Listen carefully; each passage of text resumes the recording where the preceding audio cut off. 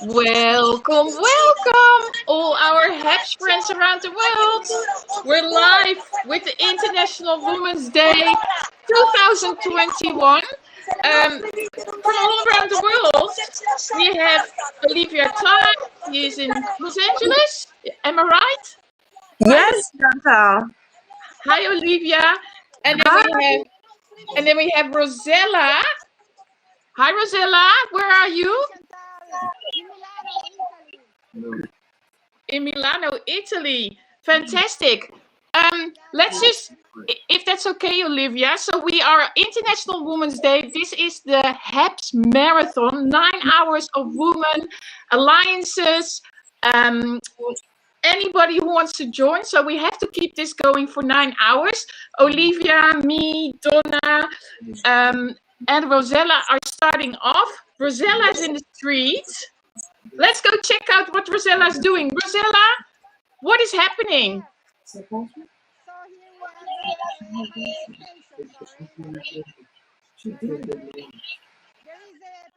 We can't hear you so well, Rosella. Can you hear me? Because I have to wear the mask. I cannot. Oh, yeah. When you move your phone a little closer, we hear you better. Yeah. So basically here in Milano, in Italy, the topic of 8 March is very, very important because we have at least 3-4 women every week killed by men in the families. So also, if we are not allowed, a lot of women are here for a strike and a manifestation, as you can see. Oh, wow. And you're in front of the Duomo, if I'm right? Yes, this is the main cathedral, the Duomo of Milano, main cathedral. Okay, so can you repeat for us, because that was not very clear, what are they demonstrating for or against? Let me go a little bit, because there is the music. So basically, in Italy, we have at least 3-4 women killed by men. Killed Every week. Since the beginning of this year, 2021, we had at least 3-4 women killed every week. Oh, wow. And because of the COVID, the situation is also worse because we are all shut or locked down, closing the houses. And so it's a very difficult situation. And a lot of women today are here, and students and mothers, to manifest. It's a pacific strike. Women want that this topic will rise and the government comes out with laws to help Italian women. Oh, wow. So I can see there's probably a few hundreds or a few thousands of people. Yeah, look. Wow. So if you're just joining, you guys, we are looking at Donna, Olivia, and then the street scenes of Milano, which is Rosello Cannavaro. And Rosella is demonstrating there against the violence of women in Italy, but because of the COVID, the numbers are very high. Wow, good luck with that. That's a very good thing to do today. Do you know if there's anything happening as well in the States, Olivia? I am unaware of any protests happening here, but I am in LA, so there could be a protest at any time, any moment. Yeah. No, I know. That's like they were popping up here as well. And Donna, are you aware of any protests on your side of the East Coast, or if you're on the East Coast? I am on the East Coast. I'm in North Carolina right now. I'm traveling, so that's why I'm sitting in my car. I just pulled over for a moment. I have the future of international women, my granddaughter, in the car with me. Say hi, Gaia. Hi. And I have a lot of list of a few women who have inspired us along the way, who kind of set the stage for all of us, and international women who've led the way for all of us to to come and to move forward in our path of strength and peace. So, Bring it on. all right. So, like Elizabeth Blackwell became the first woman to earn a medical degree in 1849. There is, let's see, from Sri Lanka, there was Servio Bandariki, who was the first woman elected to the head of a country's government in 1960. And then she led the path, set the stage for her daughter, who went on to become president. So that's pretty cool. That's very impressive, yes. Yeah. Coco Chanel in Paris, who started a rags to riches story, paved the way for all women to become entrepreneurs. Regina Jonas was the first woman ordained as a rabbi in 1935. 1921, which paved the way for thousands of female writers and poets recognized in the early years. Let's see. In the United States, Andrew Dunwoody was the first female four-star general in the Army in 2008. Victoria Woodhull was the first woman to run for president in the United States in 1872. Japanese woman Junko Tabi reached the summit of Mount Everest in 1970, becoming the first ever woman to do so, reaching all 477. So there's lots of women who paved the way for us. That's very good. We keep hearing a lot of Roselli's push in the background. I don't know if you can hear that. Hi, Thank you. Michael. Thank you so much, Donna, for that view on all these wonderful women that have given us so much power through all the years. Olivia, do you have something to add? What inspires you for this International Women's Day? Of course, as an international woman myself, actually, is there a exact definition of international woman? I don't know, I guess but we're all international women, right? Yeah, we're all international women, right? yeah. Are we not all international women? Okay, so I have the honor and the pleasure of working with over 2,000 women every single day in my work. So this is just a really amazing experience, and every single day we're also working with nonprofit organizations that benefit women.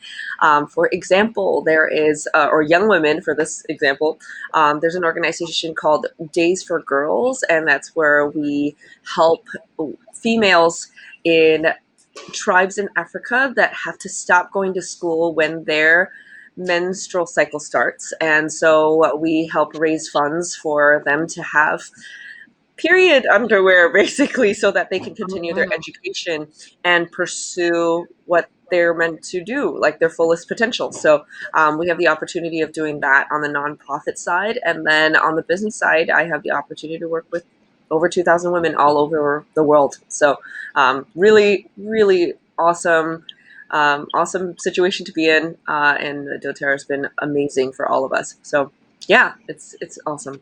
Oh, that's very good what you're doing. So what is the business side of the 2,000 women you work with? So I do a lot of the business trainings for people who are looking to build their doTERRA businesses. So I am a doTERRA Diamond, which means I have helped a lot of people with their businesses, as well as getting to a more natural way of living their lives. So that is what I do. Oh, wow. And is that is international based, or is that only in the States? It is international. So we are in over 120 countries, and there are more coming. So we're looking to open a few countries this year, every year. So it's pretty awesome. Oh, wow. Very, very, very impressive. Thank you for this, Olivia. And and this it sounds a bit bizarre. Like when you talk about underwear for periods. Why underwear for periods? Is it, and why not the supplies, like other supplies? Like, I don't know how you call that in English. Yeah, right. So instead of like feminine hygiene products, which Yeah. are not quite as sustainable, especially in a village that is really sustainable, as in they use everything as reusable, including things that are supposed to be disposable, right? So for them, it wouldn't make the most sense to give them disposable feminine hygiene products, but more so reusable feminine hygiene products that they can use and wash and reuse again, because that's the life that they're used to living, and they wouldn't do quite as well with disposable feminine hygiene products, which would be actually not as sustainable. Oh wow. No, I'm learning something. Thank you for that. So that's very good to bring awareness to that. And can people also support this? Absolutely. I'll do a broadcast talking about it. So follow me, DM me, and I can show you all the different resources that you can do to help with this organization. I'm always running a fundraiser every single month for doTERRA Healing Hands, just to raise funds for different causes every month that support women. For example, for the last 2 months in February and January, we're doing a campaign against human trafficking. So that is, every single month we're Oh, working on. wow. Wow, besides being very talented, Olivia, you are an angel. Bravo. Thank you for what you do. You're amazing. Let's go back to, should we just go back quickly to Rosella to see if she sees something or she wants to let us know a little bit more what's going on, or maybe she's even talking to somebody. Hello, Rosella.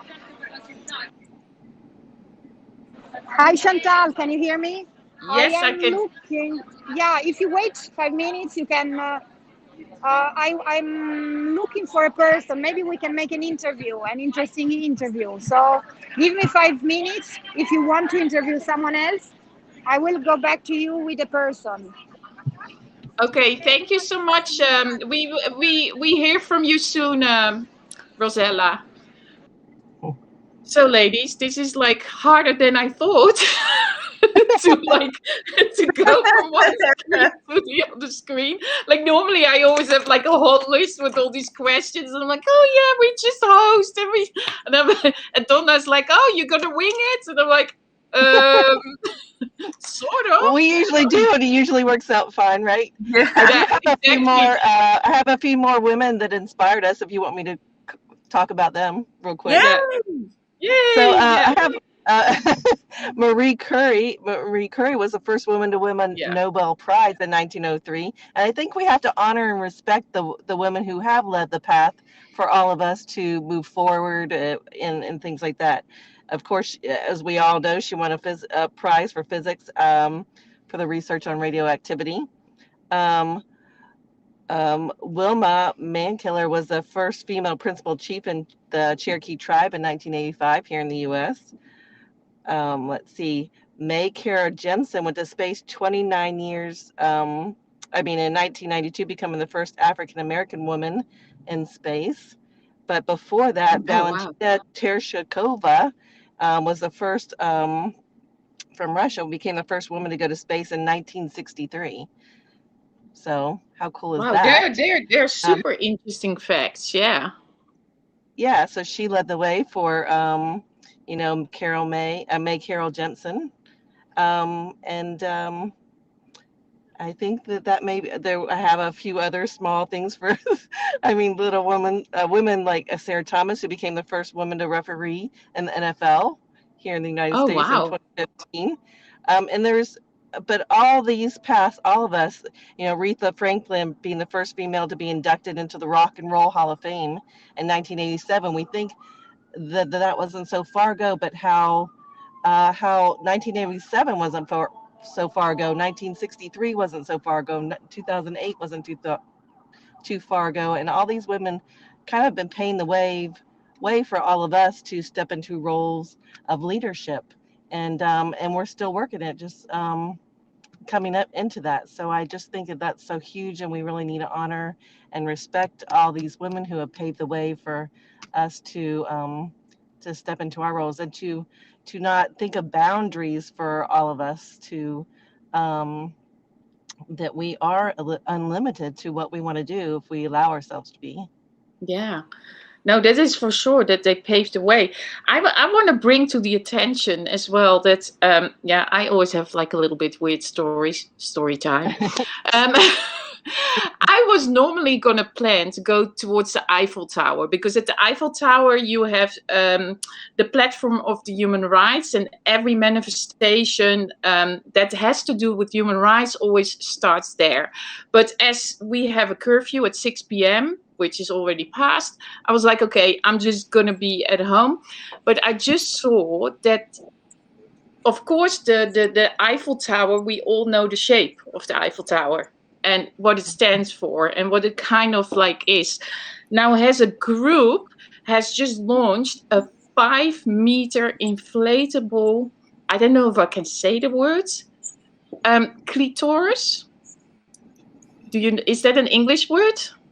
Yes. Yeah, a woman's part, 5 meters tall in front of the Eiffel Tower with that male Eiffel Tower there in the background.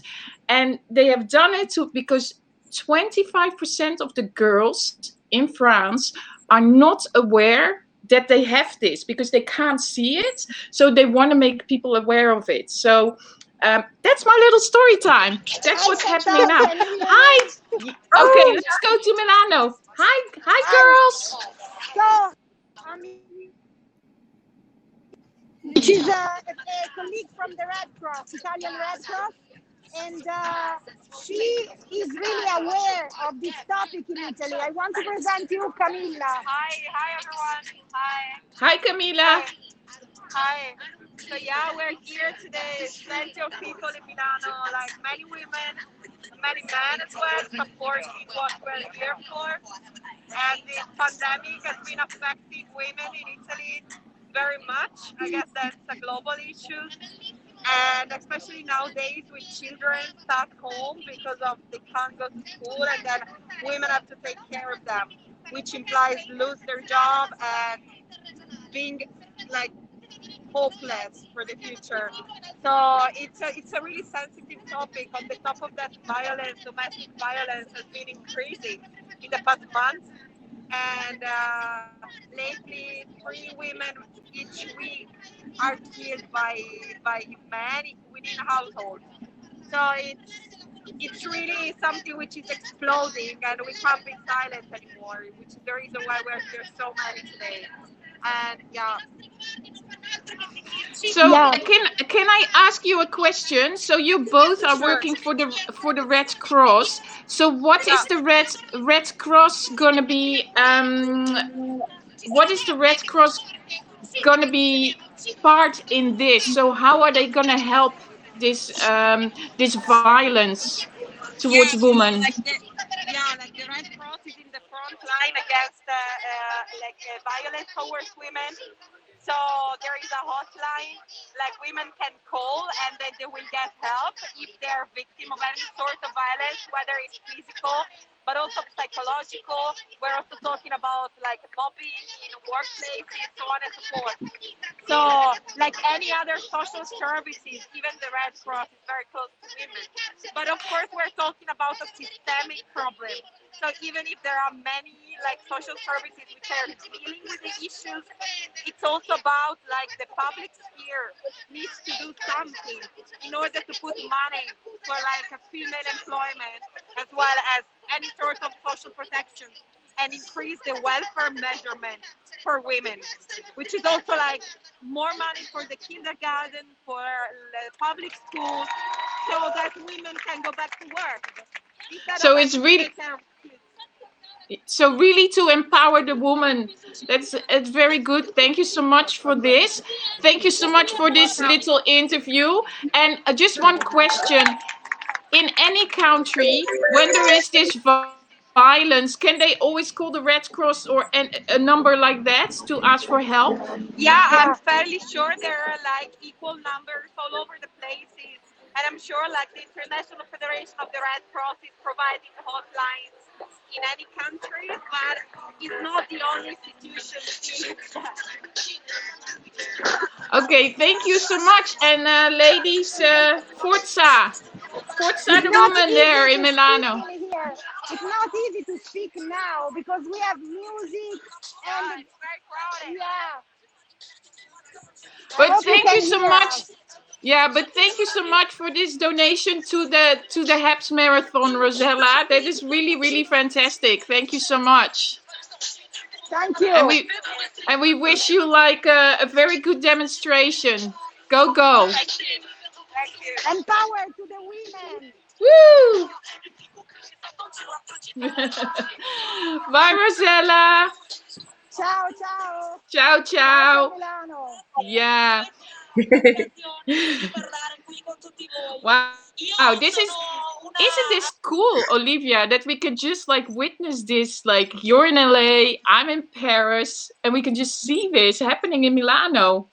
I know, it's absolutely amazing, and I think that we can't do this, right, without HAPS. Like, this is Yeah, amazing. exactly. Without HAPS is Yeah, we couldn't do this on any other platform. This is incredible.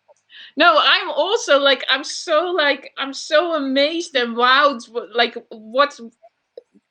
with what's happening already. And also I know we're going towards our time, so I think that the next host is coming up and the next guests. So Pablo, if you can let already Louise in, so we can give her the little stick over, then then we can give her little Pass the torch. pass the torch. Exactly. Yeah, I miss so many of those words. Oh, he's inviting them now. That's good. No, but Olivia, also nice to talk to you because we've never met like this. Yes, I've seen your channel, and I think you've seen my channel, but we've never been on one thing together. We should do this more often. Exactly. I love your energy. Exactly. We have to do a crossover and an invitation and do something fun and Absolutely. you know, like, because I always like to show my Eiffel Tower also to another country. But the only thing is that we're locked up in France, so we have a curfew, so I can't leave the house after 6 p.m. So this is like, so now I'm stuck, you know. So that is at least for another 2 weeks or 3 weeks or 6 weeks or 5 years, who knows. I know, that is so strict, Chantal. 6 p.m. Yeah, it's really hard. We can shop, we can walk around, but we can't leave the house after 6 p.m. And I did hear some, you know, like screaming before also in our building. So the situation that I hear, like, you know, with the Red Cross and all, you know, I keep always my ear on it that it's not going too crazy. But I know, like, you know, from 6 till 6, 12 hours locked up every single day already for months. Oh no.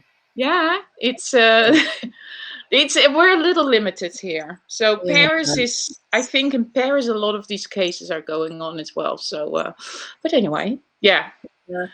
I see some people like, look, hello. Hello.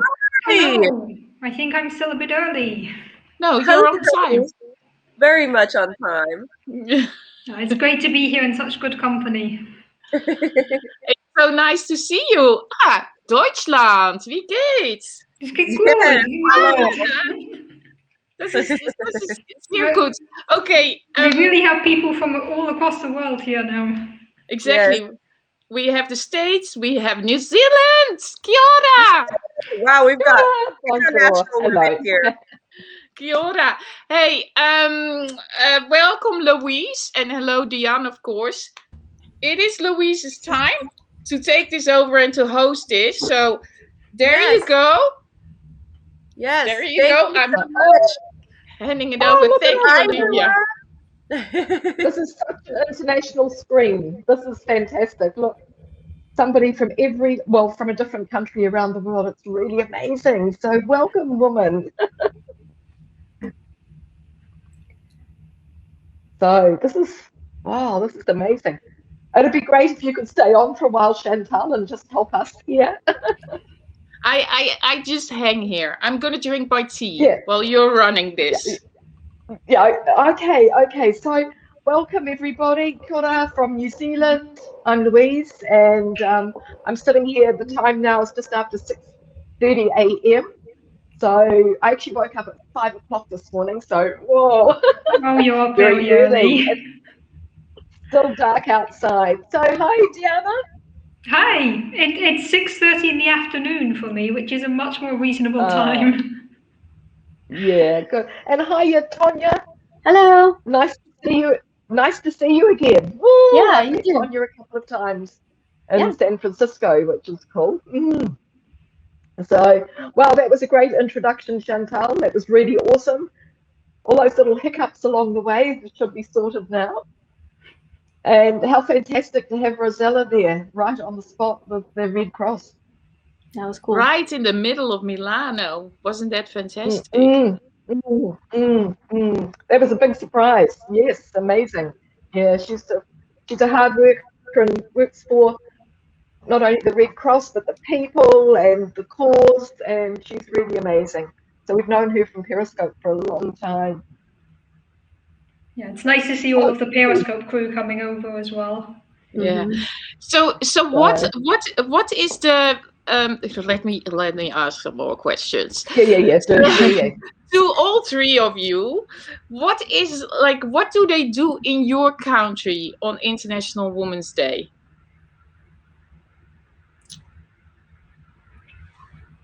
Who wants to start? Sorry. I'm like, who wants to start? Yeah, I mean, I can talk a bit about that.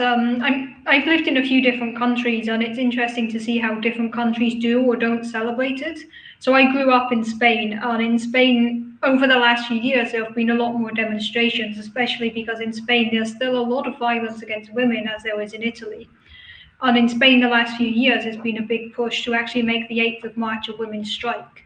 So to show the world how much the world needs women and what happens if women just stop working for one day. So in Spain, it's now become like an international strike day for women. There's a lot of mobilizations, a lot of protests, similar to what we were just seeing in Milano. Now I live in Germany, and I don't see it so much. I think there are still some small protests organized. There are also things organized more at the workplace level. But it doesn't seem like there's such big protests and such big demonstrations taking place in Germany. So in Spain, it was definitely much more in the news than it is here, I think. But it is a holiday today in Germany, International Women's Day, or not? It might actually be. I technically work in Belgium, so for me it's not a holiday. I think when I was in Germany working, it wasn't an official holiday. We still went to work that day. Okay, because I just remember somebody was telling me, and I thought it was Germany, but it was most likely not another country, where they said it was a proper holiday, so a day of work. So maybe it was Spain, what you were explaining before. But yeah, maybe with their new strikes. I'm also a bit disconnected from what's happening in Germany because I'm splitting my time between two countries currently. But it was a lot bigger in Spain, I had the impression. And for you, Tonya? I was trying to think. I don't know. I mean, I might be a little insulated where I am, but I don't know of anything organized. I mean, I see it on social media, obviously, and people, celebrating it that way, but I'm not aware of any like demonstrations or any public gatherings, especially in my area. So maybe that's more work we have to do. I'm not sure. And who is the woman that inspires you, or who are the women that are inspiring you? Me? Yeah. Well, I was thinking about what I would say or what I would contribute this morning, and thinking about who inspired me and following all the links I've been seeing the last few days, and it's like there are so many that I felt like I felt bad if I left anyone out, and so I kind of came up with categories, and I would love it if you guys watching, if anybody comes to mind when I mention these categories of women that I saw, or not even just women, but just mention them in the comments so we can all learn about them and grow from that. But first of all, it was, like the men and women who've gone before us, who've worked to get us to where we are today. We've already heard you guys talking about some, and Louise, you showed the suffragettes, in New Zealand already on that walk. So if you haven't seen Louise's thing already, do that. But, just the pioneers in their respective fields who've gone, we've heard them talk about them. Olivia mentioned some, and Donna from the last half hour mentioned some specific ones, but just who've paved the way to where we are today. And then there's just the ones who live and work behind the scenes, who aren't necessarily in the public eye, but I just know, that the moms and dads and the who are quietly affecting people's lives, that need to be celebrated too, that aren't going to be in the public. So all of those, the people who've gone before have really, I've really been thankful for them today. And I followed links, like I said, the last few days to learn more about things, but there are so many men and women working around the world in regions where women aren't even seen as people, almost, let alone deserving of rights, and they have nothing. And those, I just can't imagine working or living in a place like that. So those men and women just have really inspired me. And I probably will put some, share some of the links on my feed from the ones that I found. But I'm inspired by the parents, moms and dads and parents who are raising the next generation of men and women to respect and honor everyone, no matter who they are. Everyone's humanity, and everyone is deserving of respect as human beings. And so I see the parents who are really working hard at raising up the next generation, and I really appreciate that. And I'm thankful for the women, a lot of whom we've already seen and we're going to see today, who support each other and lift each other up without denigrating anyone else, and who just make a positive environment for women to be safe, to share and to grow, and all of that. So I'm really thankful for all of you, and I'm thankful for HAPS as a platform, like you guys just mentioned, and all the other platforms that we have that we never had before. I certainly never imagined myself talking to any of you, let alone all the people who are watching. So that's progress, and it makes me hopeful for progress in the future. So now I'm looking forward to going through and seeing comments of all of you who shared, and continue to do that, everyone. Just the more we share, the more we become aware, the better it is for everyone. So keep doing what you're doing. Thank you so much, Tonya, for this nice contribution. And everybody's looking forward to the links you will be sharing. But Louise, this is your hosting time. Anyway, you're doing a great job. I'm going to hand it over to you after you answer this, and then you can continue with Jilly. But Louise, you did a broadcast before, and to be honest, I haven't watched it yet. I know this is a broadcast you do every year on the 8th of March. So can you tell us a little bit what it was about, just like in some lines, so that people can grab back later to watch it? Hi, Jilly, nice to see you just first. Yeah, hi, Jilly. So International Women's Day actually gives me the opportunity to share the fact that New Zealand was the first country in the world for women to get the vote in 1893. New Zealand women have always been great pioneers, Maori women, later European women. They've always led the way in New Zealand, and they've been the backbone of our country, I consider. So New Zealand women got the vote in 1893, but not on International Women's Day. It was actually in September. So usually we celebrate that in September. International Women's Day just gives us a great opportunity to acknowledge all of the women, not only in New Zealand, but around the world. So we don't actually have any huge celebrations here. I think there's a lot of individual ways to celebrate it here. There's not one big celebration. But I always like to do my own with my $10 note. Oh, wow. And That's super. and this is Kate Shepherd, who was the principal suffragette who fought a long and hard battle to gain the vote for women. So, in fact, she is the woman that I admire really a lot in New Zealand. Apart from Queen Elizabeth, she's the only woman on our currency. But I will just bring you up to date a little bit on the woman that I most admire in New Zealand is Helen Clark. So Helen Clark she's been the Prime Minister of New Zealand for several terms. She's not the current Prime Minister. We have Jacinda, another woman, who's fantastic as well. But also Helen Clark was the first woman appointed to the United Nations Development Growth area. In 2009, she went there and spent 8 years in New York at the United Nations. And she continues to work for the United Nations, doing research, and has a lot to contribute. And she's an amazing woman here in New Zealand. She saves native birds, she saves cafes, she talks to us all on the street. She is an inspiration. So that's me. Very good. So I'm going to hand you the mic, Louise, so you can continue with Jilly, and also like your and Diana and Connie. Yeah, exactly. Your mic is a little scratchy though. Like, can you make sure there's nothing interfering your microphone, because it's like scratching. Is it my hair? Oh, is it your hair maybe? Because you have a mic and it's scratching. It's like we all hear it. But anyway, I'm gonna give you.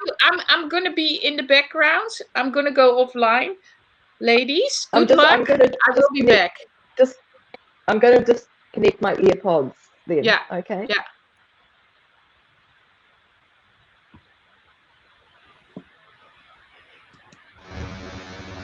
Oh! Now. It's even worse. Oh no, it's good. It's good. No, we can't hear you now, Louise.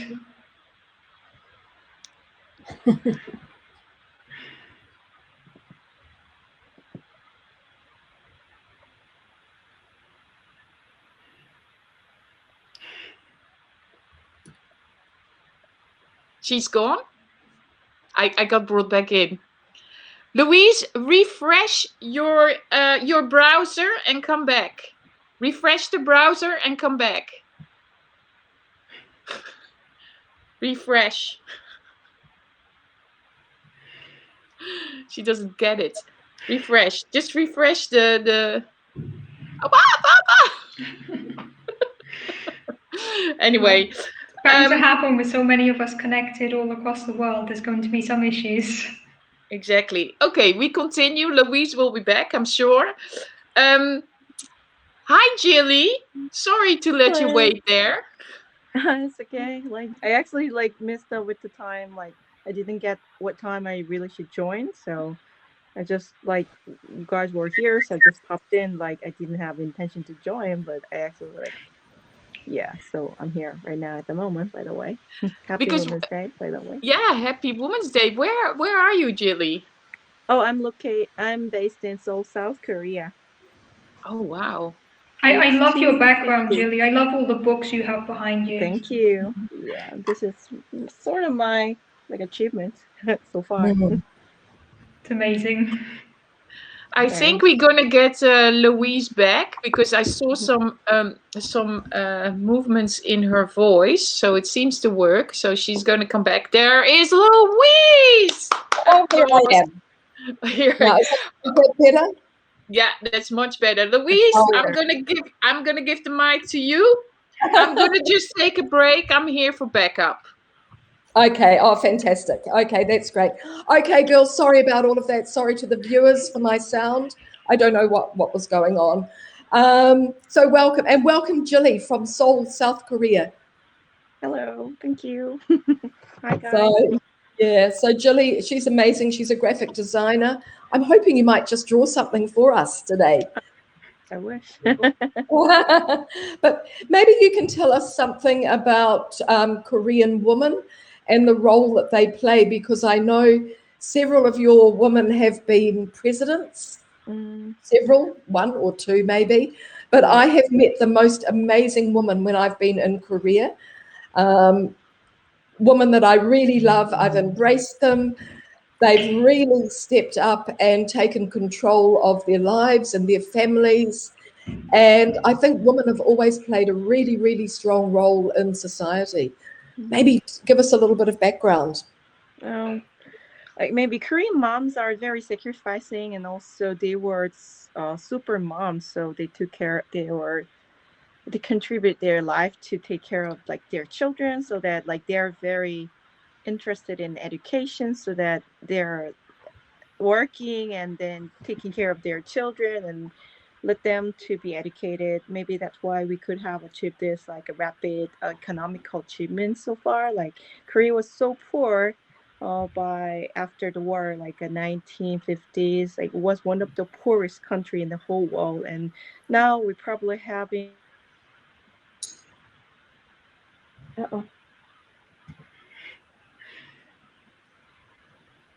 Lost her. We lost Julie. We're all having a few problems. But I have actually spent quite a lot of time in Korea. Oh, there we go. No, Chantal. I've spent quite a lot of time in Korea, and before COVID, I actually lived there for a year or so. But before COVID, I went to Korea. I feel I have like real family there. And I always say I lost my soul in Seoul, but I find Korean women really strong and really amazing. Artists, chefs, all sorts of women that have started businesses all in the last 20 years, I suppose, stepped outside their household roles and created small businesses. So it's really quite amazing to become involved, not just to visit as a tourist, but to actually become involved in the daily life of Korean people. So it's fantastic. I mean, COVID has stopped us all traveling and doing stuff and being such international people. But I'm sure that by the time it starts again, we're all going to start to travel in a much better way, a much more sustainable way. We need to keep this international life going, but we also need to learn to do it more slowly and more sustainably. No, absolutely. What do you think about that, Diana? Yeah, I was just agreeing with what you were saying there, that we really do need to focus on sustainability, and that's something that we can definitely learn from our COVID times, is how to become perhaps more sustainable. If there's one good thing we can take away from this. Yes, absolutely. Just reading the comments that are coming up here on the side. Just want to say how fantastic it is to see everybody, and thank you for supporting us here. International Women's Day. I mean, it's a day that we celebrate everybody, really, our grandmothers. I mean, we all have little family stories that we can tell about the woman that brought us up.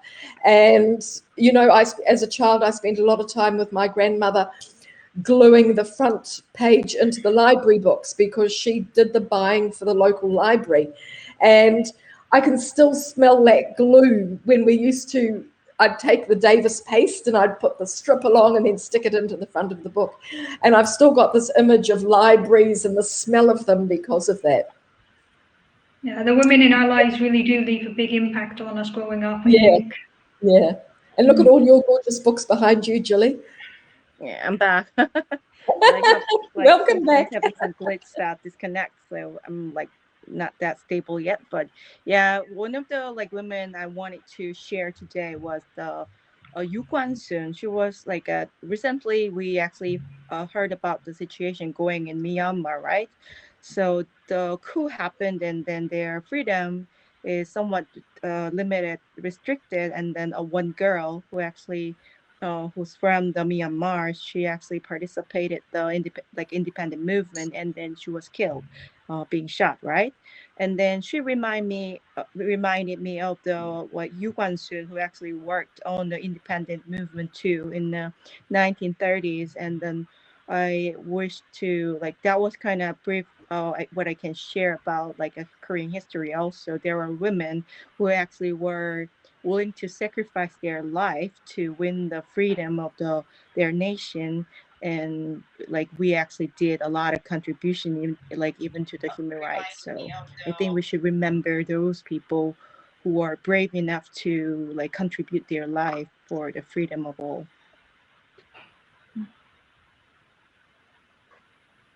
Fabulous, fantastic. Hey, Dina, I would love to. I've never met you before. I don't know anything about you, and I never in my wildest imagination thought I would ever talk to a theoretical physicist. So I would just love to hear a little bit about you and your, like, what brought you to where you are and what inspired you to dream. Did you dream of doing what you're doing, and who paved the way? Anything, just yeah. So I'm a theoretical physicist, and I specialize in cosmology. So that means that I study the universe and everything inside the universe. And it's just such an amazing topic. And as with a lot of science fields, it's a field where women are extremely underrepresented. And there's really not many women to look up to in our field. But there are a lot of women who have contributed to astronomy, to cosmology, who are frequently forgotten by the history books. One woman I'd just like to briefly mention in this context is Vera Rubin. Now, Vera Rubin was a pioneering astronomer who was one of the first to actually find evidence for dark matter, which is one of the biggest mysteries in my field. Throughout her career, she was met with skepticism, with people not believing her results until a man found exactly the same as what she'd found. And she was never really recognized for her contribution. And for years, a lot of people were asking for her to win the Nobel Prize. And a lot of people in my field were very sure that she should win the Nobel Prize. And she never did. Unfortunately, she passed away 4 years ago, so now she can never win the Nobel Prize. And it's just an example of one of the many women in our field who broke down barriers, who broke down glass ceilings and paved the way for people like me to be here. And her name is forgotten in most of the literature. Her name is erased from the history books. And you know, growing up, I knew I wanted to be a scientist, and I'm going to completely lay the blame for this on my parents, because when I was a kid, I was doing the typical kid thing of pointing at things, what's that, what's that, what's that? And my parents were finding answers for me, and they were encouraging me to keep asking this question.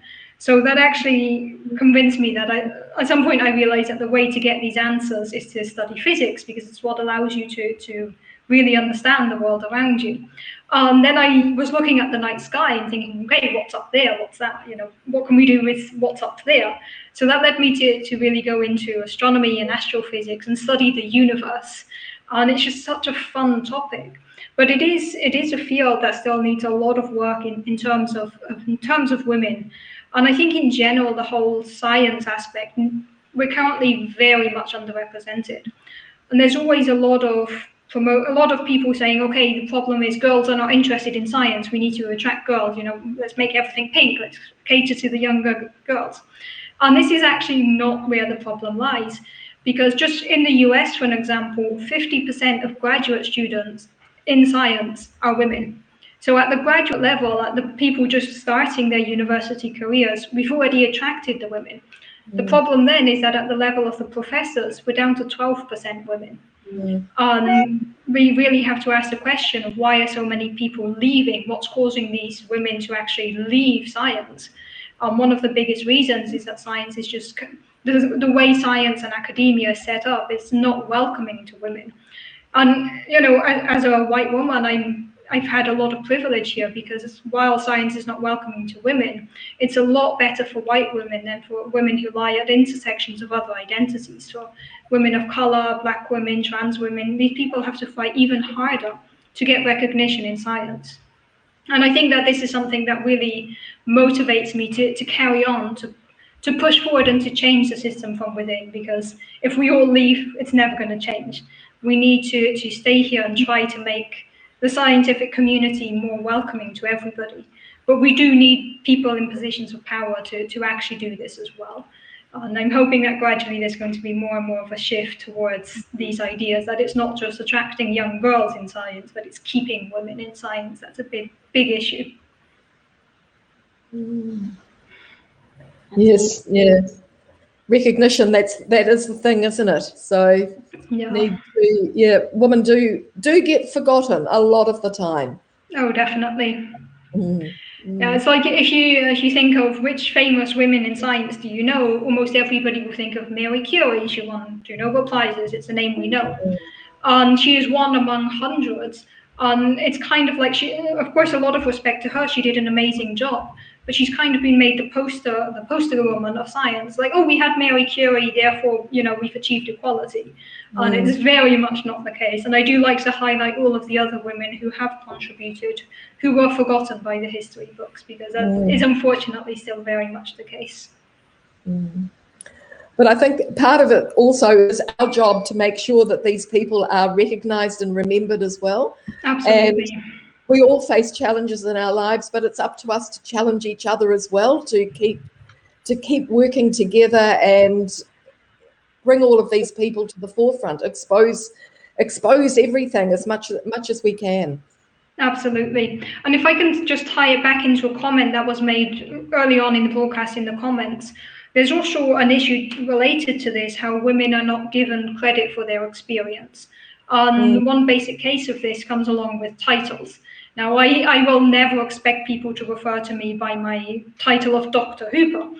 But if we're in a professional setting and my male colleagues are introduced by their title, if my male colleagues are introduced as doctor and then I'm introduced as Mrs. Hooper, this is something that does happen, and this is something that adds to this problem of not recognizing the expertise of women. There was a big debate about this recently when Dr. Jill Biden was accused, like, oh, she's using her title when she shouldn't. Like, no, she earned that title, and we should recognize it. We should really recognize women's experience. And I speak from the position of having one of these degrees, but also women in all walks of life. We need to recognize women's experience and accept this. And I think this is something that there's a lot of work to be done here, especially in terms of how our male peers see our experience and always undervalue women's experience. So where are you based at the moment, Diana? So I'm working in Belgium, in Brussels University, but because of the pandemic, I'm hiding out in Germany. Okay. I'm at my partner's place in Germany because so your home is Germany. I'm currently in Germany. My actual home is Belgium. Oh, Belgium. Okay. Oh, fantastic. Oh, good. And Tonya, tell us a little bit about what's going on around you at the moment. I know that you're reading War of the Worlds. Yeah. Yes, I've been practicing my French, so that's if you don't know French, it sounds great, but if you do, I'm really sorry. Oh, that's fantastic. No, I just have really been enjoying the transition from Periscope to Hapsier and meeting a new group of people and just connecting people and broadening people's horizons and just encouraging people to not get so overwhelmed about like changing necessarily the whole world, because that's a really big mountain. But if we can each change our own circle of influence and do as much as we can, then that's huge. And I see a lot of people just get overwhelmed. Like there's so much work that needs to be done everywhere, and I can't do any of it. So I'm not going to do I can't do all of it, so I'm not going to do any of it, and they just get overwhelmed. So I would just encourage you all, just in your spheres and where you can, like you guys were saying, just continue to build each other up and speak up when you see others not being treated well, and stand up for each other and support each other. And I think that's a win. And I think if we all do that, that's going to be huge. So, yeah. And also, everybody has a story to tell. Yep. Everybody has a story. We don't know a lot about a lot of people, but it's really good to encourage people to tell their own little stories. And that's how we learn. We're going to make a world that is much bigger and much more open if we can share more of what's going on around us all. Oh, absolutely. I think it's so important to hear voices from many different people, many different walks of life, and many different experiences, because learning about other people's experience also helps us grow. And you know, having more diversity is never a bad thing. It helps us out in so many ways, and it helps us grow as people. So, or you're getting lots of nice messages on the side, Diana. Yeah, I see some of my regular followers are in here chatting as well. It's always nice. It's also very nice to see a lot of men in the comments standing up for us today as well. Yeah. Yes, yeah. And I'd encourage all men and all women to carry this energy throughout the year. It's not just today, it's every day.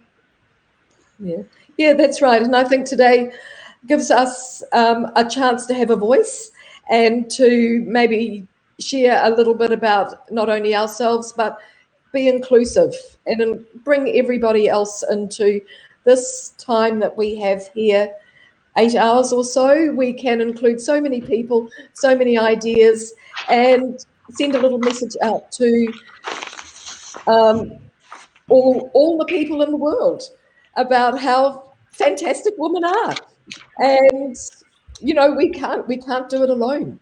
So we just need to always be right here on the spot and supporting everybody. Well said. So there we are.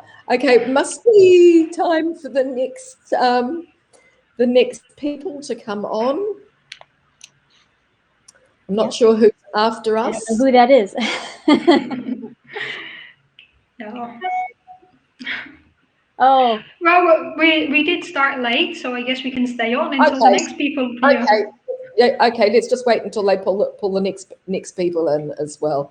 So during the day, I was looking at the list of all the people that are going to be coming on.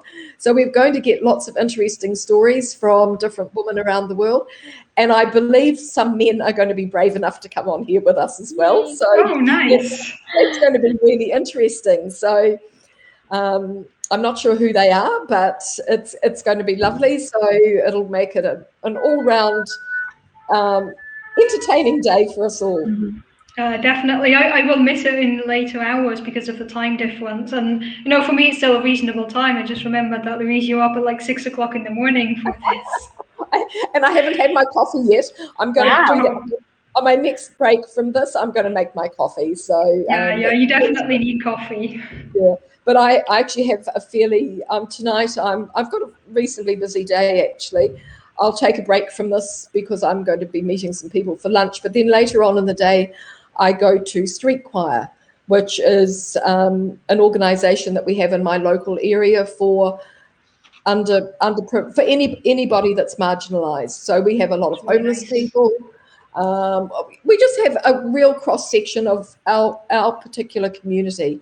And then I go to Maori language class for an hour before that. So I have 3 hours doing something completely different, which I really, really love. And I can't sing. I'm not a singer at all. I'm only there for the community. So, but I have a lot of fun with people. So, and of course, all that cooking that you see me do, I usually take along to the Street Choir as well. So it's not. Nice. I'm not eating it. I'm always taking it for our little break that we have. So yeah. So my day's quite long today. So, Louise, maybe you can give us a perspective. I just thought of a question here because you're in New Zealand. You talked already before about the inspirational figures in New Zealand.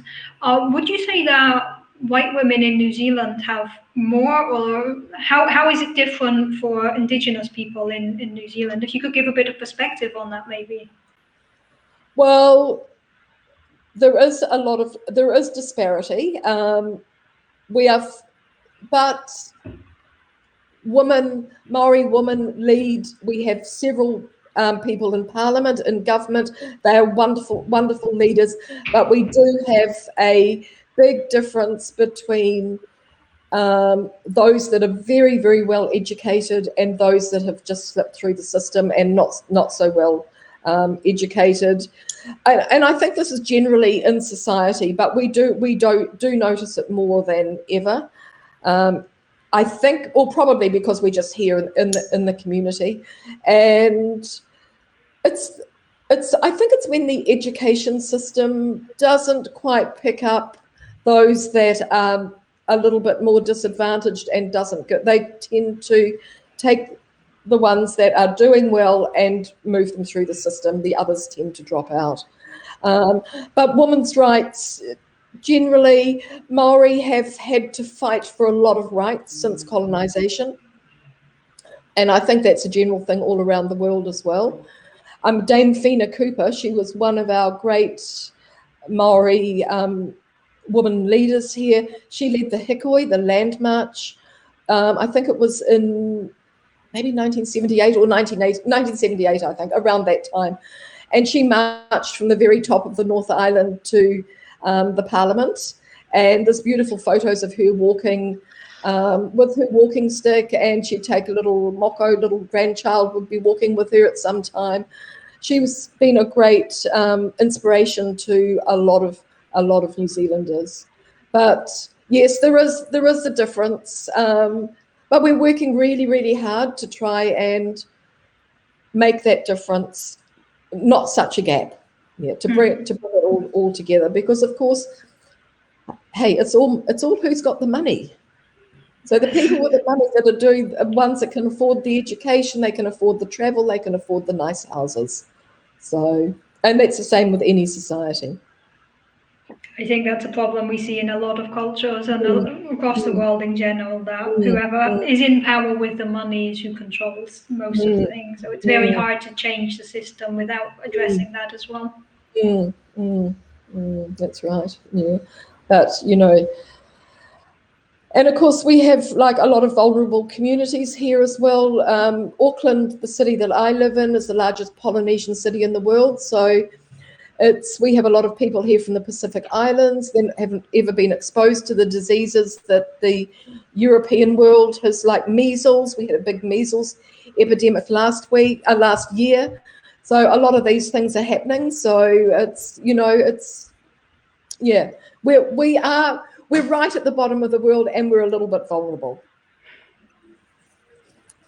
Yeah, of course, makes sense. So, we've got a bit of action behind. It's International Women's Day after all. Louise, I have to get to my day job now, but I just wanted to thank you for having me on here for a bit. And Dina, it was really nice meeting you. So I'm looking forward to hearing more from you. And you guys, just like we've been saying, just keep encouraging each other and standing up for each other. And I will see you all around. Yes, nice thank you so meeting much, Sonia. Happy International Women's Day. You too. Hey, we have Chantal back. I'm back. I'm sitting here with my cup of coffee, awake. Like your coffee. No. I have a ginger tea. But I like to. I heard the question about the indigenous people in New Zealand.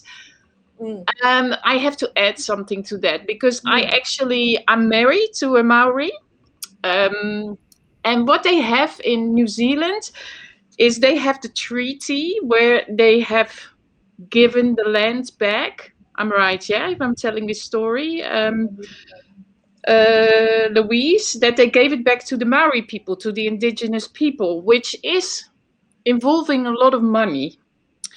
Okay, so all these tribes, they got these bulks of money, or what they get, and they're put into I don't know how you call it, but where Maori kids can get funds to study.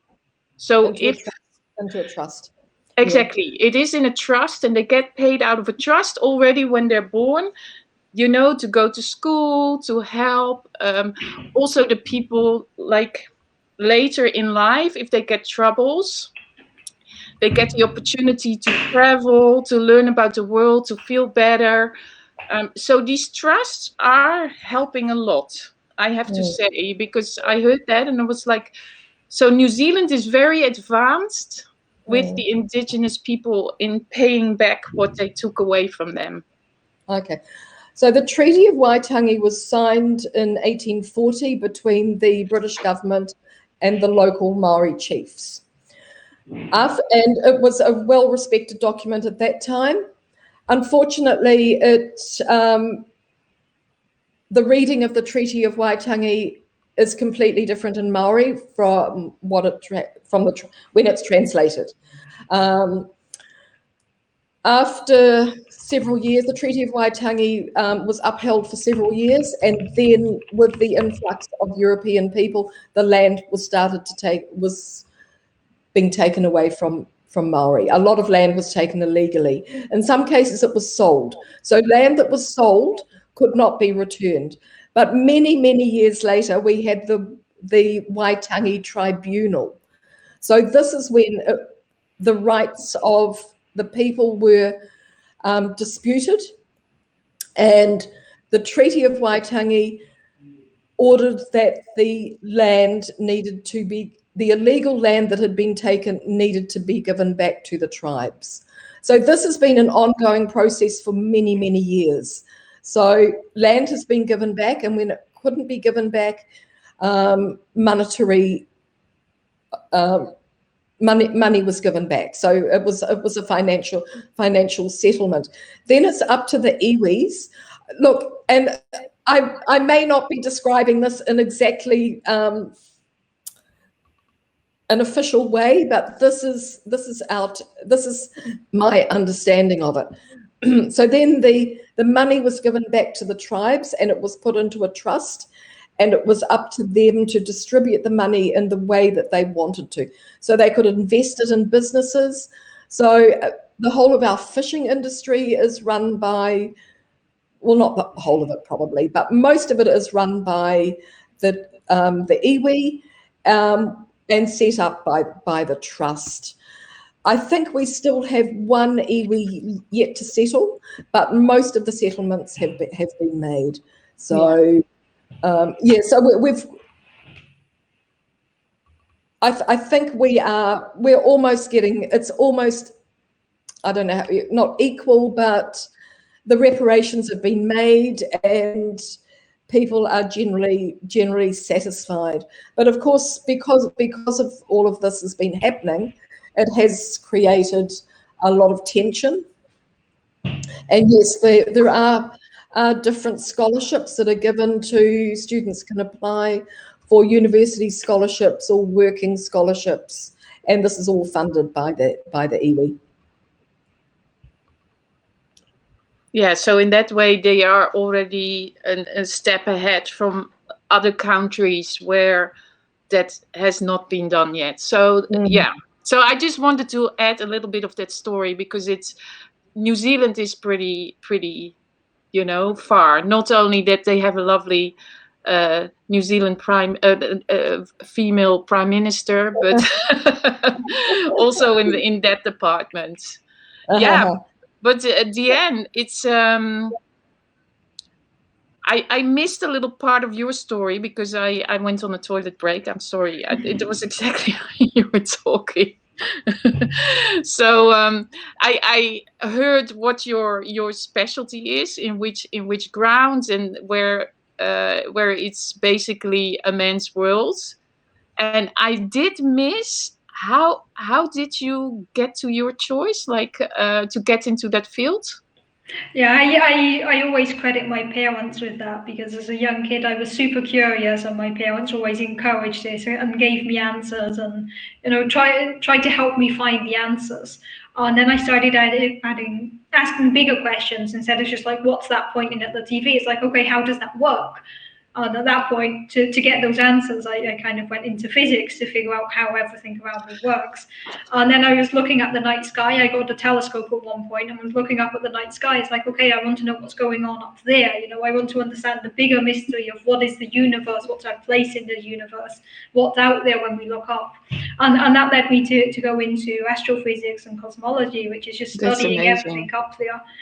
And it's such a cool topic, but I again want to mention here just how important my parents' support was for me to get to this point. And I think we can tie that back to the comment before of how important it is for parents to educate the next generation. My parents brought me up with the idea of being a woman should not stop you from doing anything. My brother was brought up with the idea of you should respect women as much as men. And I think it's really, really important for people to pass this on to the next generation, because this is where we change people. This is where we shape ideas and shape the future, is by really educating our kids in a way where it's just second nature for everybody to respect each other, to treat each other properly. And I think this is something that we also really need to emphasize, of how important it is to teach young kids, both for parents and at schools and within the community, to teach kids to be the future we want to see. Yeah, that is amazing. I have I'm very fortunate that I'm born in the Netherlands, which was very upfront with women's rights, and so for me there was never any difference, like in my generation, because there was a big like movement in the 70s. So by the time I went to high school, it was all, it was all equal. Like they even had campaigns like for women. So I studied also like exact, like the technical parts, because the maths, because they were promoting all that. And only when I started to travel, because the cultural part and the history part, I never paid really a lot of attention when I was in school. When I started to travel, I was fortunate enough to go around the world as being a model. And I was like, oh my God, this is not normal. Where I'm raised on the same level, that everybody has the same rights, like men, women, opportunities. And I just, like I found in the end a New Zealander as a boyfriend, but I would go to Australia, and nothing against Australians, guys, but I realized that there was still a difference, that you do men things and woman things. Well, I was always like, well, there is no difference there is no difference. We're just all the same. So yeah, this opened my eyes when I started to travel, that not everybody had that easy upbringing as what I had in the Netherlands. So I'm very grateful, not only because of my parents, but also because of the country where I grew up, where they had already leveled that all out. Yeah, I think it's, as you say, just so important to have that. I grew up in Spain, and Spain is still very much a deeply sexist country. There are still a lot of divisions that even the teachers have this intrinsic bias, and it's passed on. And in general, in Spain, there's such a disrespect towards women that you kind of get it ingrained in your system, and you have to train yourself not to accept the conditioning that you were taught. Growing up as a kid, if I saw a woman with a lot of makeup, my first thought was, wow, she's wearing a lot of makeup. And then I'd immediately correct myself with, so what? Let her do whatever she wants, let her celebrate it. But getting rid of these ingrained biases is something that takes a long time. And if you're in a society that is constantly reminding you that, in their view, women are inferior, it's something that ends up infiltrating your whole thought pattern and can affect girls' morale. I was actually reading a study recently that overall in the world, by the age of about 5, girls no longer think that they can become president, and girls no longer think that they can become scientists by the age of 5. Right? And it's like, how have we got to the point that society is telling our young girls that this is the case? And I think this is something that we really, really need to change as well, is how we give these biases to our children. But this study was like in general worldwide, or was it? It was over the average worldwide. So I think they took in different countries at what age the girls in general have these ideas. Mm-hmm. The average age was by the age of 5, girls no longer thought they could be president. That is crazy. Of course, then you might change this as you grow up and as you realize this is a stereotype that I need to get rid of. But if at the age of 5 our girls are thinking this, it's not helping change the future. Yeah, wow. I realized that I've been sort of protected, like in a family where my dad always has brought me up with, I can do anything I want, always make sure you can take care of yourself, always, like a very like, let's go forward. But that would have never crossed my mind as 5. If I would have wanted to be a president, I wanted to be a president. Yeah, I know, that's how we should all think, right? That there should be no barriers like that, regardless of your gender, of your race, of your religion, of your sexual orientation, or your gender presentation. This should not be a barrier to anybody. No, and these are the type of barriers we need to destroy. No, we should be able to do whatever we want, and what our passion is, basically, that we can follow our passion. I think that is like a very important thing. If your passion is in the maths, or your passion is in that direction, you should be able to follow that, and not like, oh, you have to do this or that. And yeah, wow.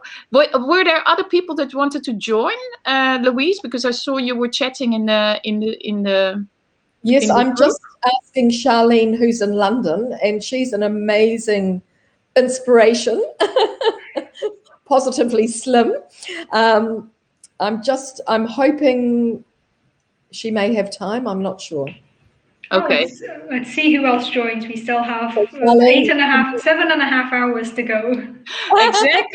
Exactly, Diana. How's your coffee intake going? Yeah, I will not survive 7.5 hours. It's like I'm already dinner time for me. So I will not survive 7 more hours. Yeah. We've got Sylvia. I'm kidding. Hello. Hi. Hi. Hi. Sylvia, how are you? Happy Women's Day. Happy Sorry, I wo- just finished working, so I just came home. I just pressed this. I'm sorry. I'm not No, prepared. Very good. Come stai? Bene, Bene, grazie. bene. So are you Italian or are you American? You're Italian. No, I'm Italian. Yeah, no. I don't know. I thought you were American. But so you are in Verona. I'm in Verona, yes. I live here. And yeah, I was supposed to go live in 5 minutes. I don't know what's happening, what I have to do. But yeah, Well, you just have to sit down, pull out a bottle of wine, take a glass, I will do that. Exactly, because it's I will take a bottle of nice rosé now, and I will take a glass with you after a job. So it's okay. I will relax. Yeah, for you it's a bit early for wine, no, Louise? Yeah, a little bit early. Yes. I'm looking forward to this. How is the situation in New Zealand? How does women celebrate today in New Zealand? Is there anything special or? So for us, it was yesterday, and there's not, because we're now on Tuesday, so I'm ahead of you. We don't have anything special. Usually we celebrate Suffragette Day in September, which is when first woman got the vote in 1893. So that's more of a celebration here, and we do both together at that time. But yesterday there would have been, a lot of smaller events happening, I'm sure, because everybody was talking about it. Do you have these also tradition?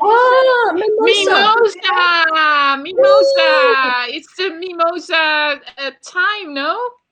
Yes, and this is the symbol of women. So everybody used to celebrate women in Italy with this plant.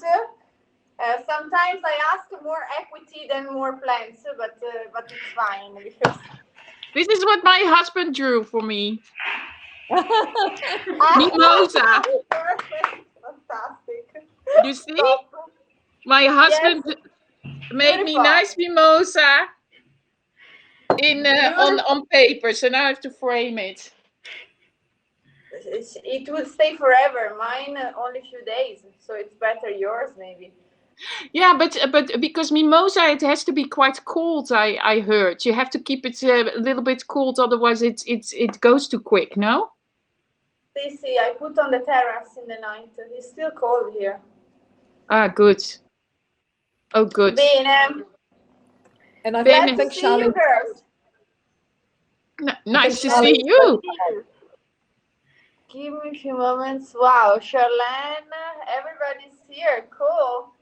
So in a couple of minutes, I have my live speaking about women in the wine business, which is a very tough job because it's very machist. And so I Blinky Bill. yeah, just subscribe it. We And we so, we love it that you're gonna take this over, because then Louise can go have coffee, and I'll still be watching. and But yeah. Diana, she can also have a break. So then, if you do that, if you do your half an hour, then we can all come back later. So have you got your wine? Whenever you're ready, we are yes, off. okay. I think So I Bobby is see coming you up guys. soon as well. Nice to see you, and I talk to you later. And if you want to join me in the live with the wine, with the glass of wine, you're more than welcome. Okay. Okay. Ciao. Bye. Ciao. Ciao, ciao. Ciao. Okay. I don't know if there's anybody from HAPS here to switch me off. And Hello. maybe Charlene. Yeah. Okay, so I guess we'll soon get the replacements in. We've already stayed on like half an hour more than we initially planned. It was fantastic. It was fascinating listening to you, Diana. Yeah, really likewise. I really feel like I learned a lot from you today as well. And I think that's something that is what this is all about, right? Meeting other amazing women, sharing our stories, learning from each other. Exactly, and we don't have a script, and we're just chatting, and it's really very nice. much improvised. Yes, yeah. And I think Charlene will come on a little bit later. I'm just actually trying to read who's coming up next. I think Bobby is coming up next as well. That will be fun. She's always great fun. Yeah, there we go. Yeah, I think it's also great, just a shout out to the HAPS organizers for putting this together, because it's really nice that you've given us this platform for like 9 hours to just chat and have fun and get to know each other and celebrate women everywhere. So thanks to the HAPS team for setting this up. We're very, very happy about this. And I think we should go and leave Sylvia with her wine. I guess we should wait for the replacements to be in, so there's at least somebody on the screen. Yes, yeah, but Sylvia was there, so she's taken off somewhere. Yeah, she's getting her bottle of wine. Oh, she's getting it. Yeah, left to do her own. Oh, she's left to do her own broadcast. Yeah, she'll be back soon with wine. Okay, so maybe Sylvia left to do her own broadcast. Oh, we'll be back. We should get Charlene in. Yeah, I think she's coming up, and Bobby is coming up as well. They're probably just in the in-between phase of joining, so I think it always takes a few minutes. But yeah, it's definitely been fun. I think we've had 9 different people so far. There's another 25 women scheduled or so. There's going to be so many amazing women. I will not watch it all live, but I will catch the replay tomorrow. There's going to be some really fun stories to listen to. I think a lot of people spontaneously might join as well, which would be really, really nice. Yeah, it will also be nice. I guess for a lot of people in the US, it's still quite early in the day, and I think in the evening it might get quite fun here with a lot of people jumping on. Yeah, that would be fun. Yeah, it's also fun to do this over 9 hours, because then people from all around the world can join. I mean, for you, it's very early. For me, it's getting quite late. But it's nice. We're fortunate, in a way, that most people are at home at the moment. People are not out. People are working from home, and they're not out as much. So it's a great opportunity to be able to do this. Thanks, Jilly. That's awesome. Thank you. All those lovely awards there. Yeah, thanks everybody for the awards. It's always so nice. I love the award thing on HAPS. It's just such a nice feature that we have here. Yes. Yeah. Today, after this broadcast, I encourage everybody to go find your favorite women on HAPS and give them the Celebrate Women Award. Give all women on HAPS the Celebrate Women Award. Today's the day when you give us all the awards. And also I think today is a good day to. I was thinking, your favorite musician, your favorite female singer, maybe your favorite author, your favorite artist. Just give a little thought. We think of everybody so generally, but to actually have somebody that you can name as being your own special favorite is sometimes quite nice. I had a game I played as a kid, because the police alphabet, where every letter has a corresponding thing, like Alpha, Bravo, a good way of thinking of letters. Yes. At some point in my studies, we decided to do an alphabet with famous physicists. Doing that is like, for the letter A, think of a physicist with a surname starting with A. And we drew up the list and looked at it, and we had 1 woman out of 26, and I was very annoyed about this. So something I like doing sometimes is just see if I can do my alphabet with random women who I think are inspirational and find one for every letter. And it really forces you to think about, like, which famous women do I know whose surname starts with a Z, who I can add here, who I think is an inspiration. In order to fill this out, you end up having to like jump on Wikipedia or on Google, like, show me all inspirational women with this letter. And then you learn so much about a lot of inspiring women. So that's a fun activity. You know, if people like doing these things, it's one of those really weird things, I know, but if you like doing this, try doing an alphabet and you know, picking up a woman for every letter and see if you can find all 26 women. Yeah, that's amazing. What, somebody's just asking, what was the name of that game? I don't think I ever gave it a name. It was just a game I played with my friends, and then carried on like, okay, let's just do this. Okay, yeah, well, maybe you should do it. Yeah. Yeah, I don't know. Physicists are notoriously bad at naming things, so if we have to come up with a name, it would probably be called something like the alphabet name game. So yeah, we're very bad at figuring out names for things. Oh, Melanie's here. So Melanie's, she says one of her favorite poets is Maya Angelou. Okay, I haven't heard of her. I will absolutely go look her up. No, I haven't heard of her either. Maya Angelou, maybe, or Angelou. Yeah. Jason's saying he loves Olivia Ty. Oh, I think we all do. I was in a broadcast recently where somebody started playing feminist poetry, and it was really, really nice. So maybe we could get some feminist poetry in here today as well. Yes. I'm just going to see if, Melanie, would you like to come up and read a poem to us? Oh, that would be amazing. That would be great, wouldn't it? I'll just, I better ask her before yeah. Because Melanie reads a poem every night. I'll just see. I'm definitely happy to have more poetry here. Yes. And I don't think she's too shy. No, I think we have Charlene joining us now. Oh, good. Yes, looks like it. Fantastic. Great. And Rita, awesome. Oh, and Rita, nice. Hi. Oh, hi. Hi. Nice to see you, Rita. Hi. This is my water and lemon juice. Every day I have a glass of water, start the day, water and half a lemon. Good thing to do. It fixes everything. Yeah, if in doubt, use lemon. Absolutely. Yeah. Rita, where are you from? I am from many places. I was born in New York from Italian parents.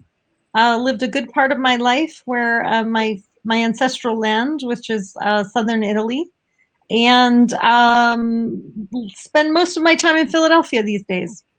Okay. Oh, yeah. Okay, great, great. So, and okay, so Philadelphia, you're just coming out of winter? Yes. So it's been a cold winter, I'm sure. It has. It really has. Thanks to HAPS, we know exactly what the weather's like in every country around the world. Yeah, it's really good, right? We can figure out everybody's time zone and weather. I still get so confused with the time zones. Yeah, you constantly have to remember, like, it's this time here, it's that time there.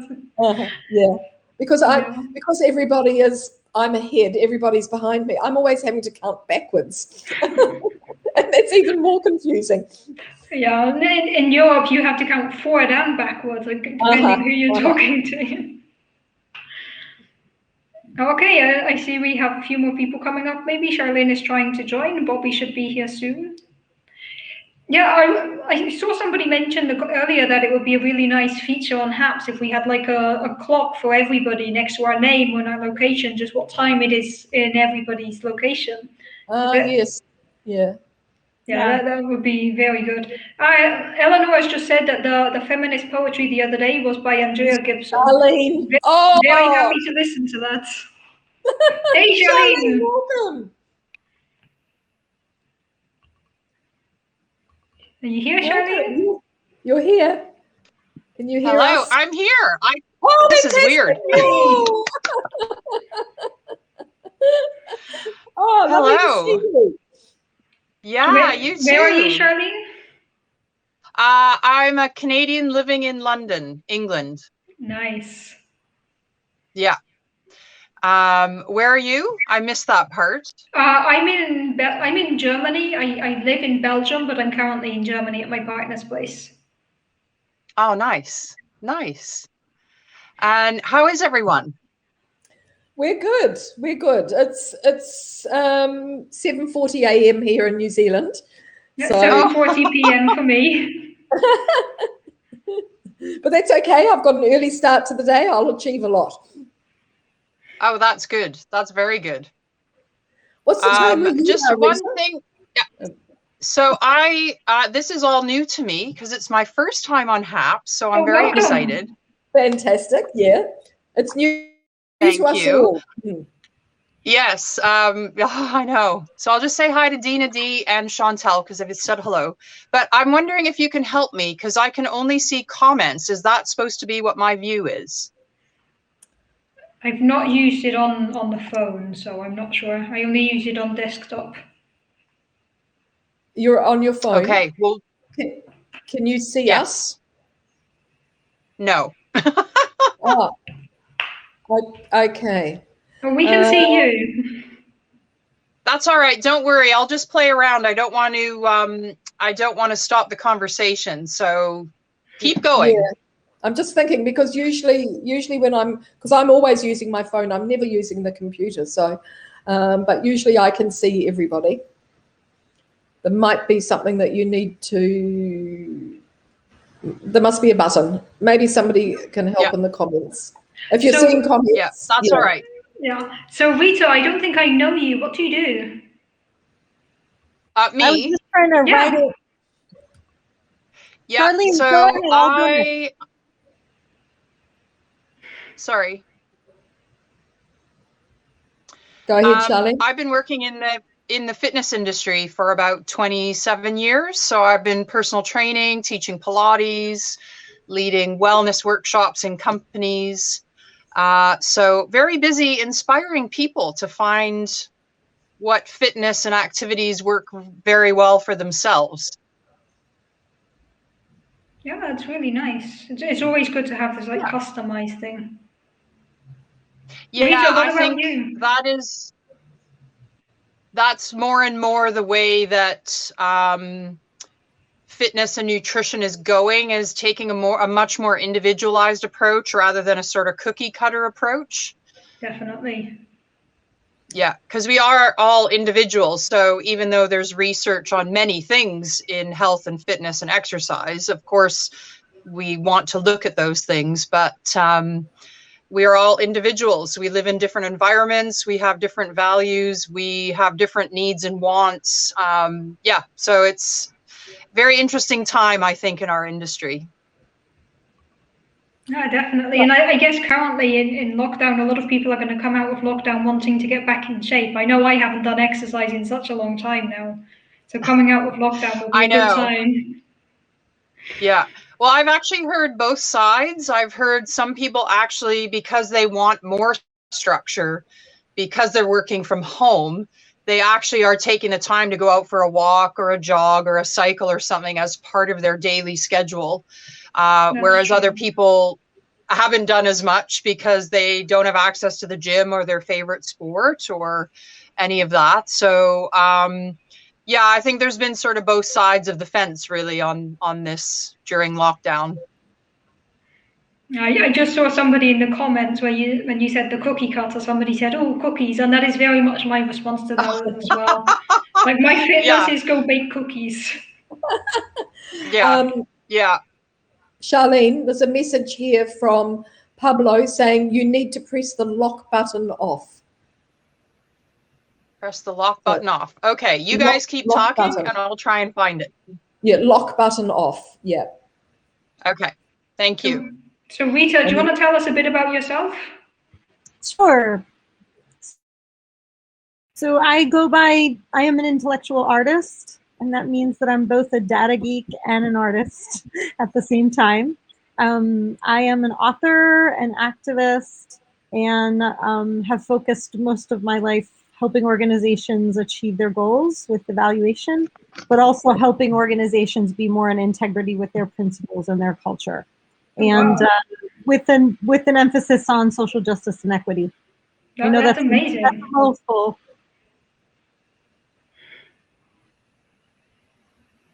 Sorry, I think I cut you off there. I didn't mean to do that. Just like, wow, that's so amazing No, that you're that's helping okay. people with that. Yeah, I said I know that's a mouthful. I have a new book coming out in about a month, so I'm pretty excited about that. Both Well, exhausted that's and exciting. excited at the same time. What's it about? The book is called Digging Up the Seeds of White Supremacy, Oh, and it nice. does a historical analysis of the intentions that were set in each and every one of our systems when they were created in the United States. So medical, legal, criminal justice, juvenile justice, education, and so forth. So we can actually look at how fear and white supremacy were embedded in all of our systems from the very beginning. That sounds really interesting. Where can we pre-order your book?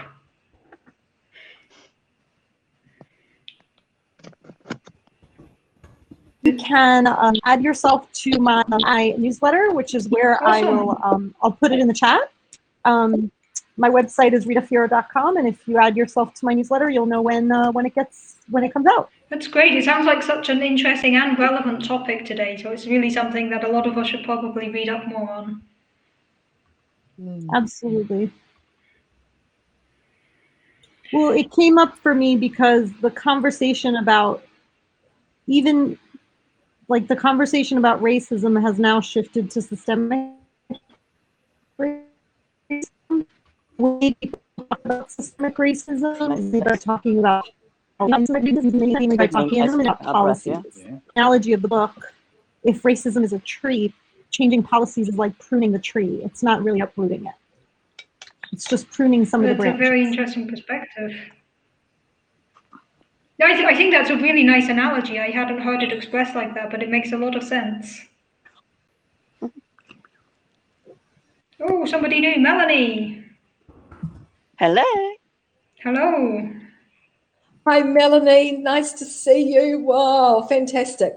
I've just asked the HAPS team to take me out because I feel like I've been on for quite a while, and I'd like to leave it with you, beautiful ladies.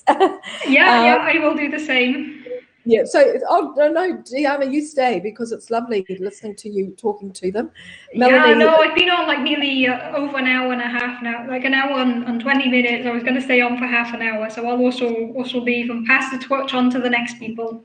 And I'll be back again shortly too. So, okay, so we'll just wait for, Melanie, thank you so much for coming on, and this will be fantastic. That's She's okay, going to read us sweetheart. a poem. Thank you for inviting me.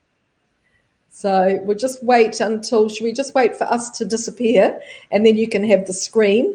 And Rita, if you stay on, and then that'll be really interesting. We've got the poet and the author. Yeah. Excellent. Okay, it was Wonderful. great speaking to everybody here. Yeah, it's been fantastic. Thank you everybody for Well done, staying with lady. us and talking with us. It's been really, really great. Just getting things organized. Louise, are you heading off? Yeah, I'm going to be around. I'm going to be watching because I'm coming back on a little bit later as well. And I've got 2 more slots. I've got one with Chantal and one with Joy, who's in Japan, and which will be really interesting for me because normally at this time of the year I'd be getting ready to go to Japan. So, but I can't this year. So I'm going to go and make a coffee as soon as I've got a break. I'm getting desperate. Oh. Shall I start? I've got my little coffee pot all set up. I've got a little espresso machine. I've got it all ready to go, and all I've got to do is put it on the element. Yeah, maybe you can start with the poem and we'll just gradually fade out at some point. Okie dokie.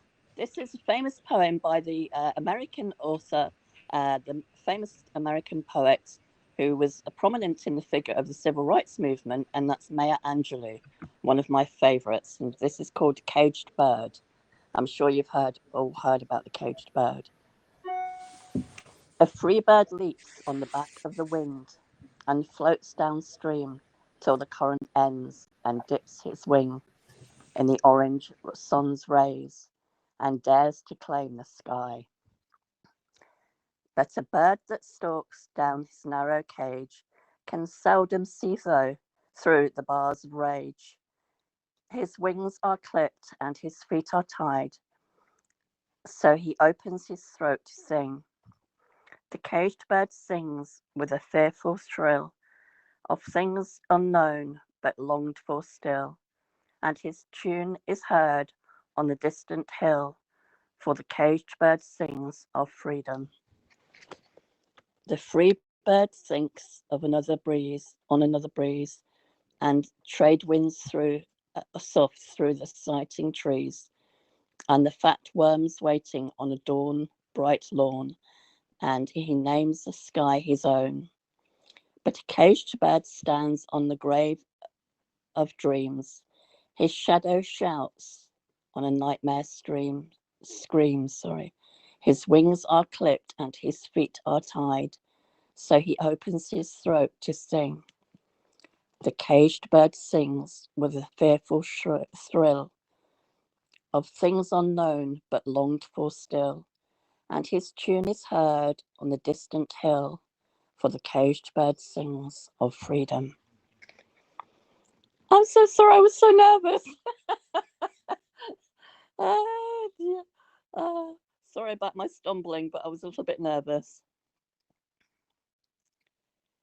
Hello, can anybody hear me? Oh no, don't say you didn't hear me. We heard you fine, Hello. Melanie. Thank you so much. Oh, that's good. Oh, wonderful. That's good. Bobby, you're on now. Oh, hello. Good evening, everybody.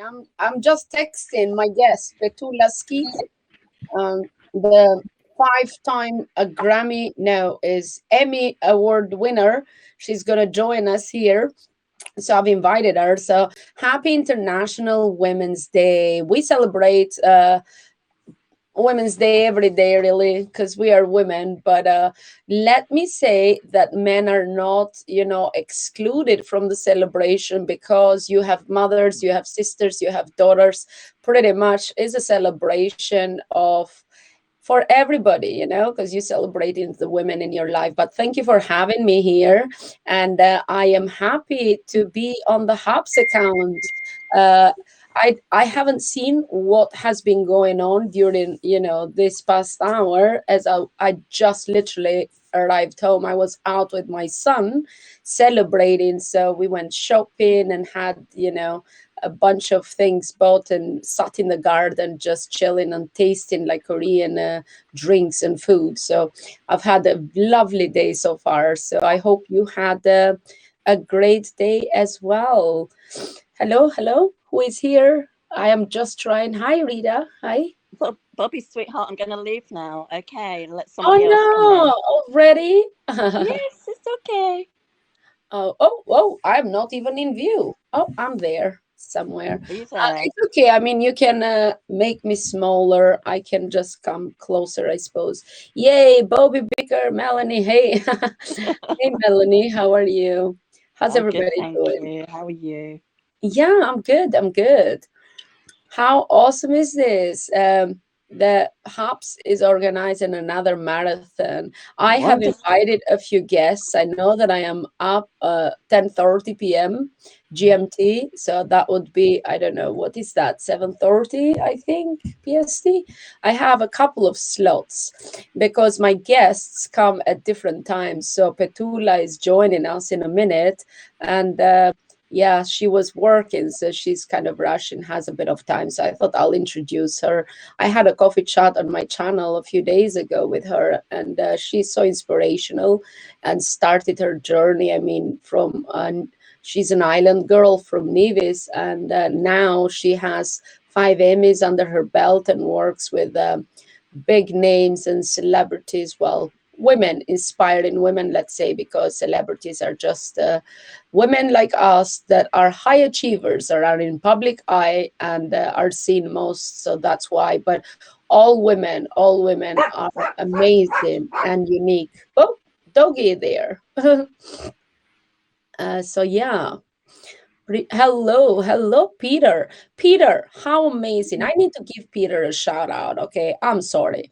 I need to give Peter a shout out because he set up this GoFundMe page for a woman, one of us, a member of our community, a beautiful woman that was one of my first sponsors and the first people to welcome in here after Pablo and Peter kind of took me away from Periscope. But yes, Lucia, that is going through difficult times now, and he and the Hubs team set up this GoFundMe page, and it was lovely because then I did a marathon to kind of gain that last bit of chunk of money that Lucia needed to raise. And it's just beautiful when the community comes together. And I want to say thank you to everybody that joined forces and came in with your donation to help one of our family members, you know, to just rest, don't have that headache of financial strains, and, you know, go there and focus on healing and get better. But thank you, Peter. You are amazing. And all the Hubs team, you guys rock. I mean, like, they're just so kind and have shown it over and over to us, to all of us, you know. So that's what I wanted to give a shout out, because this is the Hubs account, not my own account. I did all that in my account. But good evening. Hello, Eleanor. And happy International Women's Day, and happy birthday to you. Is Eleanor's birthday today. How awesome, you know, it's like women and birthday at the same time. So sorry, I've taken over. Rita is just there sitting. Did I step on a conversation? No, Hi. it's just my first time here, and I'm still trying to figure out how it all works. But I am going to for doing the honors. Absolutely, Bobby. Good with her. You're doing the honors. Oh, your audio kind of gone, or is it Peter taking that off? I'm not used to not being director on a broadcast, having just somebody else direct. Pablo is big shout out to Pablo, you know, and he's just amazing. You know, he's always behind the scene helping us all, and everyone else who, yes, amazing, right? Oh, my sister is here. I thought you were, do you want to come up? I know she's coming at 10 o'clock, but yeah, my sister is here. She's calling students at the moment because it's in Albania, actually. 8th of March is Mother's Day. So that's why I was out with Mother's Day. I celebrate 2 Mother's Day. So it's the British Mother's Day and Albanian Mother's Day. I don't know, somewhere there in the world, do you guys celebrate during the International Women's Days, like the Mother?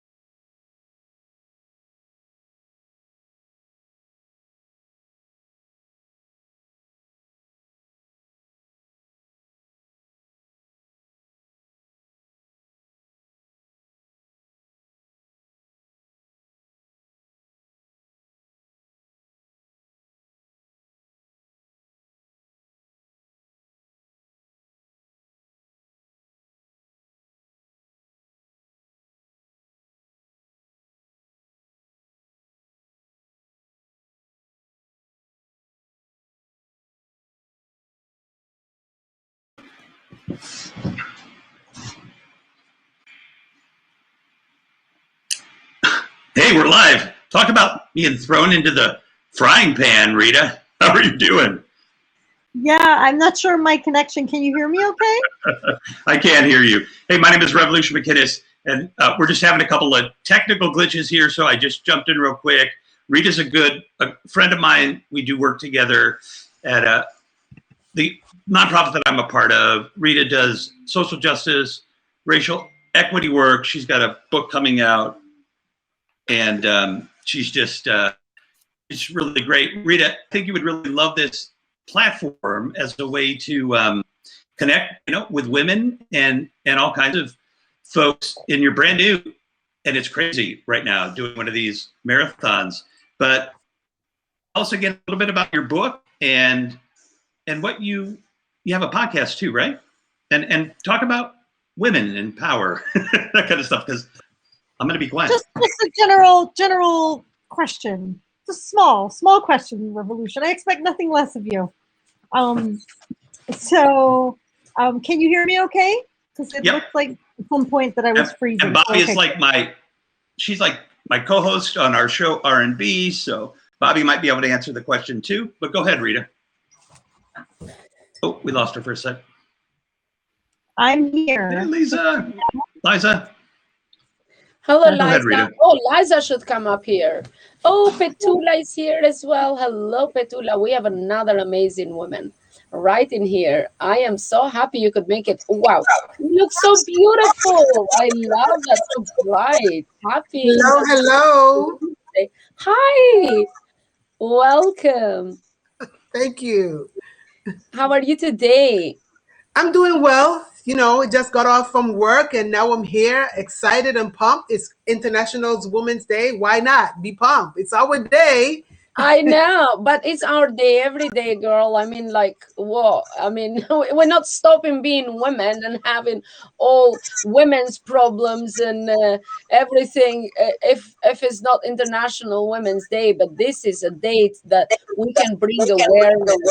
So let men know some things that we go through, men that don't know, but women from across the world can raise their voices today and talk about all issues. So highlight issues that's going on, and maybe people in power, can make changes, Yes. So yeah, Petula, I think there is some noise on your computer. Either put the voice down, or because I can hear some noise, background noise on your computer. You're better. It's better now. Hello. Yeah, because it was like a background noise and it's distracting. You're looking very beautiful, by the way. And we have Rita here. And Hi, Rev. Rita. Hi. Hi. Nice to see you. So Petula is one of my sister's friend, Donica, that is here watching us. Even though she was supposed to call kids at school, she's here supporting. For Rita. What? Oh, okay. So pretty much she introduced me, and I had to invite her on my channel to introduce her to a Hubs community, and especially just to bring her on Hubs because she's so amazing, so motivational, and I'm sure she'll inspire so many women out there and young girls especially. And she's got this saying, you know what, I'm going to let you say it because address the lovely motto of yours. Should I say it, or will you say it? Well, creating your signature look. Yes. And you go? Creating your signature looks by styling your confidence. Awesome. Isn't that awesome? So yeah, she's you know what? Shall we go from there? Because I know some people didn't come during my live broadcast, and here we are. I wanted to say, can you introduce yourself a little bit to the Hubs community on this channel, just in case they missed our interview? You guys can catch interview on my channel, but I'll let Petula just introduce herself to the world out there. So take it away, Petula. Give us an introduction.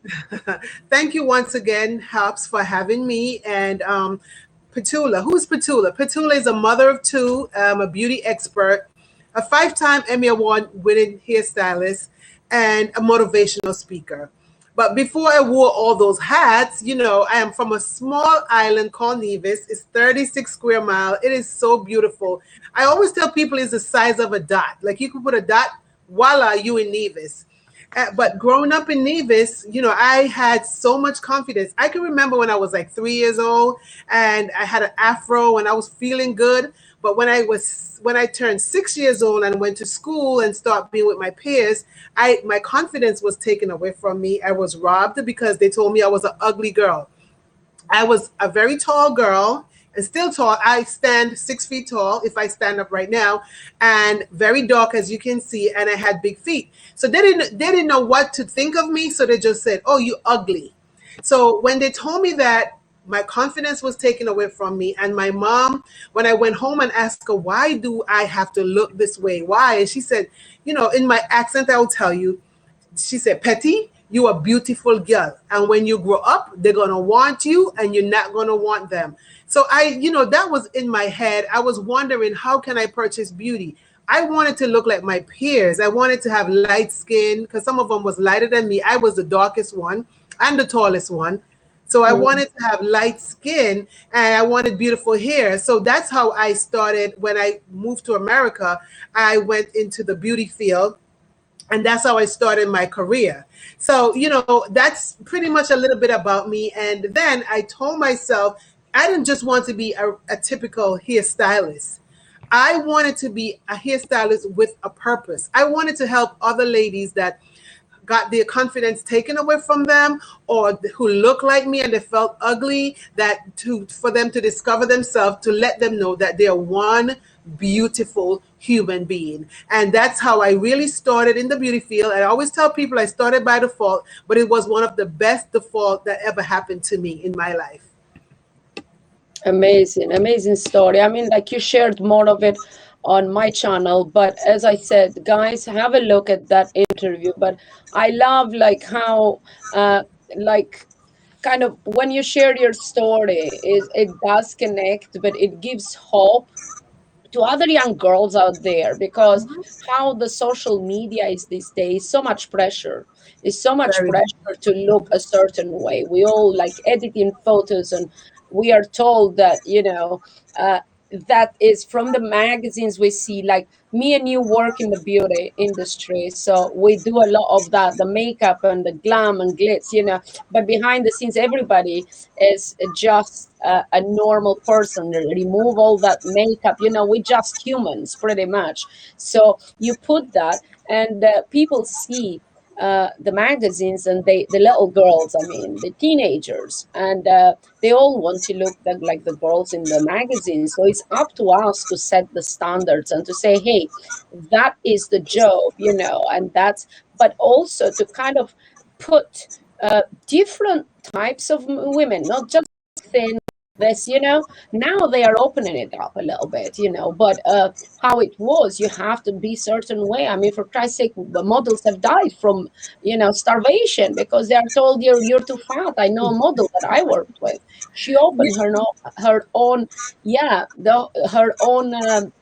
business then, but she's a big advocate and talks about how the designer told her to lose weight, and she was only size 6, and how much thinner could she get.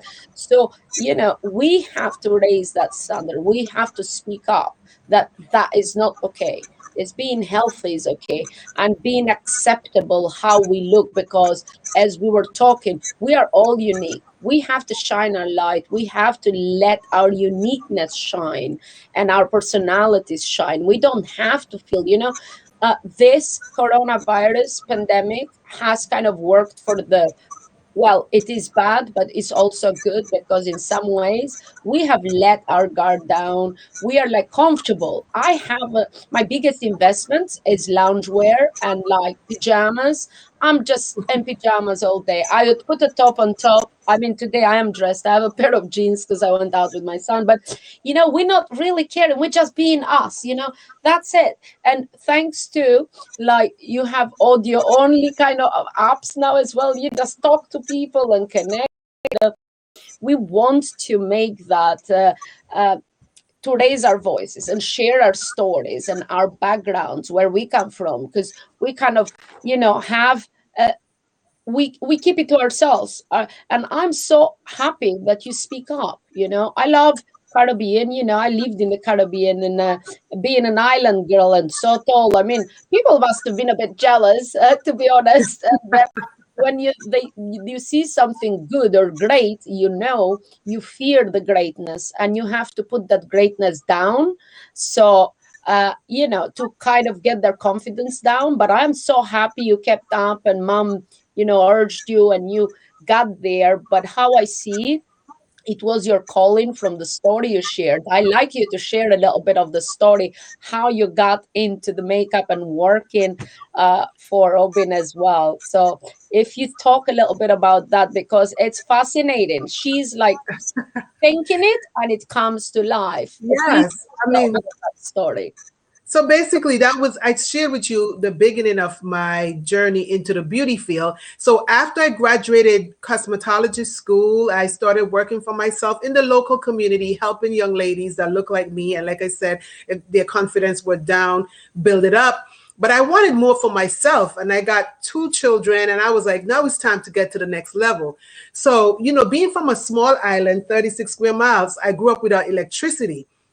So I never really watched television because if you don't have electricity, you don't have a television, right? So, you know, so I was watching television one day and I wanted more for myself. So when I was watching the television, I saw this young lady and I said, you know what? I would love to do hair for a celebrity. But then I started having that conversation within myself, you know, that conversation, you be doubting yourself. And I answered myself and said, no, you don't look like a celebrity hairstylist. And that was fear talking. But anyway, you know what I did? I uprooted myself and I went to work at a salon where I can get the experience to work with a celebrity hairstylist. Because I believe, right, when preparation meets opportunity, you have success. So basically what I was doing, even though I doubted myself and told myself that I couldn't do it, I went ahead and prepared myself for better. I did not know where I was going to end up. But this is a true story. So after a year working as an apprentice, and mind you, I was working for myself already for 8 years, you know, at a local salon, but I wanted to be more on the international platform. And about a year after, I received a phone call from one of my girlfriends, and she is a celebrity hairstylist, and she asked me to assist her with one of her celebrity clients. And then I said, you know what? Okay. I wanted to say no because I already talked myself down and saying like, oh, I don't look like a celebrity hairstylist. But I said yes. I did it afraid. Like the Nike's commercial, just do it. But I did it afraid, right? And when she told me who it was, I wasn't sure of who it was because, like I said, I don't watch television. But when I looked at the television the next day, lo and behold, it was the same person that Fear told me no a year ago. It was the same person that I wanted to work with. And that was none other than the #1 news journalist in America, Miss Robin Roberts for Good Morning America. And there's where I earned my 5 Emmys by working on the news channel. So, you know, I always tell people that I turn my adversities into assets. So sometimes, you know, when people putting you down, you just have to keep pushing forward and you can turn it into the best thing in your life. Yeah, definitely. And you shared the story. You know what, you're speaking now on the hair on the back of my neck, kind of. It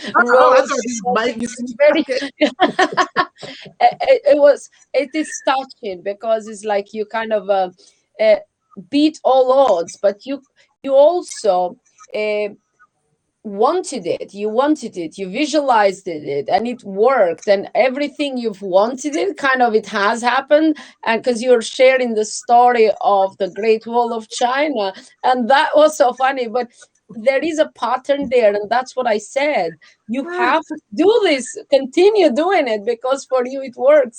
Your angels are looking, you know, upon you, and it's so good. I'm all about, you know, Bobby, I'm all about speaking life. You have to give life into anything that you want on this earth. Whatever you put out is going to come back to you. They always say karma, and I believe in karma. So whatever you put out, if I want something right now, I'm going to speak it, I'm going to sing it, I'm going to believe it. And eventually, some way, shape, or form, it happens. And sometimes we get upset with ourselves because we think, oh, it's just not happening. It's not our timing. But you just have to be ready when the time comes. That's why I always say you have to prepare yourself, because you never know when that opportunity is going to arise. Exactly. Yeah, so it's all about, you know, putting it out to the universe and let something happen. Yeah, that's what I do. I mean, like anything I want. See, I've had that since I was little. I just visualize it. I put it out there in universe, and like my hubby says, you got the luck of the devil. I say no, I got the angels and God looking after me. Because everything I've ever wanted kind of just comes to fruition because I think it, I believe it, but I speak it. I say, okay, God, I need this now, and I know it's gonna come. So I believe it's gonna come, no matter what it is. I don't know how, but I know that God works in mysterious ways. Oh yes, and it just comes to me.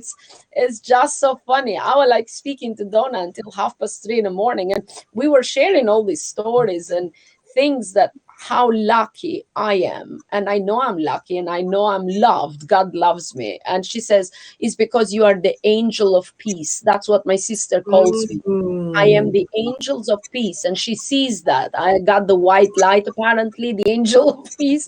And yeah, I don't know, but yeah. Oh, I'm listening to you, girl. Yeah. Oh, yeah, Donna is here as well. But pretty much, I just speak it, and opportunities, when they arise, right? We think, God, why are you not sending me? God is sending you opportunities all the time. We just need to open our eyes and grab them, because when sometimes you're reaching for the sky, right? You thinking of the big picture, but you have to take those steps to reach the baby steps. Right? So smaller opportunities gonna come your way. So I think that's how I am. I would grab them because they're gonna take me to my final destination.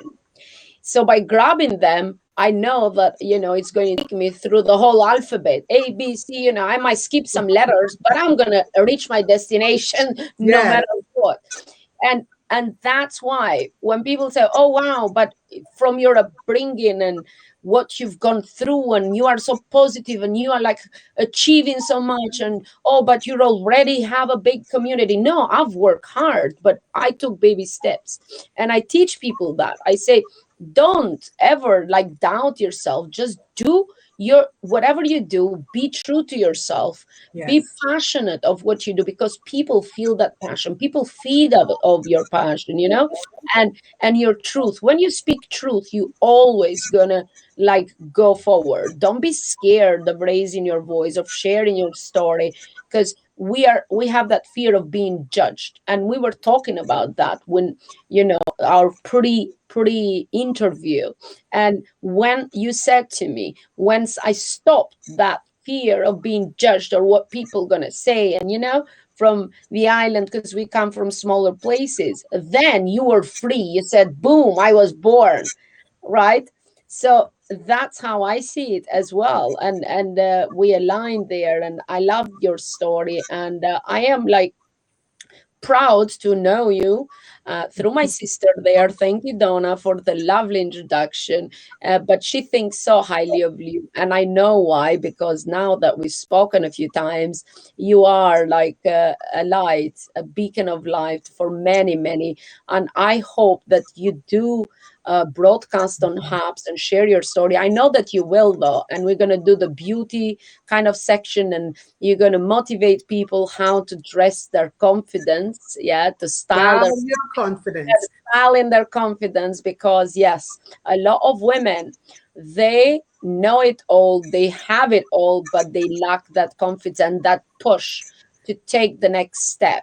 You know what I would like to share as well, because, I work with celebrities each and every day. And the sad thing is they look at celebrity like, oh, I want to be like this celebrity or that celebrity. Celebrity, it's a title. It's their job. That's what they do. But in order for them to style their confidence, they had to sit down and dig deep and find out who they are from within as well. And if you're trying to be like someone else, then you would never be able to discover yourself. But like I said to each and every one, because of COVID, we all became the celebrity, instant celebrity, because we all showing up on virtual social media virtually and stuff like that. So now we definitely need to bring out the celebrity from within us and just enjoy who you are. And the reason why I love talking to women and sharing and helping and uplifting women is because I'm a product of the product. I've been there. I've been broken down. I've been I thought all these things of myself and everything, and then I turn it around. And because of turning things around, I am who I am. And that's why I want to share and spread the light throughout the whole world. Because at the end of the day, we are unique human beings. Yeah, each one of us, each one, there is not two alike, no matter what. And I agree with you. I agree with you. And I never been kind of phased because I work with celebrities, and most of the time I have no clue who they are because I don't watch TV. I'm either Periscope, Hops, on. I sometimes I feel bad, because it's like, if you're working with celebs, you should do your research, but I don't care. I do my job. I just leave. Only when I get tagged, and then I'm like, oh, okay, I know that show, kind of thing. But I'm not phased and I never been all my life. I never been like, oh my God, going crazy, because how I see it and what I tell everybody is just because they are there because they are in the public eye, more visible. That's why they have a name, but you can do it too. I mean, Hops is the best place. You can become your own celebrity. We are all celebrities. Precisely. I have my own TV channel here. I'm reaching millions, hundreds of millions, not just millions, So and I am reaching, right? And so it's like during the 6 years, yes, I have reached hundreds of millions, not just millions. Okay. So I know the impact, and my voice carries weight. I am sharing my voice. I'm sharing my stories. I make people laugh. I make people cry. We share our life stories. And that's how my coffee chat show started, because they just loved it. It's down. Let's get down and dirty and share, talk about everything. So that's what we do, We're like with our friends having a coffee. But now with Hops, it changed a bit. It's even better because I can share this broadcast in more than 6 platforms, right? I can even add 10 pages or groups. And I'm on YouTube. I'm on Facebook now. I'm on Twitch. I'm on Periscope. I'm on Hops. I'm on Twitter. So everybody will be able to see. So this is your own TV pretty much. All you need is a channel and share your stories, raise your voice. You have something you believe in, raise awareness for a cause, for whatever you want to do. And this is your own TV channel pretty much.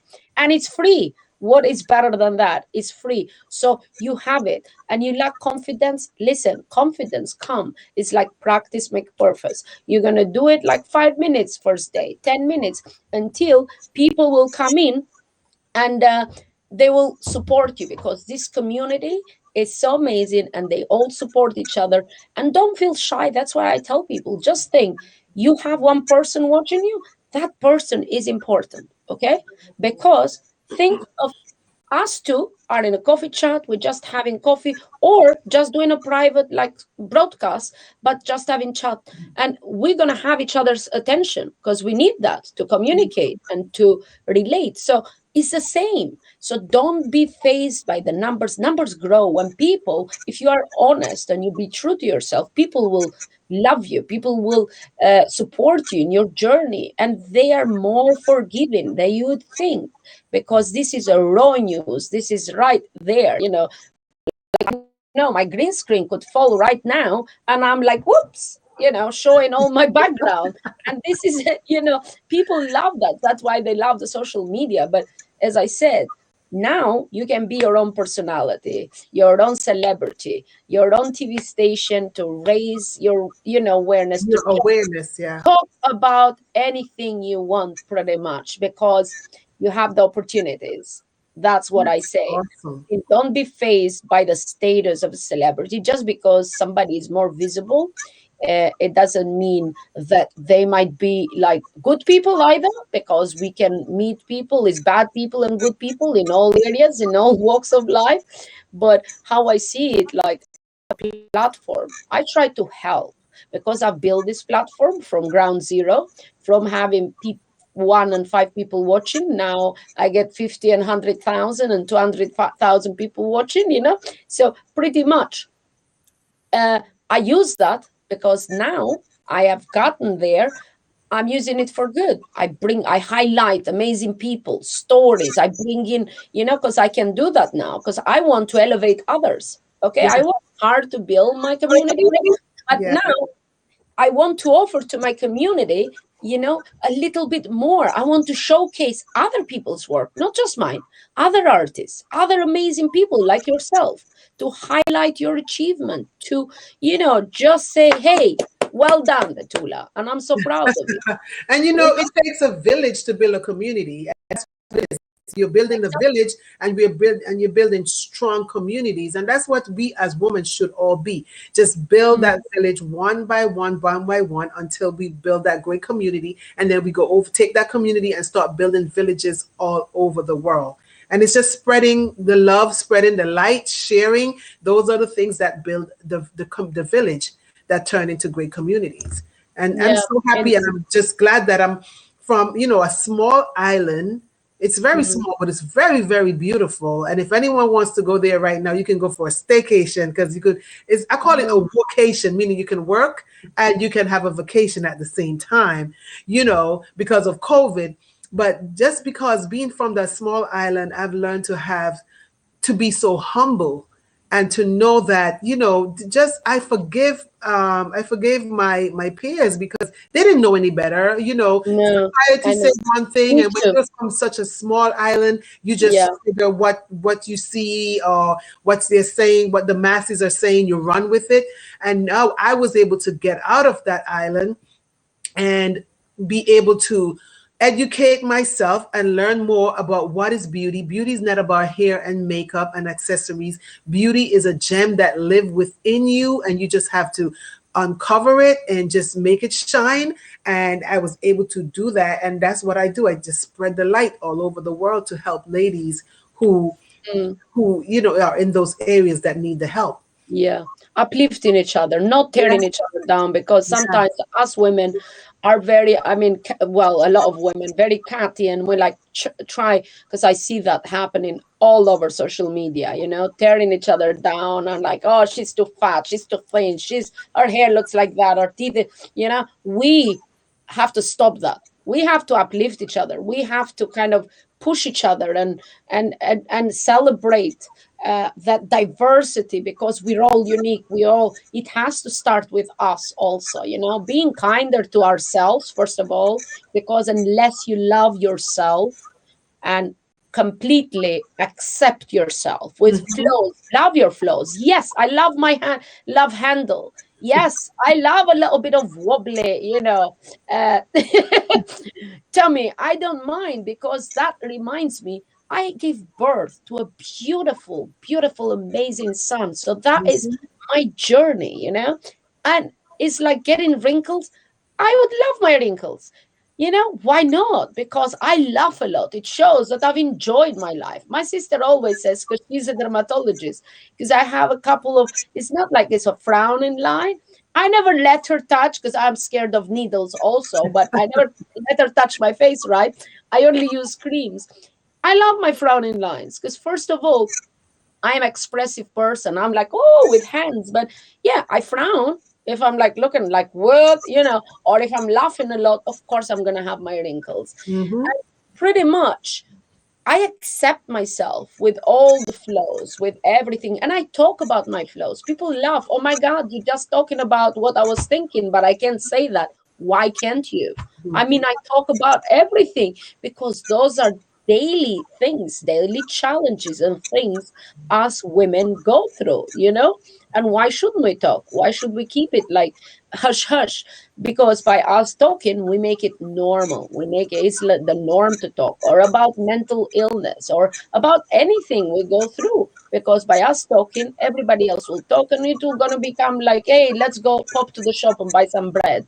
Talking about, hey, I fell down, I'm suffering from depression this month. But if you say something, they're going to say, ooh, she's a lunatic, or, oh, you're scared that somebody's going to take your kids and put them in foster care because you're not capable of raising your child. So a lot of women don't go get help, for mental illness. So it's a lot of work to be done, I think. What do you think about that? Well, there's a lot to be done. And, I was just, while you were talking, I was just thinking, because I looked at a comment and someone said they used to run a place for a homeless shelter for 7 years, and they used to go out and teach the ladies how to dress. That was really, really good, because for me, I did my charity is Uplifting You. Like, I love to uplift people. And what I've been doing, I've been helping young ladies who are incarcerated, the teenagers pretty much. And I go in and I did it a whole year. I went in and I teach them how to style their confidence, because I wanted them to know that they're not alone. While they're incarcerated and waiting to come back into society, I teach them how to have a presence in the world, because maybe no one never really helped them out. So sometimes we see people and we judge them, or we don't really take time out. But what I do, I try to go into the trenches or into the villages and the areas where I see that we should plant a seed into lives. And so that's what I've been doing. I try to give back to the community, to let them know. I teach them, dining etiquette, how to have a 3-course meal. Like, if in case they're invited somewhere, they know that they have a room at the table. I teach them about how to present themselves, how to accept themselves, how to love themselves. Because maybe some of us were born into hatred or poverty, and hearing all these words, the negativeness. We're born with negativity around us. So we have to stop the curse somewhere. So that's what I truly believe. And like I always tell people, I'm a product of my product, meaning I was never being incarcerated in, locked up in jail. But sometimes you're being incarcerated in your mind because of the things that you put in your mind. You put yourself in jail. And I've been there because, accepting society. Fear. Yes, fear is incarceration. Accepting what someone say about you and you didn't even really look into it to know if it's the truth is incarceration. So it's like, while I'm unlocking those things and freeing my mind and be liberated from those things, I am also learning how to liberate others as well. And teaching them about themselves. So it's a beauty, like I said, in the business that I'm in, it's not about like the hair and the makeup and the glitz and the glam. No, it's from within. It's teaching someone really how to take back their confidence. Do not let no one take it away. Don't let no one judge you and tell you who you are. You judge yourself. Because most of the time, you'll be so confident. And then when you go outside and someone is telling you, like, oh, why did you wear this? Or this doesn't fit or whatever. But if you're not really 100% confident within yourself, you start cutting off your nose and you're spoiling your face because someone is telling you this or telling you that. So it's all about planting that seed of confidence within each and every one of us, and then just let it grow. It's like a tree. You have to, once you water it, it's going to grow. Definitely. You are right, 100% there. Because and that's what I say. But I used to practice that. It's not because I'm selfish or full of myself. It's just, I don't know, I've invented that thing because I was told, because I grew up overnight. I became a woman, got like, all of a sudden just developed overnight. And oh, you're fat or this and that, so names. And my mom sat me down. No, you're becoming a woman, a beautiful woman. And you have to love yourself, because that's what woman is. And no woman is alike. So you have a woman shape. It's called hourglass figure. And look at this woman. So she showed me. So there is Gina Lollobrigida, Sophia Loren, all the women with hourglass figure. So yes, they have this figure, your kind of figure. So you have to love it. The world loves these women. Just embrace it. Whoever tells you you're fat, just let the words go from one ear to the next. So find something good. What I have, and I tell my sisters too, and I tell everybody that come during my broadcasts, I say, find one thing you love about yourself, because it's not that you hate everything, right? Your eyes, your lips, your hair, like you would wear a nice jumper. Whoa, you're looking beautiful. Just repeat that and kind of just tell yourself over and over until your brain gets it. And the whole day is going to change. The whole kind of idea, perception of yourself is going to change for the day. So take the time, I say. Take 2 minutes of your day. 5 minutes, whatever, when you put in makeup or when you're dressing, and compliment yourself. Even if you don't believe it, you're so beautiful and you're so amazing. Just lie to your brain, I say. Lie to your brain. It doesn't matter. Even if in the beginning you say, oh, but I'm fat, or oh, but look at this, you know. Don't lie to your brain, but pick one thing that you like about yourself and compliment yourself on that thing. Because it changes the whole course of the day. And wear colors that will uplift your mood. Oh yeah, that is so important. Yeah, like yours. You know, as soon as you came, I'm like, whoa. Oh yeah, you're going to see me coming. You're going to see me coming. I'm like the light pole outside. I shine bright like a diamond all over. Light up the world for each and everyone to see. Petula is in the house. Awesome. So pretty much. I am like that. I'm like, you can see me from the moon. I'm trying to read some comments for a minute because I can see people. But yeah, guys, compliment yourself. Wear colors that will uplift your mood, and you'll be like, whoa, you know, look at that. The day is going to go so much brighter. I changed few clothes until I find the right color, because sometimes my skin could be not as shiny and not as, you know, healthy looking in the morning. So I would wear clothes that would uplift my mood, and whoa, my skin all glows all of a sudden. I have to see some comments here. Hi, Bobby. Oh, Lisa is here. We need to invite Lisa. I don't know if, although I can invite Lisa in a minute. Hi, Lisa, and welcome. I am just, do you have, yes, do you have something else, another device that is making the noises there? Because you get this tickly noise. Okay, so I turned my phone off. I don't know if it was like a vibration or something. Yeah. Okay. No, yeah, it comes. Maybe the voice is a bit higher or something. I don't know. The volume. Is it fixed now? You're still having interference? I don't know. No, it's okay. No, it's okay. But it kind of goes up and down. Let me put my voice a bit down as well, because I'm loud by nature. And I'm like, when I come here to talk, I sound like I'm screaming. My voice is so loud, you know. I can't wear that red. Of course you can wear the red. You know, I am the queen of red lipstick myself. There are different shades of red. There are different shades, you know, so you find your shade. These are red. I have done like a tutorial on what lipstick suits each you know, skin tone, but we can do that together. Every woman can wear red. I say, if you slap on some red lipstick, you'll feel good to go, you know. But yeah, you have to find the right shade of red for each skin tone. You can rock red. Anybody can rock red, okay? Yes. What do you think? I love red lipstick. I'm the queen of red. I mean, like, my logo has red lipstick and big hats and big glasses. So I'm always, you know, I love red lipstick pretty much. There you go. You wear cherry red. That's awesome. But then again, she's like vibrant right there. I don't know how much time you have. Have I kept it too long, Petula? Well, I'm good. I have about another 10, 15 minutes if you need me. If you're really having a good time, just, you know, empowering women on this beautiful day. And like, you know, let's not wait until March 8th for the International Women's Day. Like, you can create your own International Day. Whenever you feel international, or when you feel, every day should be Women's Day, because we are mother every day. We do work every day. We show up every day. So celebrate yourself. Don't wait for anyone to say it's time to celebrate. When you feel like celebrating, celebrate. It's, you know, the best time to celebrate yourself is when you're feeling down. You know, you're feeling down, but just celebrate.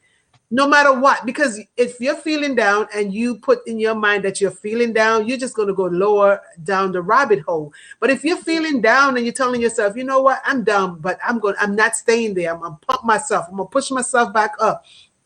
You're helping yourself. So just learn that you should celebrate.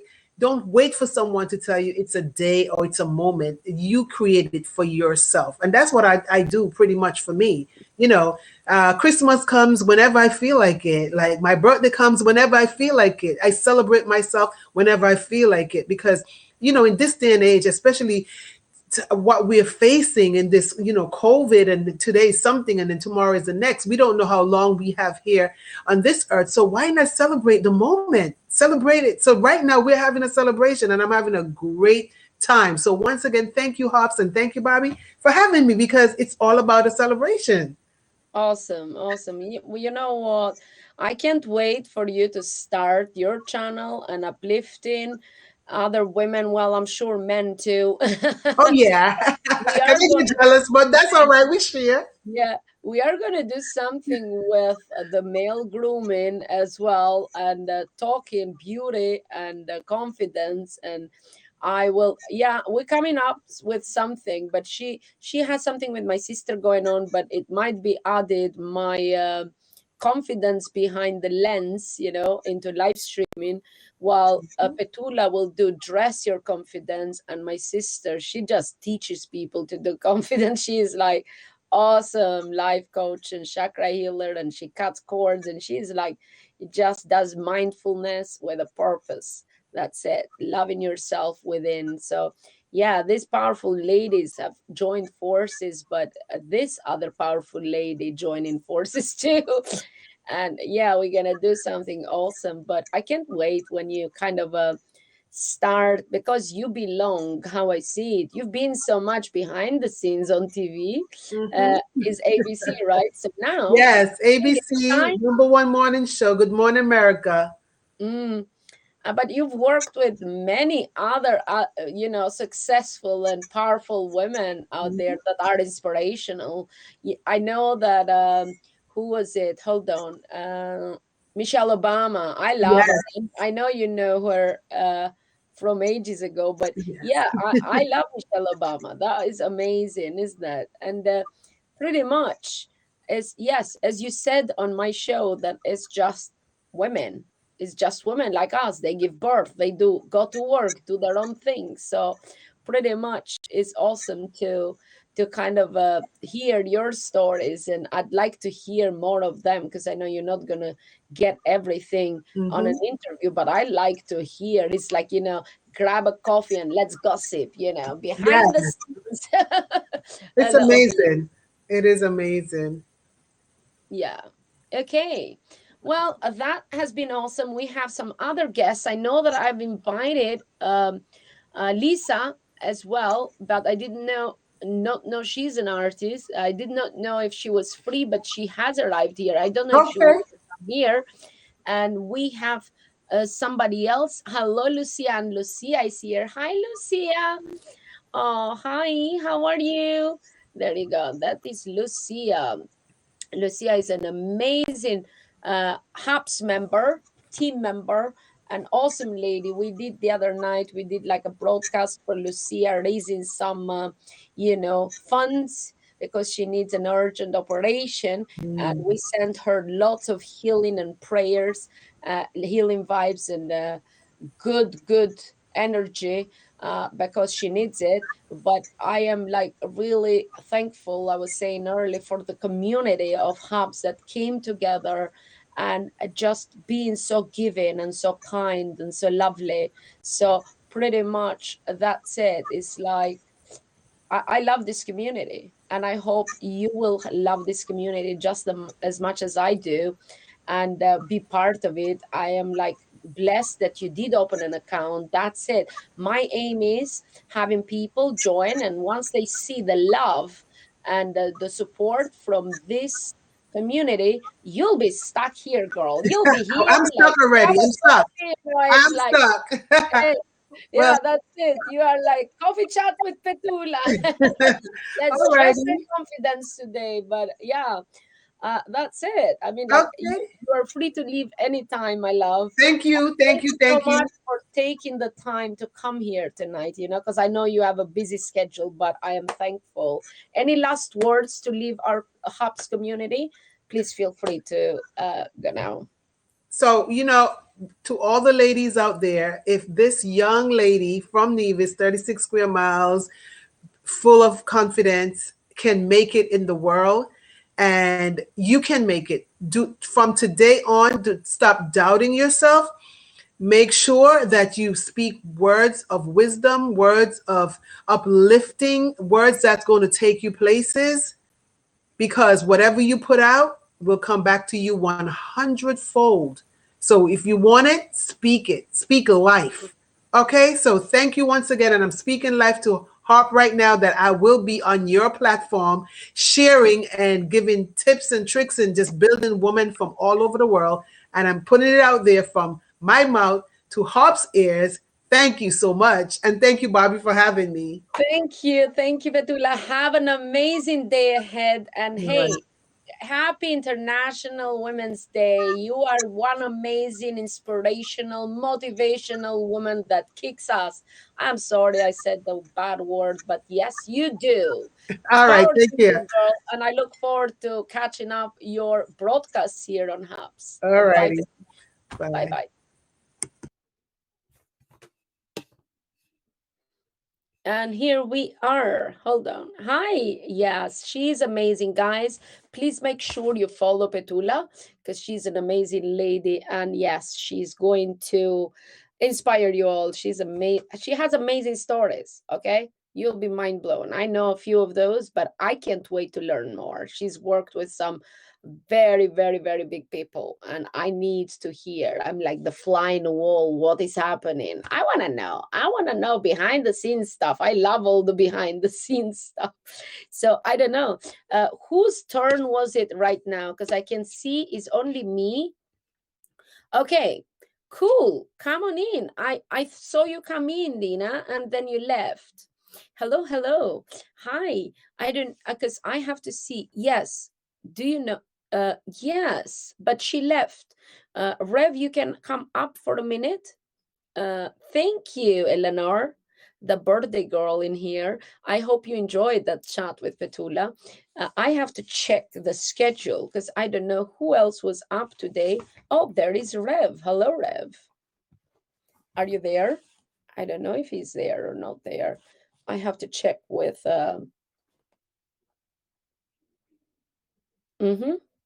Okay.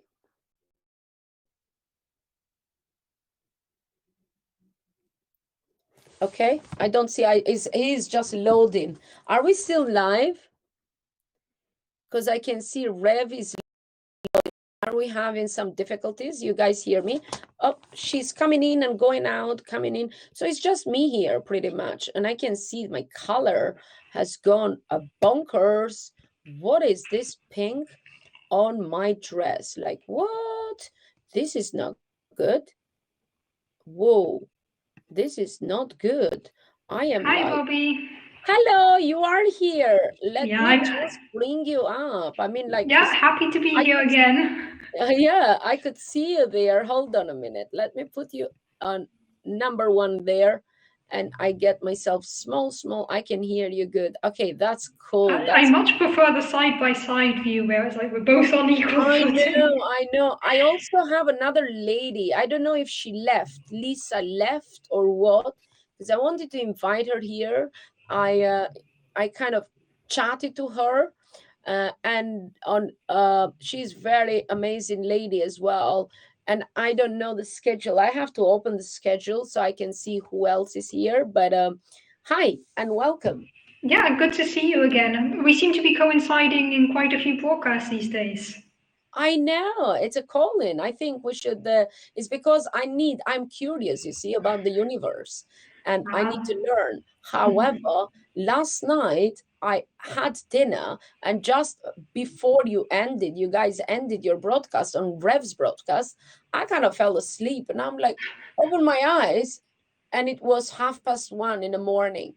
I'm like, okay, so Rev must have gone then. I was half expecting Rev to be still live. Lisa is here.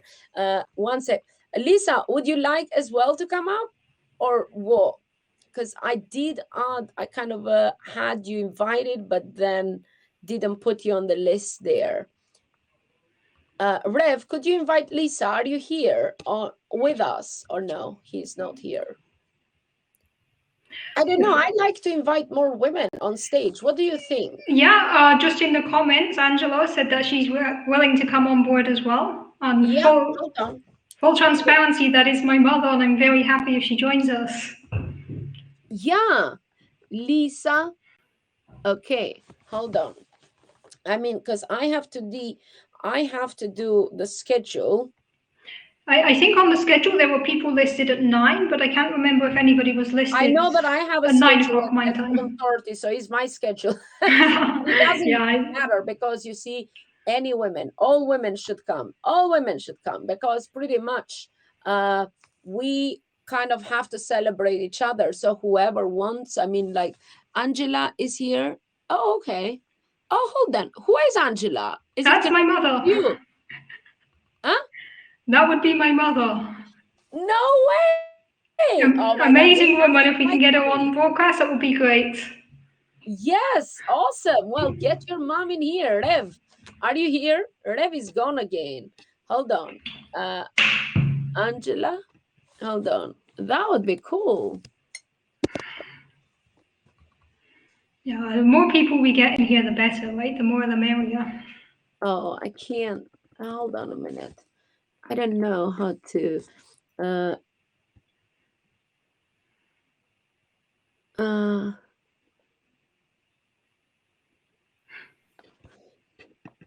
One second. You can talk a little bit and about yourself and what you do. Introduction. Yeah, I mean, I was on this broadcast like an hour ago. I already did the introduction, but happy to do it again. Oh, you did? Oh, yeah, no. I was on for like an hour and 10 minutes already. This is my second go today. I'm trying to invite Lisa. But yeah, for anybody who didn't see me the first time round, my name is Diana. I'm a theoretical physicist and I specialize in cosmology, which means that I study the universe, the contents of the universe, kind of everything going on inside the universe. It's a super, super fun topic. And I joined HAPS to be able to share my passion for the universe with everybody and answer any questions you people have about the universe. And I'm really, really happy to be part of such an amazing community. I've only been on HAPS a couple of weeks, and I've really seen that there's just such an amazing community here, and people are standing out for each other and helping each other out, and it's just such a nice place to be. So I'm really happy to be on HAPS. I'm very happy to be joining so many amazing women on this broadcast today. I really like your pink background, Bobby. You're very pink. Oh, thank you. It's because we're in HAPS, right? I'm using the HAPS colors. Yeah, it's a good thing to do, using the HAPS color. I know. I am all there. Sorry, I'm just sending a message to Pablo because I can't seem to invite Lisa. And I've invited her I sent her message on Twitter, and she's here, but I can't seem to invite her here. She's invited. I just invited her. Awesome. Hey, Rev, you joining us on screen? Lisa, well, no, I'm kind of directing. That's nice. Directing in the background. You can come on screen though, because it means that we are being inclusive, you know, and I like it. Well, there you go. I'll be right there. Now, just in case Lisa does not know how to enter a broadcast, I need to tell her. So Lisa, if you are here and you're watching, you have to get out of this broadcast that you are watching me. Then you click on Go Live button on top, and then you watch for this name of broadcast, International Women's Day Broadcaster Marathon, and click Launch Studio. So yeah, pretty much that's how you do it. And did you invite Mom? I can invite people, so you know, if anybody wants to invite her, that would be great. But if you're inviting Mom, did you invite Dina's mom? Yeah, I did. Dina C. Hooper? No, that's you, Dr. Hooper. Hang on. That's me. Angela. Angela's here. She's invited. I mean, she's invited. Yeah, Angela, if you're still here. Okay, I invited Lisa, and I also invited my sister. Since your mom coming, let's make this a family affair. Right? Let's bring in all the great women in our lives. Exactly, and I want to invite Lucia. I know my other sister has lost her voice, but she might come on my second slot. Is it my second slot at 10:30 p.m. I think UK time? So later on is my other slot, and I am Maya. might join us. She's in Mexico in a retreat, but Maya, the CEOs of Hub's wife, might join us. And I thought I'll invite my sisters and a couple of other ladies that are awesome, that I love and inspire me. So I thought I'm going to bring them all on stage and we just have a chat and share our stories and what have you. So, but that's going to be later. But yeah, I'm inviting another artist. It's just that they're not joining. So guys, if you are brand new to Hubs, that's what you do. Get out of this broadcast that you are watching us. Yeah, you are on that slot. That is amazing, Lucia. But if you want to come right now, have a chat with us, come on up. If you feel up to it, that is. No stress, no stress. Hello, Bannerman. How are you? So we have Lisa here. Are you ready, Lisa? There you go. Hi. Hi, Lisa. Hi, I'm ready. It took me a minute to figure it out, but I did. Awesome. That's why I tell people click on Go Live, because they try to get in, but they don't know how. So if you click on Go Live, that will bring you, you know, the Launch Studio, because I know this might be your first time. Is this the first time on Hubs? Yeah, this is my first time, definitely. And hey, welcome to Hubs. What a way to enter the community, coming on the official Hubs account. Eh? Isn't that awesome? Welcome that is to cool. Hubs. So yeah, I got Lisa. Do you want to tell people a little bit about you and where did we meet and how did you come and join Hubs? Take it away. We met on social media. I believe it was Clubhouse at first. We were in a little group and we were talking about the Twitter Spaces. So we hopped on a Twitter Space together, and then you introduced me to Hubs TV. You said I would be, you know, I would really like this platform, and it seems really neat so far. So, yeah. I am in the Boston area, and I am a mixed media artist. So, and I love that you had me on today because a lot of my art has to deal with women. I have a paper doll series and it's all female shapes. Let me just take one down here. Woo! And it's all shaped like women, like paper dolls. That's beautiful. Yeah. Yeah, and that's why my background is with women. That is my collection of women from around the world that I have done. Hold on, let me just do this. So if I do this for a second and I kind of remove myself, okay, let me take this photo and just put this instead. I'm changing my photo. So hold on, this is a text, right? So this is a collection of paintings that I've done for is all women from across the world, all different, you know, beautiful women. I kind of combine makeup and hats and the beauty kind of, because I love beauty and fashion. So I combine them all to create those images. So that's what that collection is about. But I love that you do that. Thank you for sharing.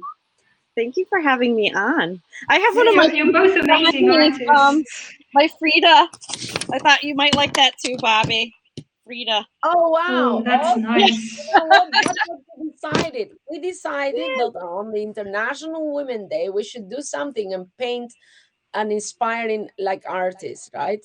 An artist that inspired us. So I thought maybe us Hubs artists could come together and paint probably Frida Kahlo, because I haven't had painted Frida. Maybe later on, when it's not my slot, I can start and paint a little bit of Frida. I think is that your mom? That is your mom.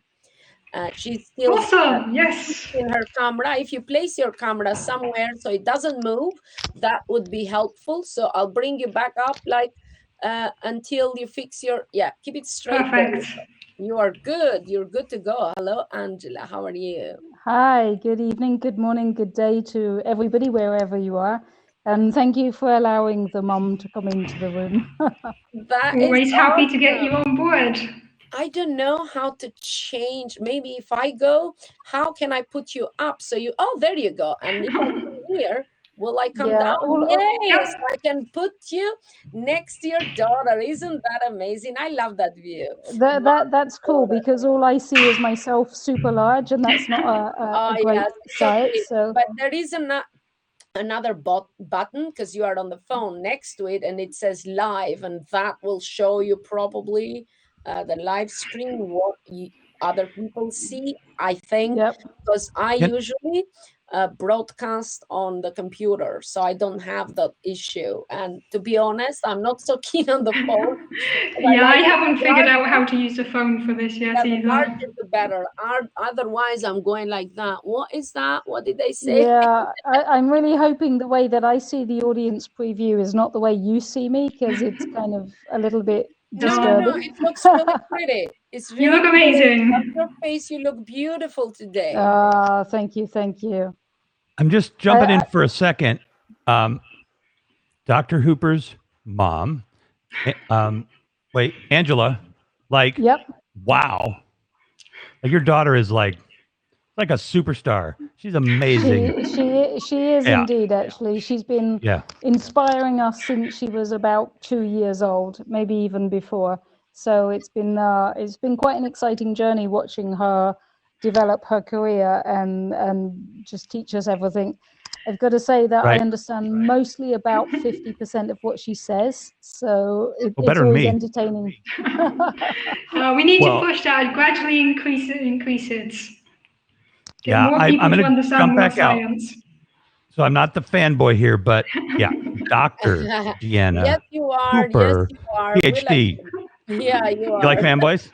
No, Well, it's I'm okay, trying you to- know what?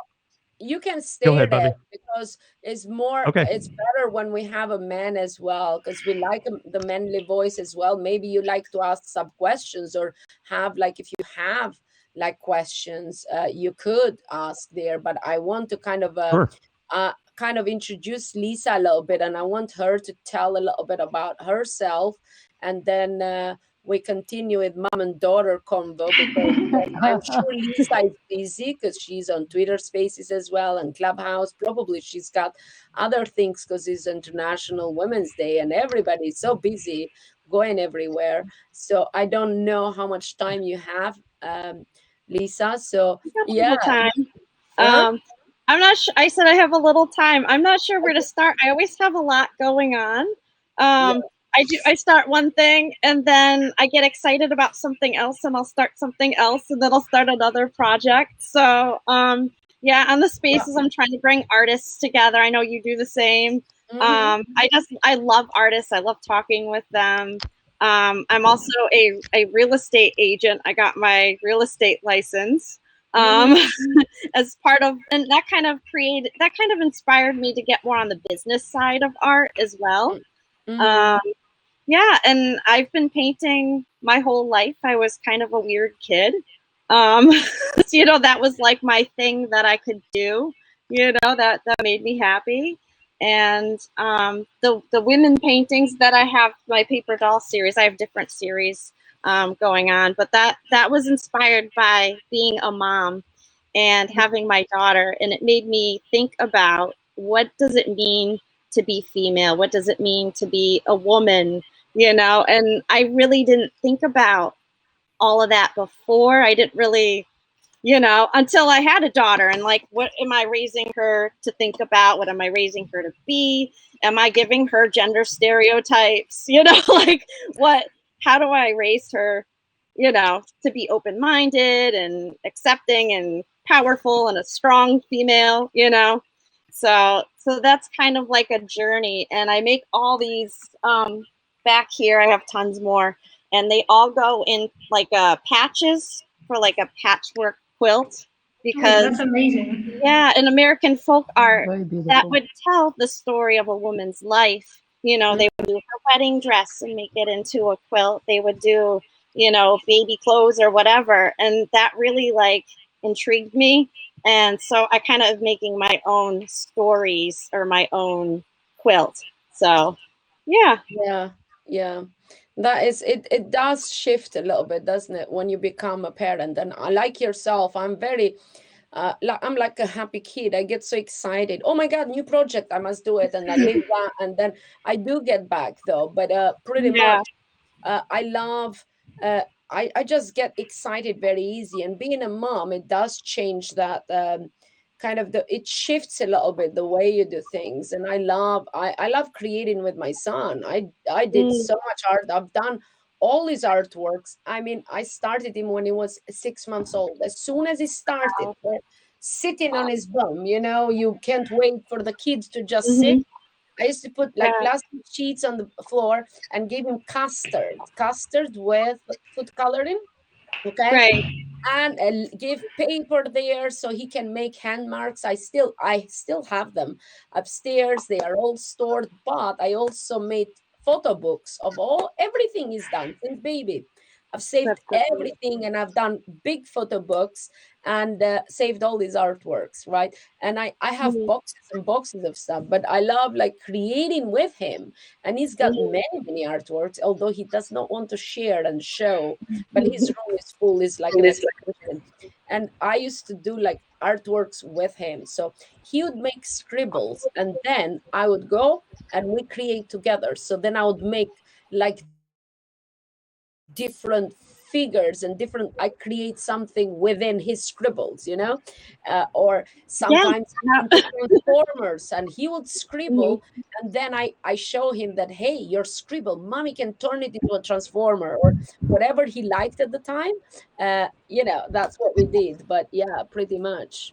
Yeah, I do the same. Some of my paintings are actually scribbles that they started, and I would fill it in, and I put my paper doll shape. So it's kind of like a collaboration with both. I love it. Yeah. Do you feel like being a parent makes you more creative in some ways, because you see the way they're looking at everything with new eyes, and then it's kind of neat. Yeah, definitely. Well, thank you very much though for being here and coming, introducing yourself to our Hubs community. I am glad to have you here, first of all, and I hope that you'll join our artist show, because we paint along. As I said, we are a beautiful bunch of people.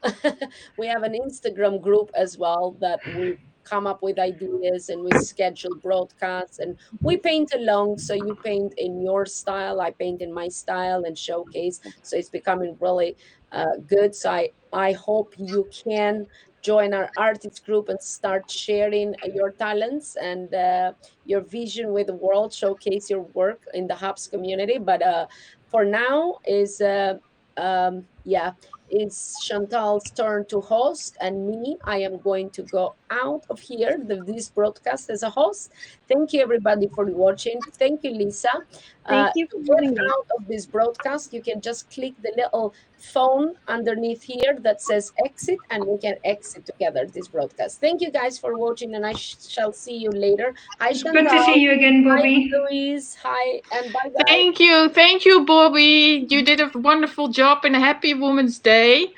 Thank you so much. And also, I see the wonderful mom that was inspiring her daughter to go on these great studies. Absolutely. Now I just heard that Rev wants to ask 1 or 2 questions before Louise and I gonna continue. So Rev, take the mic. Take it away. Oh, we can't. wonderful to be here. Now you're back, Rev.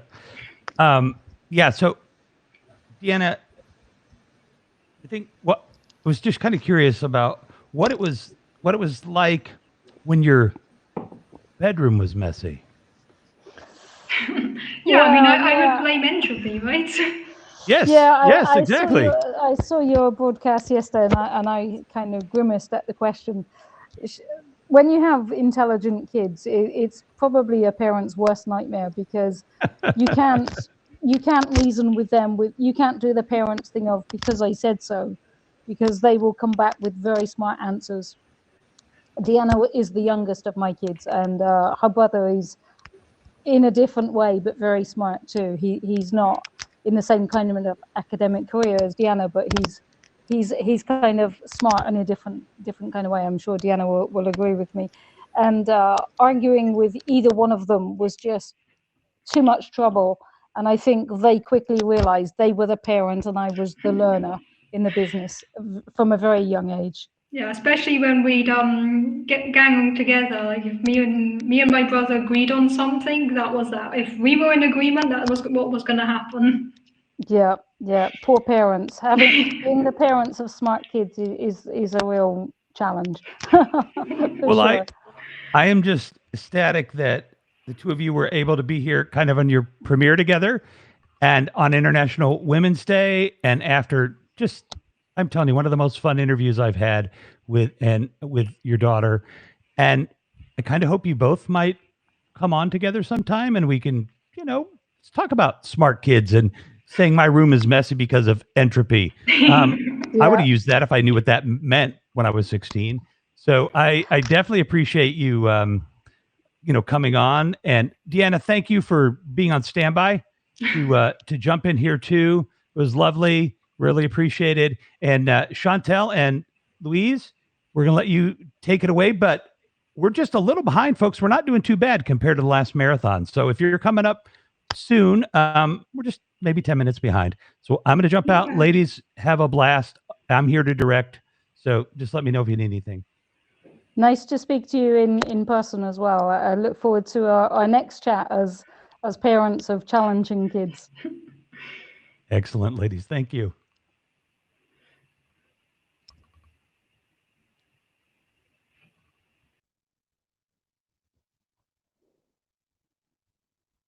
Oh, no sound. Oh, there we go. No sound. We're okay. We're okay, Louise. Well, they're 10 minutes behind, which I know that we have a very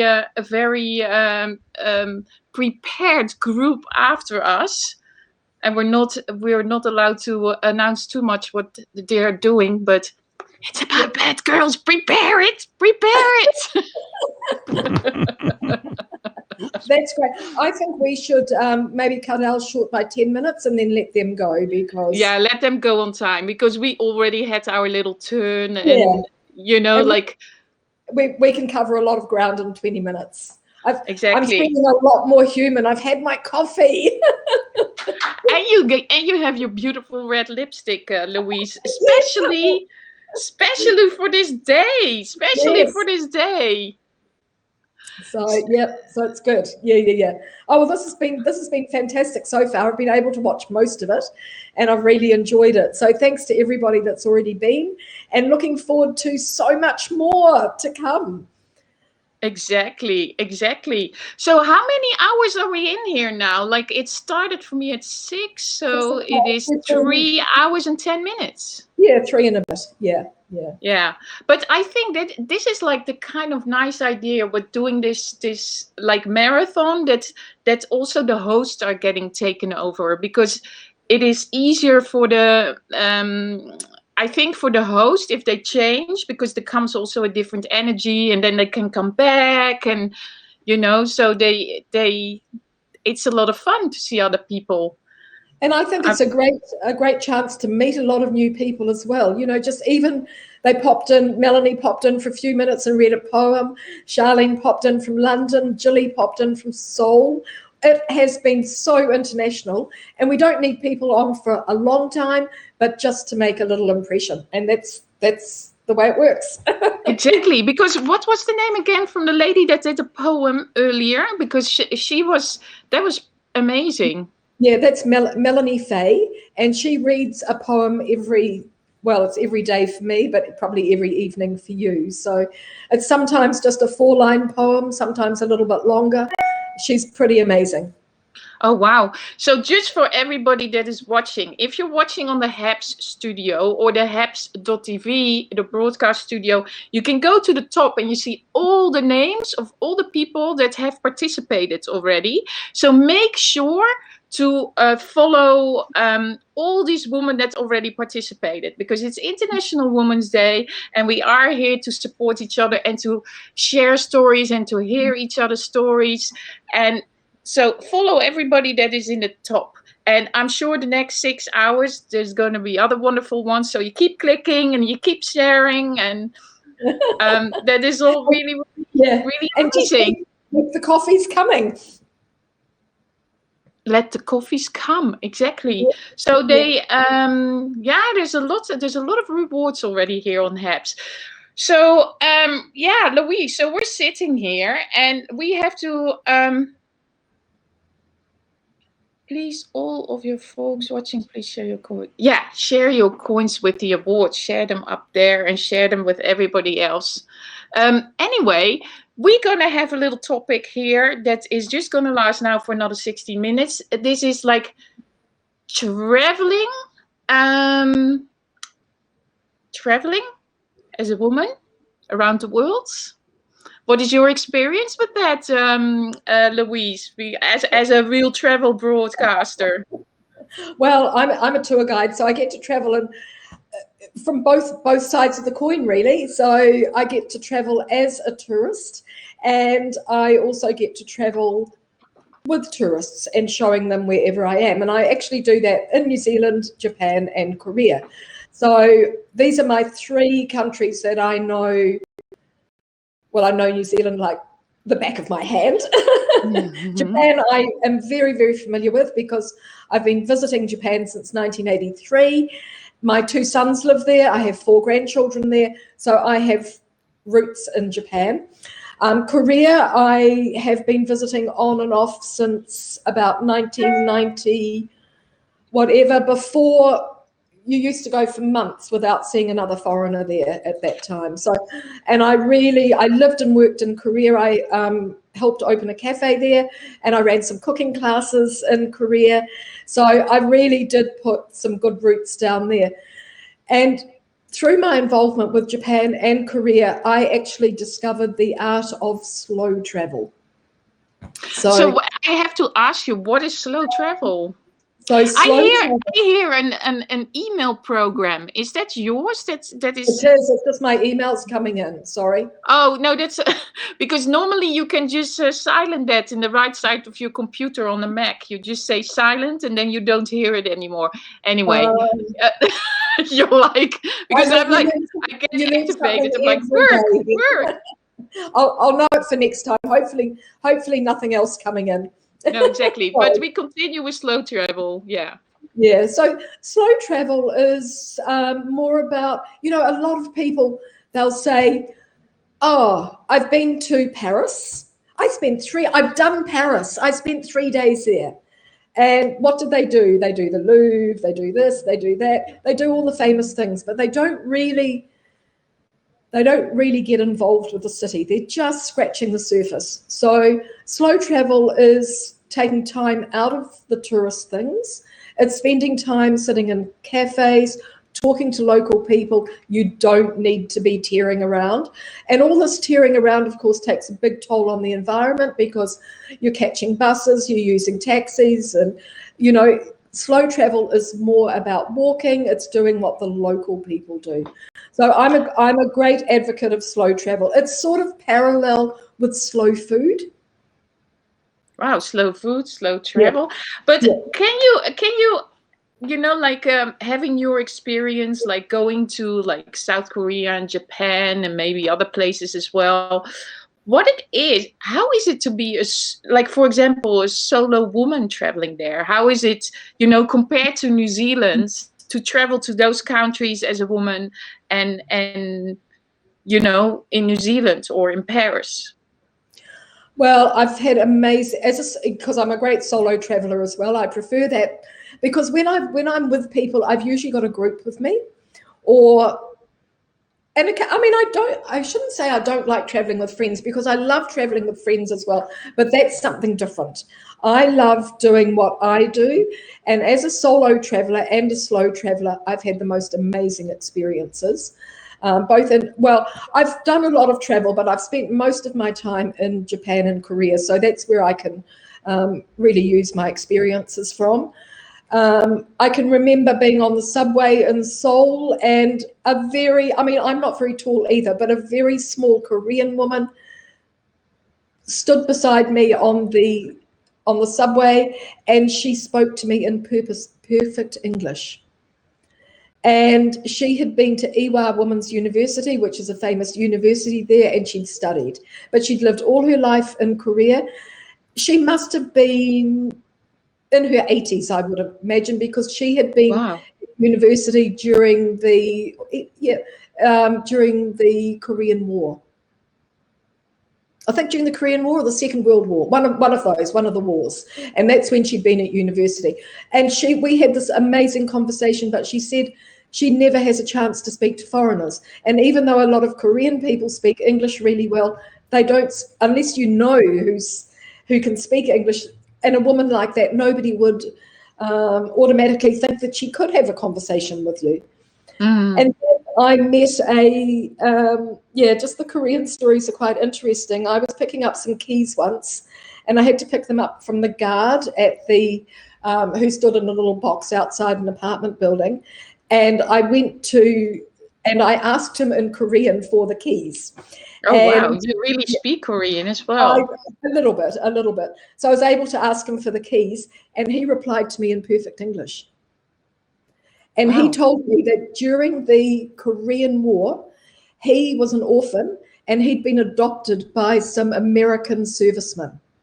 And he'd actually lived with them, and they brought him up. So he was able to speak this amazing English as well. So just these little stories. And, if you're traveling, if you're 3 or 4 people together, you don't get the opportunity. People don't take the time out to speak with you. And the same sort of thing has happened to me often in Japan as well. But also in other countries, I think if you're on your own, I don't mind. I'll go out to dinner on my own. People always come and talk to you. I'm not afraid of sitting on my own, having a glass of wine and ordering the best meal. In fact, I quite enjoy it. And then I'll enjoy the view, and I might do a little periscope out the window of the sunset, or, so although I might be alone, as long as I've got Periscope or Haps or something. Yeah. So you are secretly, so you're saying that you're a solo traveler, but in the end, you're always taking like the live stream audience with you. So your community. Yeah, exactly. And I'm not a loner. So I'm going to say I'm a people person, but I don't really know what that means. But people say to me, you're a people person. I don't really like being alone for too long. So even staying at home, I will go out walking and doing things. I like to be around people. I need the energy of people. And I think that's the good thing about travel. You pick up on the different energies in all the different cities, the different places, countryside, wherever you are. And travel's the best thing for opening your mind. It's International Women's Day, and we can travel at the moment through Haps, but this is the way to open our minds and listen to other cultures, try different foods. And I just brought along something little to show you, this is what travel does. Selling the dream. You're doing like some New Zealand promo there. This is a huge book, which I bought from the library in Wellington, not the library, the museum in Wellington. And it is full of amazing old graphics of which were used to advertise New Zealand in the, around the world and travel. So this is, it's really amazing. And this is when New Zealand developed its own, which way are we going with the camera? We developed our own style of graphic design. I love this. Very nice. Really amazing. But with the tiki on the background, and then the guy, which year is? Does it say which year that's Yeah, it's got a carving. So this is 1948. Wow, they were already advertising traveling in 1948. Yeah, 1948, and that was for agriculture. The first ones in the book actually start.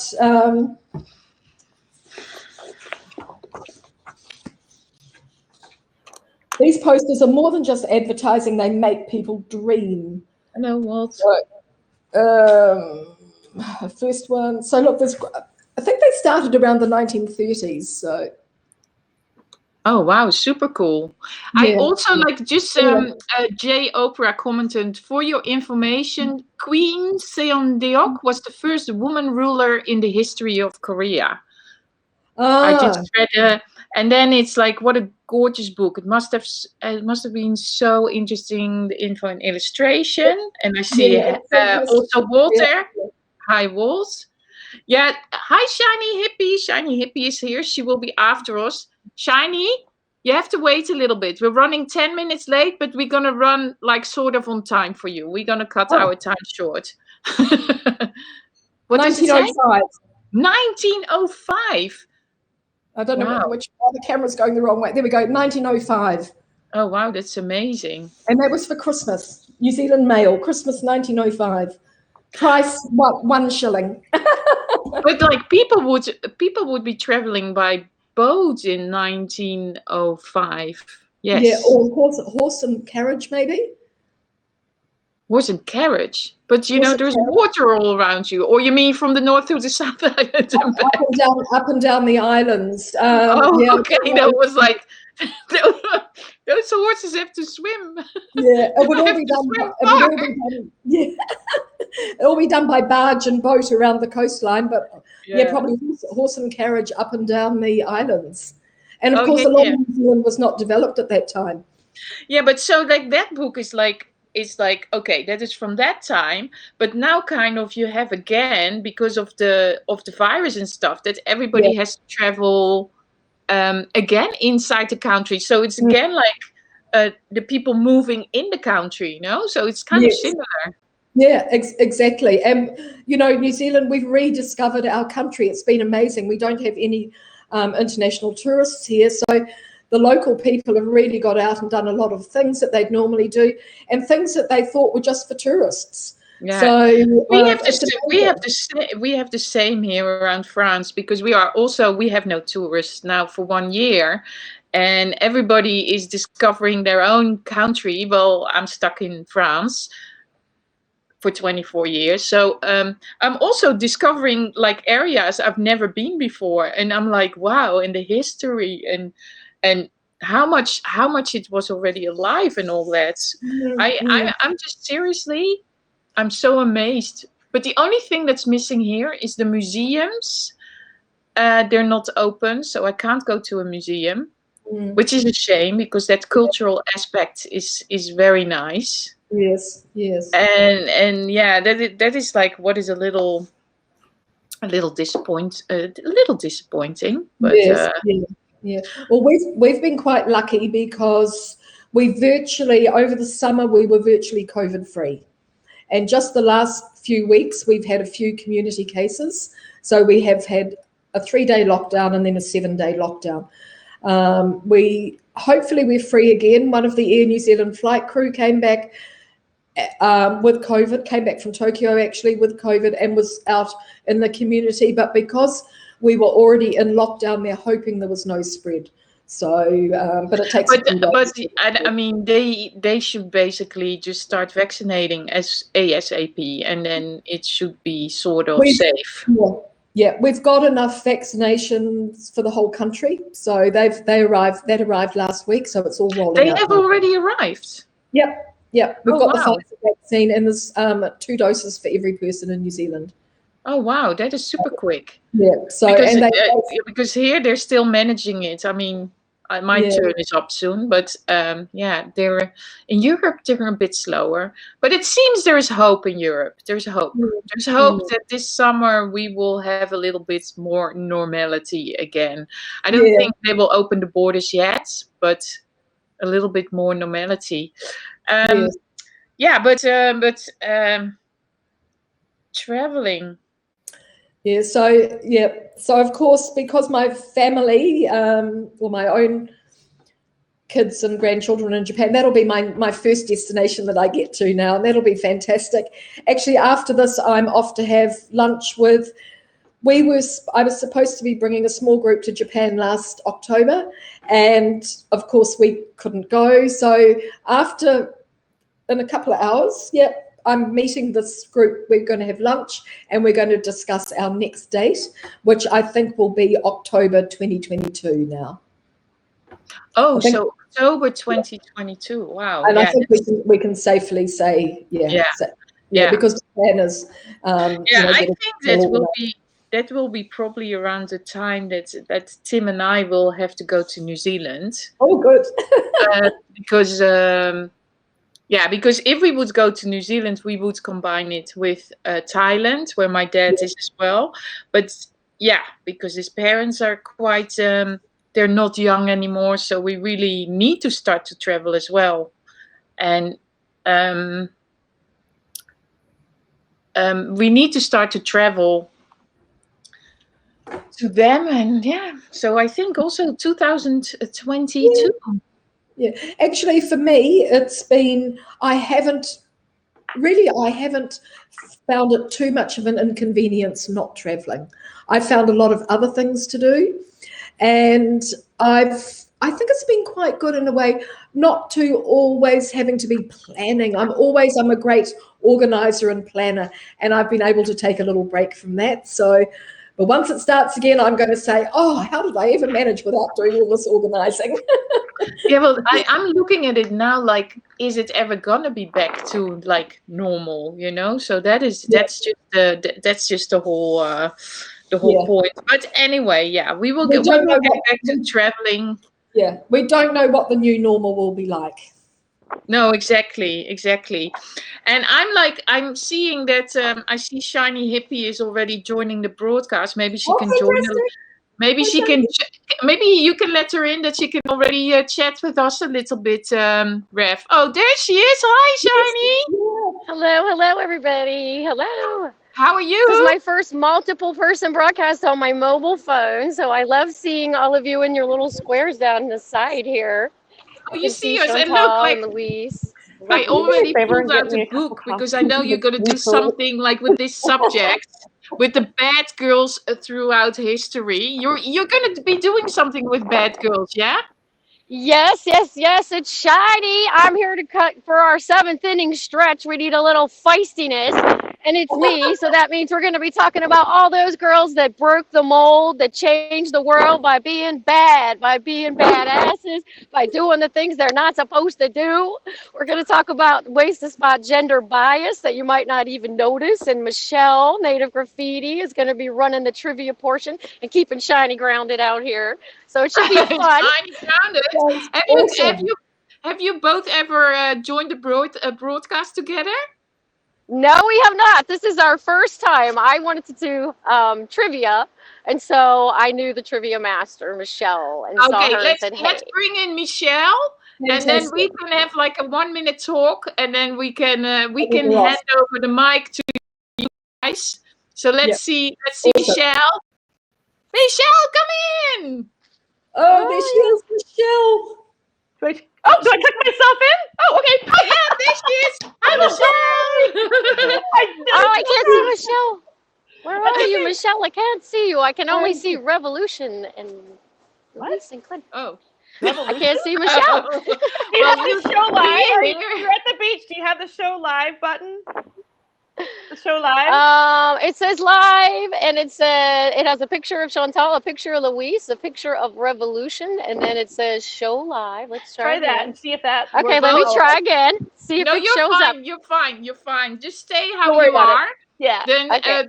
I don't think you will. Do you have to see each other, or you can just? I guess we don't have to. We'll manage. We'll figure it out. Yeah, you were fine. We're fine. And this is so great. I love Chantal. Exactly. I love Louise Puppy, and I love my Shiny Hippie. Oh my gosh. Exactly. And I'm so excited that you ladies are going to take over this broadcast, and that you ladies are going to do some bad-ass girl stuff. Yay, Chantal said it. Woo! Can I participate? Okay. Can I participate? Like, can I cheat in my book? How do I just fill it out? Do I type? What do I do? This is gonna be totally interactive. If you know anything about the two of us, we're both chatty. We both love to engage our audience, and we both love to throw stuff out at you and just love on the comments. So there we go. Okay. I'm gonna be in the comments. So Louise, thank you so much. Thank you, Chantal. This together. We got further. We're gonna do this again. So, ladies, it is up to you. Bye, Louise. Bye, everybody. Okay. Bye. Thank you, ladies. Thank you, Louise. Thank you, Chantal. Yeah. Have And a fun. better intro. We had such a good intro. What better How acts do can we we get follow out? than that? Yeah, and just so She you know, can't I have leave. my broadcast You studio can never on the leave. beach, so I've got.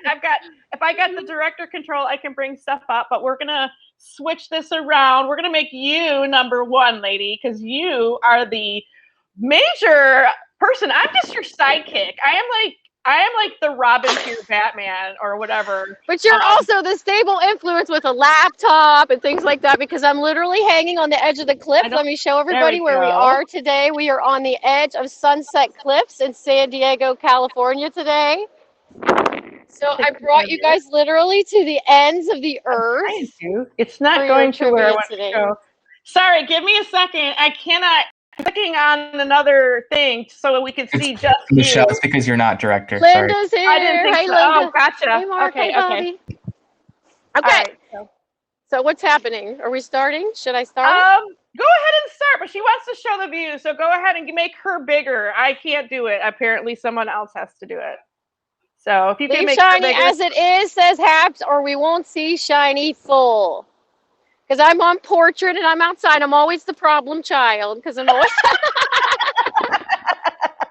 It never matters why. We always know this. Anyway, every Shiny Hippie broadcast, we start by creating a positive space, and International Women's Day is no different. It's time for us to create a positive space here for this conversation that we're going to have about these badass women and this gender bias. So wherever you are, sit up Yay. tall on the edge of your couch, on the edge of your bed, at your desk, or standing in your kitchen, wherever you are. Everybody take a big breath in of this Southern California air. Ready? We're going to breathe in big. I'm breathing with you. Exhale. I know, Michelle, you know There we you have to go. breathe. Okay. We got it. Okay, so We're finding our vibes. we have nice Let's Cleveland see. air today. Our weather looks like about 60 degrees Fahrenheit. Oh, look at that view, you guys. This is amazing. I escaped Ohio for this. That's right. Michelle. Yes, I I'm a actually Buckeye am girl. new to Ohio, so that we have the Ohio in common. You We have left some and I strong came. women from Ohio. Yes, we do. Woohoo! So, Okay. Okay, so let me start with, this is International Women's Day, and it's around the entire world. It's everywhere. It's been around for a long time. It's getting more in vogue now because of all the Me Too and things like that. We're finally ready to put some women in the spotlight. This year's theme is called Choose to Challenge for the International Women's Day, and they want you to literally put your hand up and take a picture in social media and say that you are going to challenge these biases, challenge the status quo, do what you can to make women have a better life and be more equal on this planet. They want us to pledge that this year. That's why they're saying choose to challenge. So that's what we're going to do. We're going to try to challenge all of those things today because I've got some little things to help us spot gender bias that we might not even realize that we have. But first, we got a couple stats that you might not know. Sorry, I don't mean to be bigger than Shiny. It's just I'm on landscape and she's on portrait, so I guess that's how. Oh, Michelle! I'm like larger than freaking life, but I feel really like. It's okay. I'm louder. I'm loud enough to make up for it. So It'll you be have okay. a bunch of, like, we've talked in the chats and things, and Shiny here, she says she's got all this stuff on International Women's Stats, and I'm really excited about that. So the theme is today. What is the theme? Choose to challenge. Choose to challenge. Ah, In other words, don't be that demure little lady in the corner. We're not those demure little ladies. I love it. I love it. And I think that's, perfect for both of us. Because neither one of us are what we would consider the norm, right? No, we definitely speak our piece, definitely speak our minds. But that's what we want all the women to be. We want every woman to be being their shiniest self, being 100% of who they want to I be, love it. no matter what other people think. So that's what we're working on. Globally, women make up just 23% of all the governments, all the parliaments, all the governments worldwide. On average, we earn 25 to 40% less than men, even if we're doing the exact same work. And across the world, over 60% of the people who can't read are women because they're not even getting the educational opportunities. So Michelle and I are going to bust down some of these walls, bust out some of this plain stuff we've been doing. We're going to talk about those women, those bad women people thought were bad at the time, but thank God they were, because what a better world we have for it. Oh, so Anyway. good. Oh, so good. And by the way, I have a theme song for you. Every time I see you go live, you're going to, please forgive me, everybody, with the sound of my, voice, but shiny, happy hippies here to stay. She's got some really great stuff for us. And we're talking badass women, but when we say bad, we mean it in a good way. Like somebody had to do something first, right? We have women that have given their lives. We have women that have done stuff they were told they weren't supposed to do. And some of us, if we're told not to do something, we go ahead and do it, maybe. But maybe because then when they did, they broke open the barrier so that we could walk through and actually find it an acceptable career and life for us. So awesome. Take it away, Shiny, over here. And not just one that's given to us. This is what this year is. We don't want one that's just given to us that the guys say, here, you can have this piece of the pie. This is 2021, so we're going to go and find out our own pie and take our own pie. We're going to make it all ourselves and take it over.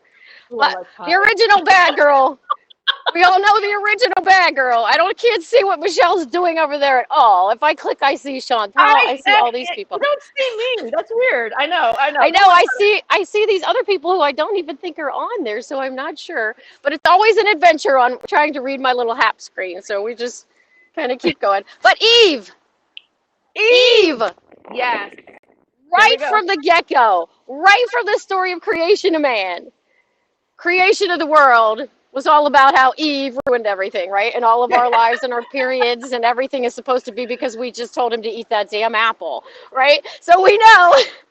I guess it depends on who tells her story. You know what I'm saying? Is it his story or is it her story? There we go. Right, Eve. But imagine if she hadn't eaten that apple. Imagine if she just stayed there in the corner. Like, imagine if nothing bad, what would we even have right now? So we need these ladies. We might annoy you when we do these things, but we need these ladies. No, to push away. in the corner. So what do you got for trivia questions for us out there? Wow. Well, we're going to throw this back and forth. I am prepared. Now, what I really liked is that a lot of what she's focused on is imagery. And I want to make a mention before I get into the trivia. This was like something a brainstorm I thought of. One thing I want to do is I want to give a thanks and a shout out to HAPS for not being the norm of broadcasting live. If you go into the App Store, you guys know what I'm talking about. You see the different apps, and I swear you either have to be a teenage pop star, or you have to be a girl with your bobs out. You have to be something that has to do with interacting with a girl and her face and her image. And she's got to be pretty and hopefully sexy. And that's what they're selling on the app stores. Seriously, the majority of it out there is aimed at the image of young, cute, sexualized, objectified women. And we don't have that. We don't have that. We don't have that as a representation of HAPS. It's not what they're all about. And I really, really just wanted to give a shout out that they are contributing to that challenge of the norm, that this is not everybody's kind of way of doing live media and broadcasting. So shout out for that. But as I do that, I'm going to get into some of the stuff that I brought up beyond imagery, but, just challenging those norms and doing stuff that, they were not really allowed to do. Some of my questions are just aimed at stuff that you already know. So don't feel like you can't, but go ahead in the comments and answer if you shout it out. Because we'll get to the answers at the end. Okay, so the first one is, she was Britain's first female prime minister and dubbed the Iron Lady. You guys all know that, especially if you watch The Crown. Okay. That's Who knows The Crown? One. Who knows? Who knows out there? I don't know if you're going to talk about her or not, but I think she was on somebody's list. Maybe it was Ray of Sunshine was talking about her in one of his broadcasts. The next one, born in 1412 at just 17. She was sent into battle by the future French King Charles VII. She's purported to have seen visions from God and was later burned at the stake. I think we know who she is, but she was just a teenager. Joan of Arc. Yeah, there we go. Joan of Arc, because she's the original badass. She didn't care that she was a girl. She was going to get it anyway. I love that. She had a mission and a purpose that surpassed what she was as a human even. Like, it was her spirit. It was like her relationship that was a spiritual forever relationship in her way of thinking of her creator and the God that she was about was more important than her own life and the fact that she was a teenage girl. Exactly. All right. Exactly. When most women, and of course the first one, you guys know who that was, right? Margaret Thatcher. Yeah, stand down, Margaret. Oh, sorry. Oh, she's very controversial. Margaret was the first Red one ass. at the table, right? She's the first one Right. at the table, for And, sure. and that goes in with what you were talking about, like women in charge of governments. Who's another one? The one from India. You have her on your list? I do not, because wait till you hear my badass lady. Okay. Myself then. But I believe it's Indira Gandhi.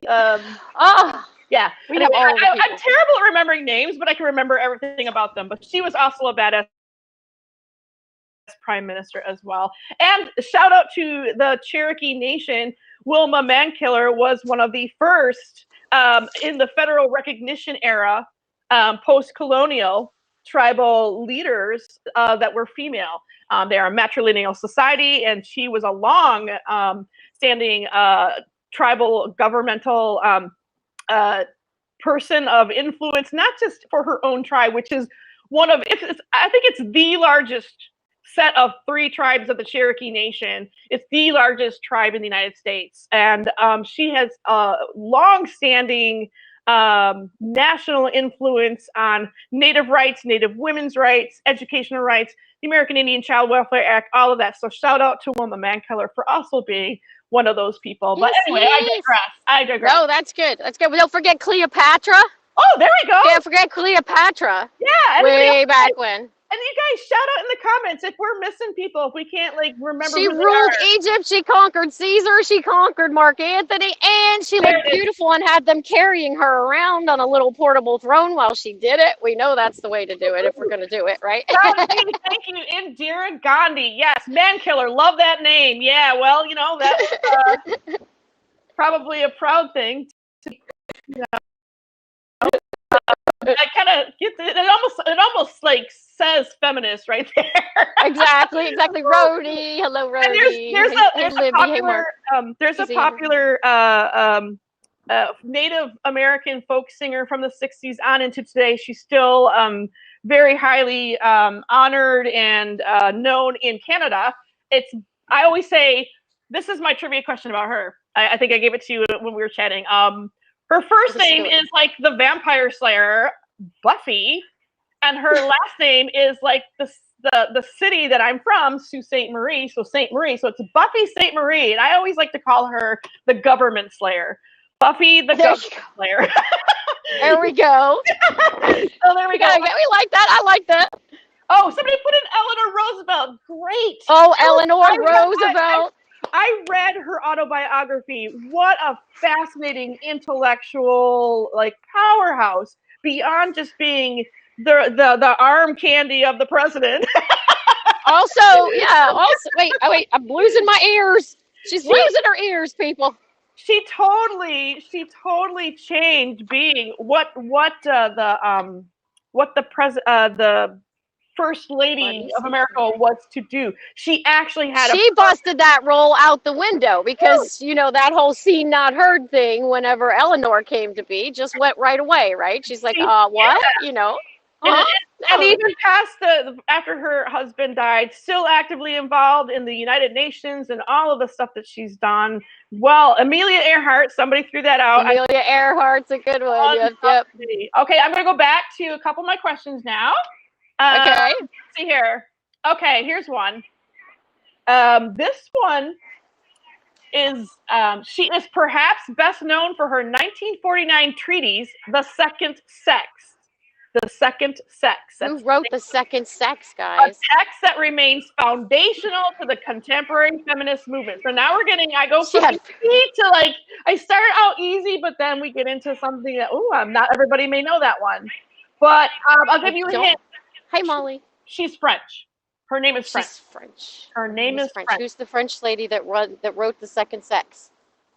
And we should know this. Yeah, we are pointing out Eleanor Roosevelt like the ladies a little bit in there too. Don't feel bad. I actually had to look up the name myself, so it's not. I don't have that. I don't have that because I'm going after like people like, you know, she's got the people that are like the ones that we will learn in school because they changed us in the respectable ways of breaking through that glass ceiling and things like that.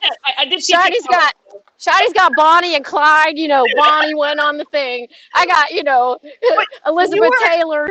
You know, what you got is actually really key to like literature and now our literature, our movies and like, series, right? But what you have are icons, you have archetypes, and a lot of those archetypes were very masculine, and these women broke out the hero journey of the archetypes in their own way because they were women. So I love that. I love that.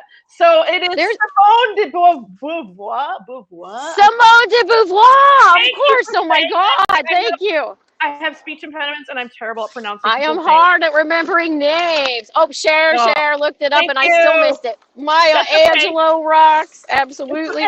Nobody, we want you to Google actually. If you don't know it, go and Google it. I throw out a lot of native people that nobody knows because they didn't probably have a course where you went to college, and a lot of it is college course stuff. They don't even teach it in the grade schools.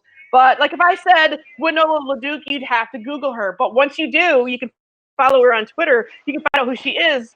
And she's an amazing, amazing leader of the Ojibwe Anishinaabe people in terms of like a role model for women in politics, in economics, in education, and in sustainable economy. She has probably one of the oldest what you call environmentally sustainable businesses, and it's right on the White Earth Reservation in Minnesota. And if you know anything about reservation economy, it's pretty lacking in economic support and jobs, and she found a way to make it happen there through her education. She went back, and she's just a badass. So Winona LaDuke is on there. So I digress again. I'm going to go back to my questions. Okay, I'm going to my shiny ones now. Go to your shiny ones. My shiny girls like Dita Von Teese, who gave us burlesque as an art form. Elizabeth Taylor, who treated men like tissues, and we didn't care. We loved her anyway. Betty Page, showing us bondage gear and bangs forever and a day. Nancy Friday, for writing My Secret Garden back in the 70s to let us know that women care about sex too. That's a Angelina Jolie. Mae West. What about Mae West? Now, Mae West is awesome. Go for it. You have Mae West in there somewhere? No, I don't have her, but I just love her. I know we chatted about her. Tell us everything you know about Mae West. She is a documentary of her on Prime Video if you got it, but she's really fascinating. The fascinating thing to me about Mae West is I only knew her throughout my life as this, you know, witty comeback girl with the boobs. You know, I didn't know about her, but she really pushed it as a playwright, and she started writing a play called Sex. I think the name of it really was Sex. Yeah. And they went after her, all guns blazing, for corrupting the Ruth, for corrupting the youth, trying to throw her in jail, all this craziness. And she was standing up for women, fighting for our free speech the entire time. She wasn't just Mae West that seemed like she was busty and flirting, like happens a lot when we're in here. So we want to fill out these stereotypes and show you why. We remember their looks, but we forget that there's battle scars on these women. There you go. There's sacrifices that have been had. And one thing that is really interesting about Mae West is you would think that would be the end all and be all of her career. But let's just say that her career actually got started when she was, I believe, how old was she? I mean, we're talking like she's all about feminine sexuality and doing it in playing the role. But she was quite up in her years and still did that. She was breaking out the idea that a woman over the age of 50 could be sexy. And I love that. Exactly. And the other thing about her was that it actually improved her career. All the bad ass press she got, actually, she overcame. Kept her alive, kept her going. Yeah, exactly. Kept it going. Pam Grier, Foxy Brown, Pam Grier, you know, she's showing us right now at 70 whatever, she's still foxy. It doesn't matter, your age doesn't matter. They want we have to always consider the source. You know, young women are beautiful, old women are beautiful, every woman in between is beautiful, everyone has good characteristics. And what is beautiful? It's we're trying to get out of that male focused lens that makes us think that we need the, prime baby making meat or whatever they want to call it, right? Or the plasticky boobs or whatever. Or We're trying to change those stereotypes. Exactly. Or limiting it to a male heterosexual predominantly Caucasian idea of what is beautiful. Angela Davis. All right. Absolutely. Oh no, Angela We got Davis. Dolly Talk Parton about doing her. her bits in Power there to the too. people. Talk about Angela So- Davis. Talk about her. I don't have all the things to talk about her. Wait, I'm trying to get something here. So there's something I want to get into before we talk about movie people, because one of the things that I want to do with our time here, Michelle, is besides educating them on these strong women that they might not think of as strong, because you might have not even thought about them at all or didn't know anything about them. But I also want us to start looking at the women how we are portrayed in the media altogether. So we have lists of all the great female roles. But I have this little chart here that I want to start to look at. I'm not going to show you the chart. I'm going to tell you. Before I get into that, I'm going to just have you take a pause and a breath, because what I'm going to do is you can't see the comments and I can. So Okay, I'm go. gonna Read the comments. I see read the Happy comments. Women's Day from Libby. Yeah. So yep, they say I'm love not doing any Taylor and Mae West. Whoa, did I say that? It says hi from Twitch, and I put Mae Witch. That was not. That's intentional. Mark. Hey, Mark, over watching over at Twitch. He's checking it out. Okay, yeah, 420 Prince. Hey, welcome. I don't know if you can hear me. I hope you can. If you're still here, Betty Davis eyes. Yeah, that was a badass woman. Strong. That's the role.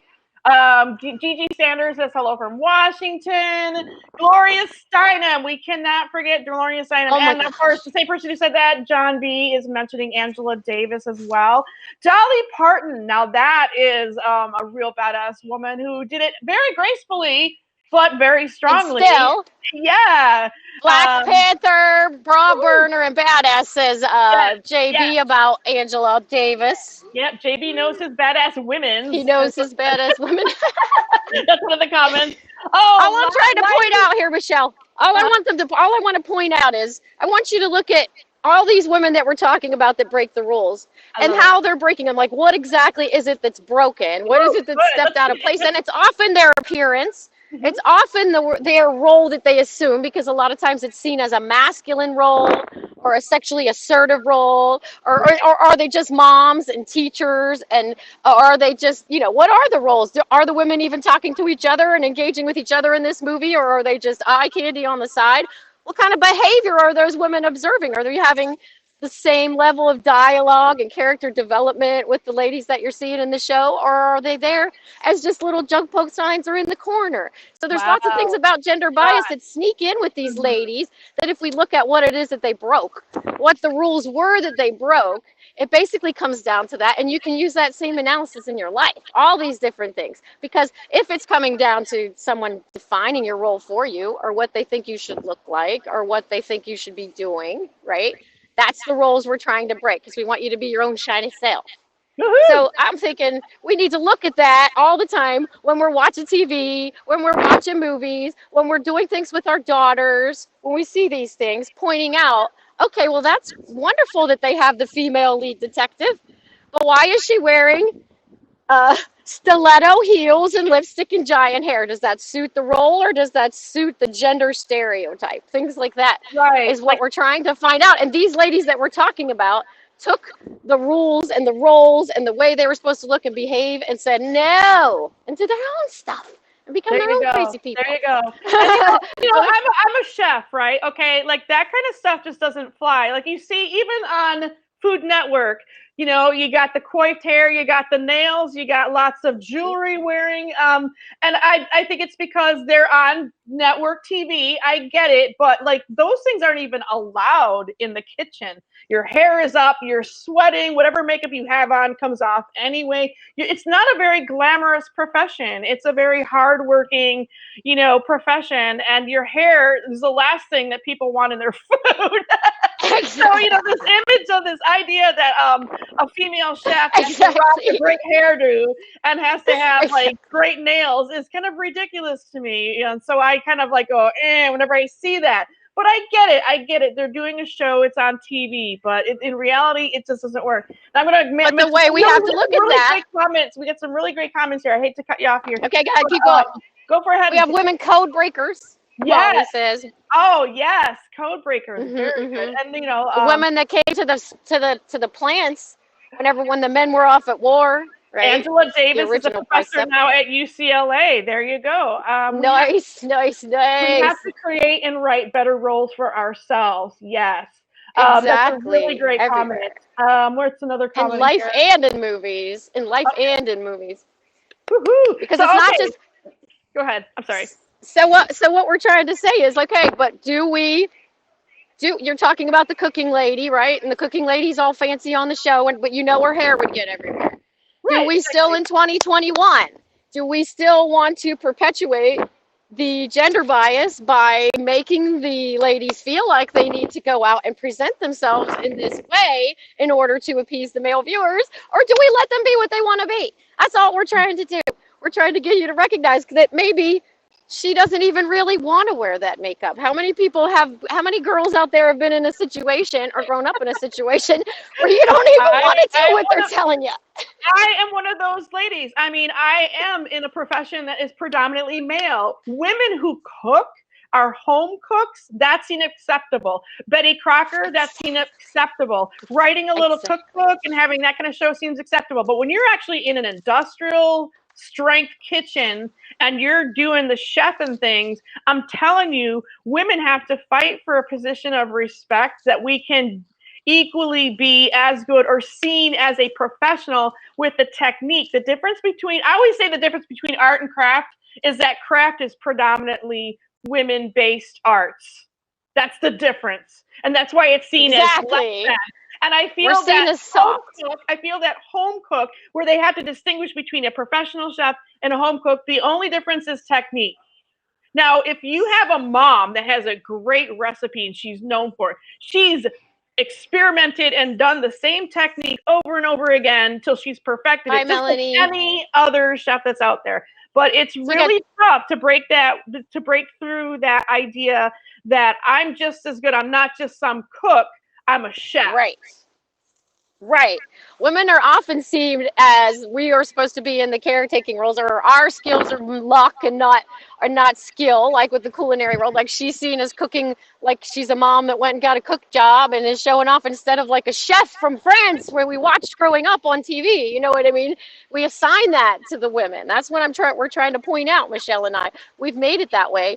Shirley Chisholm, oh my gosh, yes. Who else do we have here? Mae Jemison, Barbara Walters. Oh my gosh, Barbara Walters. I love Barbara Walters. Hey, Alexis. I love my queer girl, shaved head, fluffy dress, petite coat, wearing steel stomp your face boots. I define my own role. Yes, you do. Alexis just puts it right on the point. She goes, I'm a home cook, and it's okay to be proud to be a home cook. It's okay to be a chef. What I'm saying is there's literally, it seems like in the view out there that how it is one is less than and not the same. That's what bothers me. Like there's like a person who does craft are probably just as skilled an artisan as anyone who does what would be considered the classical arts, which tend to be also very male dominated. So I like that women can break free from that and still like show what they can do, show their skill, you know, and take that genre over and make it there. So I love that. Alexis, what I meant with the cooking thing too, is that, you know, it's kind of this thing where women have to prove themselves on a different set of playing grounds. You have to prove yourself and prove yourself and prove yourself. So a man that's cooking, he might be cooking a meal the same as you, Alexis, and the same as you on a format, and they say, oh my God, he's brilliant, he's so talented, he's a chef, you know. But when Alexis is doing it, she's described as reliable, home cook, hardworking, nurturing. You see what I'm saying? Like, it's all what we are putting our slant on it over and over again. All because of their gender. That's the gender bias. Right, because it's like if you're looking through a kaleidoscope, it's not that we're doing everything laser focused wrong. It's that our whole kaleidoscope is shaped this way, right? Our whole kaleidoscope. I'm reading some of these comments here. Women have to let more confidence. Yes. Well, if you notice, like the sort of Chef Ramsay, and I'm not picking on him, although he's the obvious one. You know, it's like he's almost, it's like because he's so aggressive and so passionate, and he swears and all this stuff, and people go ooh at what he says, that he's actually rewarded for that behavior. If I were to do that kind of shit, I'd be up for a reprimand. You see what I'm saying? Right. For us, we be demure. We should be demure, or else we're difficult. Right? If we're not being mild and quiet or whatever, we're seen as difficult. A man can boast and say, I'm the best, I'm the one. A woman does that, and it's viewed totally differently. So that's where we're trying to change it out. Like an imagine if the authoritarian chef yelling at everybody was a woman. What words do you think they would be using to describe? Would they all be thinking, oh my God, she is so smart. I value her advice, even though she's barking at me like a terrible, mean person and makes me cry? No, they'd probably be like, oh my gosh, she doesn't know what she's talking about, and wouldn't want to do it. So we're just trying to view. I've been told that I was too direct, but then what I say is in those responses, I'm like, look, we're in a kitchen, we got stuff to do. I do say please and thank you. You know, I'm respectful. But I basically have to sometimes, in my position, I have no choice. I have to tell people what to do so they can get it done in a very fast way. And I don't do it in a mean way. I don't raise my voice. But I could be seen as being not kind and all that kind of stuff. And a man next to me could be like, hey, get this fucking dish out of here, and nobody says anything, you know. And nobody says, "Oh my God, he's so horrible! Get that man out of the kitchen!" Oh no! Yeah, and all I like, hey, order up. Who's got number 22? Let's go. I mean, that's seen as bitchy sometimes. Exactly. Standing up for yourself as a woman is often seen as threatening, right? Just standing up for your own self. I love that. I'm a G-rated food broadcaster. Are you making cut? What's happening in Alexis' world down here? Are you being rude, Alexis? I don't think so. I think it's cute. See, Ramsay has a program in the UK to show women that they can be awesome in the kitchen. He found most of the chefs applying to him have been male. Exactly, because they that makes sense. I love it. But it's often invisible or threatening. Stay in the background, right? Or don't boast, right? The men boast, but women are self-serving if they do that. I get her. I get her comment. I get her comment. Go. She's like, compared to me, she's like, I'm rated G compared to Mr. Ramsay. Seriously, like, you know. Oh yes, Alexis does not scream and yell at people at all. No, could you imagine? I don't know. It might be fun, Alexis. You could try. Just do a special broadcast where we see what happens if you behave like Gordon Ramsay. We have a great comment here by Eleanor Marie. Bitch, neg, nasty, controlling. The list could go on for what they say about us. And, you know, it's like, whatever happened to being assertive?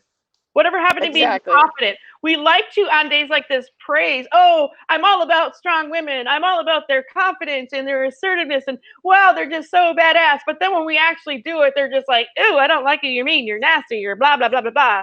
You know, there is all of that going on. So we're also about a 30. We're also seen like we have to be perfect all the time, right? Like if we're not perfect, it's seen like we're out of control. We don't know what's happening. Oh my goodness, like it's chaos if we're not perfect all the time. If we might have to ask a question or something.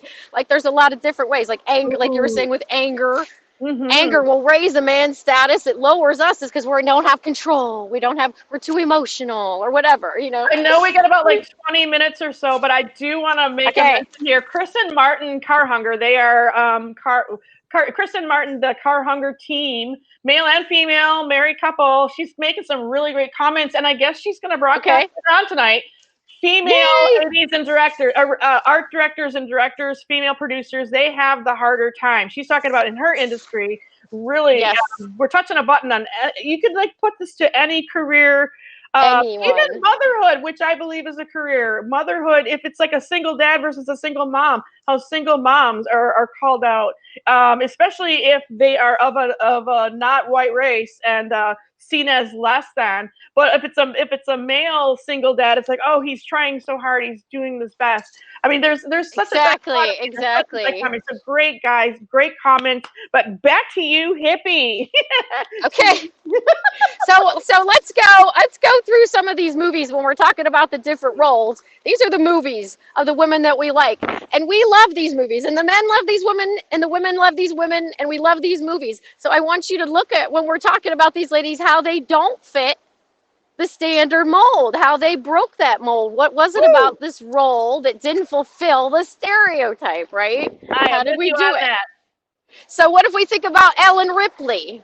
An Alien, in the whole Alien series. Ooh, but if she was just the statistician in the corner that had to be quiet, right? What would nobody puts her in the corner either. They'd all be dead. Everyone would be dead. Exactly. We need Ellen Ripley. And what about Jamie Lee Curtis in the Halloween movies? Hello. And Jamie Lee, well, she did a lot of screaming, but yes. They both changed the genres of both horror and science fiction, and her, I mean, with Alien, it's science fiction horror, period. It's like everything. Some of the first people to die are the dudes, not the people. You know, they have that joke about like people in space. It's usually like, you know, the dudes are out doing all the stuff, and anyway. Who do we have from space? We had all the women from the Hidden Figures movie that already broke all of their stereotypes by saying no, they were going to do whatever they want and be smart because they were smart.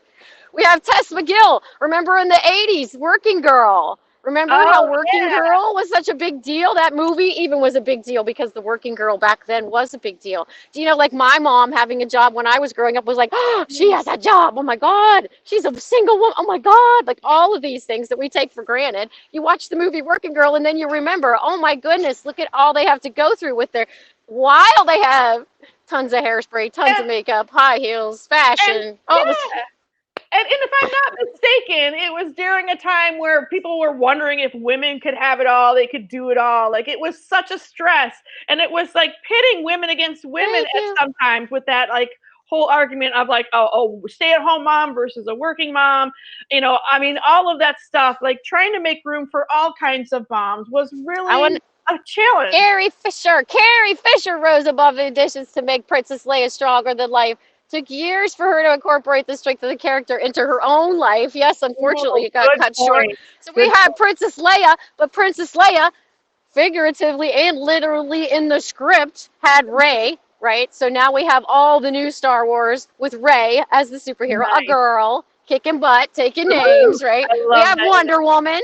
We have the old Wonder Woman who kicked butt, but she was just all like, da-da-da. We have the new Wonder Woman who's going to take them out, right? I got some trivia fun fact on that. Who brought back, back in the day, in the early part where it was Action Comics, before there was Marvel, before there was DC, there was Action Comics. And that's when they introduced, in sort of like the World War II era, Wonder Woman as a comic book strip. But somebody in the 70s, a feminist, who I think we might have mentioned, or somebody mentioned to her in the comments, actually brought back Wonder Woman for girls to have as an image in comic books. Who was that? Who was the woman who brought back Wonder Woman in the 70s? Gloria Steinem. It was Gloria Steinem! Yay! So I just wanted to throw that out there. But yes, I love Gloria Steinem. 9 to 5 was a couple people were thinking of 9 to 5. I was 9 thinking to of 5. Yeah, exactly. That's why we. How about young girls? We had Cher from Clueless. We had Legally Blonde. We had Elle Woods taking down Law School on Legally Blonde, right? Right. Yeah, that was a good one. We had Erin Brockovich taking on The System. We had Charlize Theron being the Mad Max. Oh, there's Mad Max. Norma Rae. I said Mad Max. That's a restaurant. Norma Rae, that was a really outstanding role, and that was actually Princess Leia. This DDT was the Sally Field played Norma Rae, and it was a true life story, and it really changed her own career because before that she was the Flying Nun, she was Gidget, the little teeny bopper idol and all that stuff, but then here she is taken seriously as an actress in Norma Rae and like getting Oscars and getting better roles in Hollywood and all of that kind of stuff. Sally Field, yeah, there we go. How about Sarah Connor? How about Terminator 2? Who can forget Sarah Connor in Terminator 2? No one could have those arms. Those arms were killer arms for men or women. Those were just arms perfected. She was so strong, taking out baddies from the future and the present. Somebody mentioned Jane Fonda China Syndrome. That's a good movie. Yeah. Jane Fonda tried to change the world. No one is infallible, but no one has put herself out for longer and more and louder than Jane Fonda. Mistakes or no. And I'm going to just throw this out. It's not a question to answer, but it's something to ponder. There's a lot of buzz in Hollywood. Since we're talking about movies in Hollywood, there's a lot of buzz that there should just be an actor category for everyone. Like not actors and actresses. Think about it, yeah. But see, I'm a shiny girl and I love awards, so I'm inclined to think there should just be more awards. There you go. Maybe you make it the best role instead of the bestness, some way for more people to be recognized, and then it's not such an obvious thing when they're all from the same racial makeup. You know what I mean? If we spread it out. Everybody is shouting out their favorite people. Silkwood, Meryl Streep, RGB. Oh my God, Ruth Bader Ginsburg. We cannot forget Ruth Bader Ginsburg. I also loved Katharine Hepburn wearing pants. Remember how she wore pants? She refused to do all of the things. She was an inspiration to Shiny. I love all the time. We have Elastigirl now. We have our own animated heroine. Elastigirl is the one that kicks butt and had her own Pixar movie. We have Hermione. And then isn't it on the CG series or one of those TV series, Batgirl, breaking norms there? Which one? Batgirl. Yes, yeah, Batgirl is doing. Yes, she's the first real prominent LGBTQ character in the DC universe to have their own series and all of that. So I think that's awesome. Speaking of the LGBT, don't forget we had Tallulah Banks. We didn't say her; she's real. So Tallulah Banks bringing that all to the forefront. I'm going to ask you some questions. Okay. We've got about 15 minutes, so we're going to have to wrap up in about 10. We got 10 minutes to talk and maybe a 5-minute wrap up.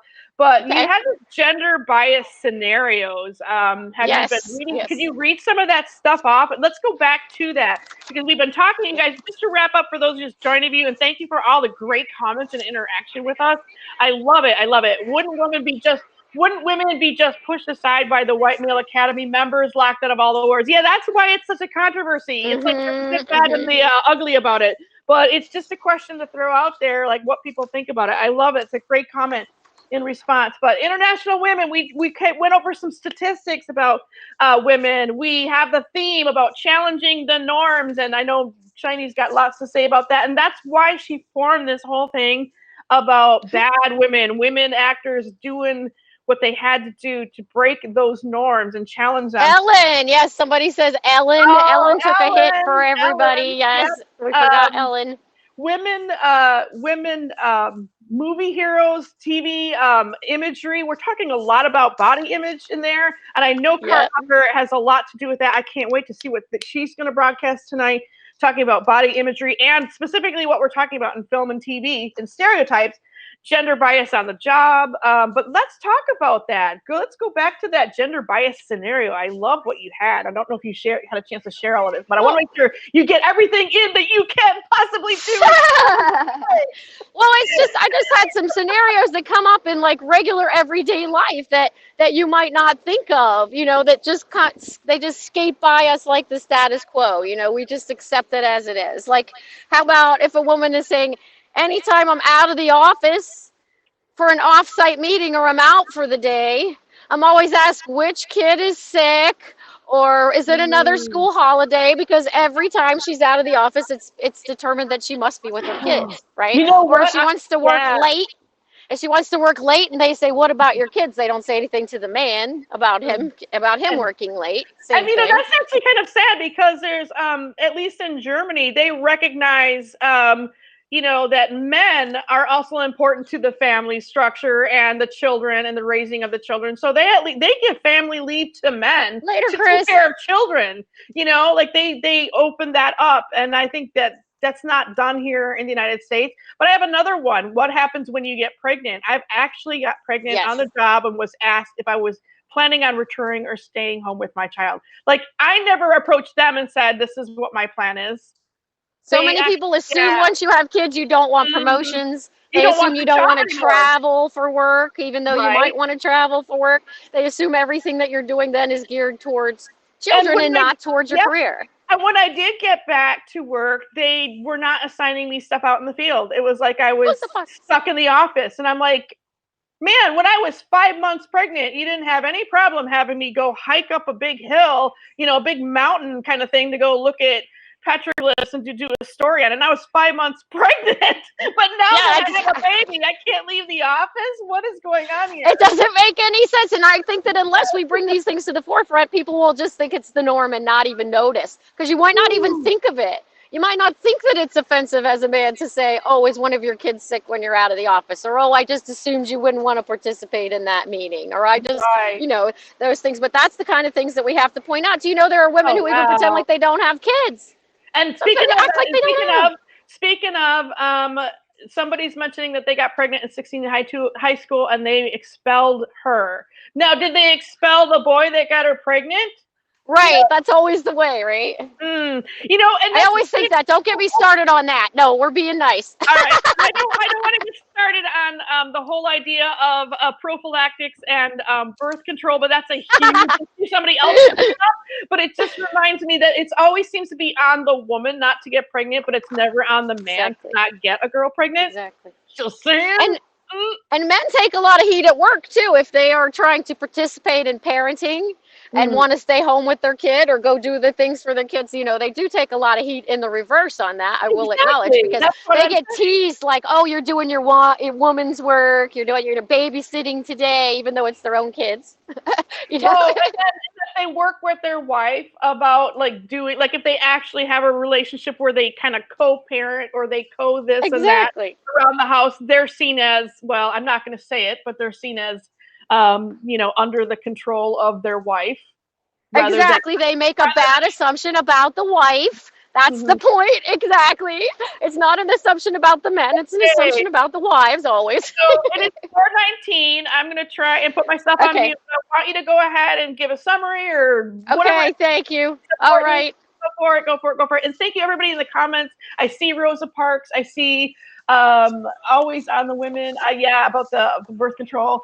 But so that's the side story of the person who said about being pregnant. It was Eleanor. She said, but I homeschooled myself and bust my studies, and I got an actual before I had my son. So actual diploma 3 weeks. Good job. Good job. Tap those biceps. This is why Shani does that. My biceps may be lame right now, but I've been big for 4 years on Periscope about tapping that bicep when you do something good. Be proud of yourself, even if it's a teeny tiny thing or a life-changing thing or anywhere in between. We got to celebrate all of that and recognize your strengths. I love doing this broadcast with you. You are such a ray of sunshine, literally, in California. I have sunshine coming here in Ohio. Come back to Ohio and visit sometime. I'll be here. John took 6 weeks off of it when his baby daughter was born. I know you did. You were such a good dad. Did you catch shit from the firefighters for doing it, JB, or did they like it? I'm curious if JB got it. He was a first responder, saving us all, fireman for a million years. So I'm curious if they teased him. Getting math. Oh, you know what? Math and science. Someone says about the United States as a STEM. Yes, you got to study those things. You got to become capitalist. Don't assume that you have to be a teacher because they say so. Nothing wrong with being a teacher. I'm just saying, don't assume anything. You can do whatever you want. So many women in rock that said, there's women in rock. I didn't even get to that, but I love. You didn't even do the women in rock. What about Joan Jett? What about Stevie Nicks? What about Janis Joplin? Right up my alley. Well, because I'm actually going to focus on that a lot more in my own broadcast this month. I'm going to draw some portraits of people like Susie Sue from Susie and the Banshees. And one of the reasons why they're in that in the begin with is they are definitely breaking down the stereotype that women can actually play instruments. They can rock as hard as the men. And also, they did not want to be that stereotype. They said no. I want to do something very creative and different. I don't want to just stay at home with the kids. I'm sorry, but I've got more to offer in life. And they did it through a very male-dominated industry in music. So, and a lot of them, not everyone, but a lot of them do it without, showing their body and making it about their body. It's about their actual music and their musicianship. So, but there is a lot of there's a lot of tension. I still feel even today that women who perform music have to show their body as part of it. And it does seem like what Annie Lennox did and Billie Eilish doesn't, and Billie Eilish is kicking ass and she wears great big giant things. So it's happening. The changes are coming. Yeah, and the controversy could be a lot of feminists embrace Madonna, for example, because she took what was given her, the sexualized objectifying of her body, and she changed herself into this sort of chameleon and created feminist characters out of that imagery. Now, did she do it right? Did she do it wrong? She didn't give a shit. She just did it. And so wait, I want to read this. I want to read this from Dean. I am not sure if I'm a house husband, kept man, boy toy, or just a bum, but I'm thankful for my wife for keeping me for 30 years. So he gets to tap his bicep for recognizing that he has a wonderful wife. He comes in. Look at all the monikers that we give men. Like, we're not, when we say gender bias, we're talking about all genders, the entire spectrum. Not, but you know, specifically, it's Women's Day today. But there is such a spectrum of gender. We don't even have the language right now to speak respectfully to one another about gender, even to this day. But the number one thing is, whatever gender you are, whatever you identify as, let's treat each other with respect and what people want to be called versus what we call them. Exactly. It really doesn't hurt you. This is what I never get. It doesn't hurt you. If you can learn to say John, Terry, Annie, whatever, if you can learn to say he, she for this, you can learn to say the names of how people want to be addressed. You can do this. It's okay. You just add it to their description in your head. You just make that part of their name and there you go. Shouldn't be a big deal. Okay. But I want to talk a little bit. I want to tell people a little bit about Shiny too here, because one of the things I do on Shiny Hippie Broadcasts is have these kind of conversations sometimes that we might not be that comfortable having, but we need to have.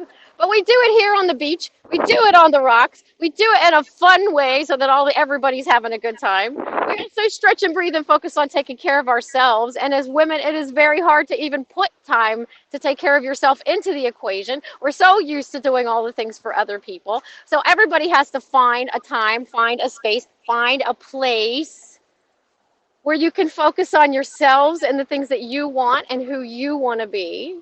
And women especially, try to focus on who you want to be. Men too, but women have this innately. Try to focus on what you want to do and who you want to be without worrying about if it's a mom's thing to do or a teacher thing to do or a brother thing to do or a husby thing to do or a responsible thing to do or all the woods and shoulds and all the things that the world tries to put upon you. That's what we're trying to do by eliminating gender bias. Maybe Michelle and I could do something about racial bias sometime too, because we've had some great conversations. There's so many similar things there. You know, we just need to talk about these things so that there's no stigma anymore. Once you start being like Shiny and you just put it all out there in your life, you might not do it as loudly as I do. I got one more thing to say. It's 4:25. We've got 5 minutes. I got one more thing to say, and then I'm going to be silent and let you wrap up for the next 5 minutes, however you want to do it. But the one thing I want to say in response to that, you've really hit a deep button inside of me, because to me, racial and gender bias kind of all goes together along with sexuality. We are more than just one part of our identity. And I talk about that a lot when I'm doing portraits and I'm doing life stories and I'm talking about my own life story. It all kind of makes sense because I'm a whole person. And here's something I want to challenge people to think of. How many things do you have to have in front of what you do? Am I a female artist? Am I a Native American female artist? Am I a Native American female bisexual artist? I mean, how many things do I have to have in front of the word artist? Why can't I just be an artist? Why can't I just be a chef? So thank you so much for doing this with me, and I'm doing this with you. I hope I was a good co-host. I hope that you were great. Thank you so much for coming to play with me today and helping spread the conversation, spread the word, and bringing your trivia to us. I appreciate it so much. I love it. Eleanor goes, I'm an Eleanor, all caps. Yay, Eleanor. She's named after Strong Lady. She's ready. Thank you, Louise. Thank you. I have no idea who's up next, but I'm just going to listen to you and learn from the Shiny. So Shiny Happy Hippie made me happy today with her Shiny everything. Thank you, Eleanor. Thank you so much. Thank you, Michelle. Thank you. I do have to tell me if you're off. I don't know. I can't tell. 3 minutes. Just keep going until somebody. Okay. So here's what we got to do, guys. We got 3 minutes to get our groove on. We got to get out here in a positive space. We got to greet the rest of this day in a positive way. So we're going to take that deep breath again. I'm going to show you this view again. You're going to start clearing out all the garbage that the world has put upon you. When you take this breath and exhale, I want you to exhale the garbage the world has put upon you. Okay? Wherever you are, however you're watching. All the garbage the world has put upon you. Let's take a big breath into this California sunshine. And exhale all the crap. Oh man, you just like, Do it again. You gotta get it out. Okay. Arms up. Woohoo! You got it. I'm in a chair, so I'm just gonna do a chair yoga. Oh, I love this. Let's take a look around. Oh, you do awesome. Let's take a look around, and I always close with a quote. So let's take a look around. By the way, I want you to follow Shiny Hippie, all of you who haven't followed me before. We have fun from the beach. We have great conversations. Give me a follow. Come on back. We usually have music, but I'm being a good girl today because we're here on Haps. So let me show you around, everybody. And Shiny, while you're showing everybody around, I want to welcome JJ Walsh and welcome back Louise Poppy. You guys, Louise, I got my red Thank you guys glasses. so much. I have red framed glasses. We could have been like, the trifecta of the primary colors. Louise in her blue specs. And JJ, it's so nice to meet you. I don't know who you are. It's good to see you. Hey, all right, here's my nice to meet quote. You guys, good Are job. we Sorry ready? I jumped in a little bit early. Wasn't That's sure fine. how it was working. It's actually 4:29. Let me get the quote. This is a great segue. Oh, she's got a quote. A wise girl. Marilyn Monroe, people. Marilyn Monroe. What was the last part? A wise girl It says a wise girl knows her limits. A smart girl knows she has none. That's the way we were to think about it. Marilyn Monroe could do it. We could do it. So that was That's Shiny awesome. Hippie and Native Graffiti. I am Michelle Alexander, and I do portraits. I'm definitely going to rock out some badass women portraits this month. Sometimes when I can fit that in with all the other portraits I do. Thursday nights, I work with Carrie Long, another badass woman who showcases a talent, and I draw whoever is singing while they do music. I love this. It gets me fun on Saturdays, and I'm a part of a group of people who are music heads because I am a former punk rock musician. So awesome. We love to talk about music and those kind of things. And we're actually going to talk tomorrow night. I believe we're going to have the music head talk to our we're going to talk about badass women in music. Talk to you guys soon. Have a beautiful, happy International Women's Day, women and ladies. Have fun. I'm out. Bye-bye. Thanks for joining me on this leg of my healing journey, guys. Have a beautiful day. Bye. Thanks for letting me make your day more shiny. Slow down at work. Instant adjustment writing's mistake-free. Oh, I'm big. Hi, good morning, Hi, everyone. Joy, how are you? Hi, Louise. How you doing? Good. I changed my glasses because I know you have a spectacular collection of glasses. And I thought, it's time I do. time I'm for wearing my change. favorite orange ones today. Good. So, Fantastic. yeah, for Louise, I know you've been on the broadcast before. Should I just introduce myself a little bit? Yeah, we're just going to chat. Maybe somebody else is going to come on and have a talk to us. But you're the number one host here. But I just want to say welcome and thank you for coming on to Haps. And you've got such an interesting background. I'm sure everybody wants to hear from you. And you can tell us a little bit about living in Japan and sustainability. And I haven't met Joy yet, but next visit to Japan, it's definitely a date. So, well, Louise, I appreciate your support so much for getting me onto Haps, but also for getting me on to Buy Me a Coffee and other ways to develop my guiding in Japan during this pandemic time. So I really appreciate all your support and guidance. Thank you so much. Yeah. Oh, that's fantastic. Yeah, no, there's lots of really good platforms, and it's really good for our energy because, being involved in tourism, we don't want to lose our mojo, and that's the big thing. So it's great to be able to put the energy into other things. Yeah. Thanks, Wendy. Yeah. Okay. So let's hear from Joy because she's so interesting. brief introduction of myself. I'm Joy Jarman Walsh. I go by JJ Walsh online because my name is very long. For those of you double-barreled women out there, I know you can identify with having long names. I'm happy to have my before marriage name and my after marriage name, but man, it's tough in another country like Japan where you have to write your name in a new language all the time. I do a daily talk show from Japan, which is multi-streamed, featuring people all over Japan who are doing interesting things in terms of sustainability. I was a travel guide trainer and consultant before coronavirus, and yeah, trying to transition online led me to this talk show series, and it's been a great learning experience and inspirational, and I've got so many wonderful ideas and inspiration for myself, and it's so wonderful to hear that other people who watch the series are also inspired, or it sparks new ideas wherever they are. I think Japan has so much to offer in terms of reverence for culture and tradition, and entrepreneurs who are going back to the old styles and keeping up the old traditions. And I think there's just so much to unpack here that hasn't really been focused on. So it's such a great opportunity to take the good out of coronavirus and try to create something positive. Yeah, a lot of women. I was kind of disappointed. I just had my 200th episode, Louise, and I was kind of disappointed to realize I only had 106 women and 117 men. And speaking of International Women's Day, it brought up a lot of ideas, like why that was happening. Because my aim, of course, was to be 50-50 or even have more women than men. But, you know, that it's not that bad of a balance, but of course in terms of sustainability as well, I need to be looking for how to improve on that, how to get better next time.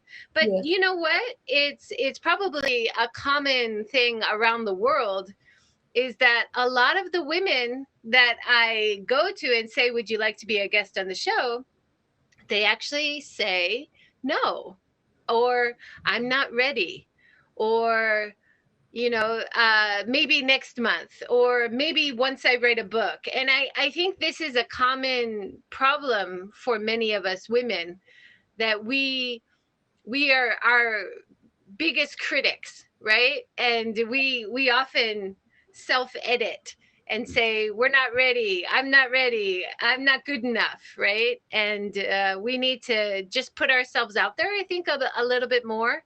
And so I really appreciate the women who've joined in my talk show series and really put themselves out there, start new companies.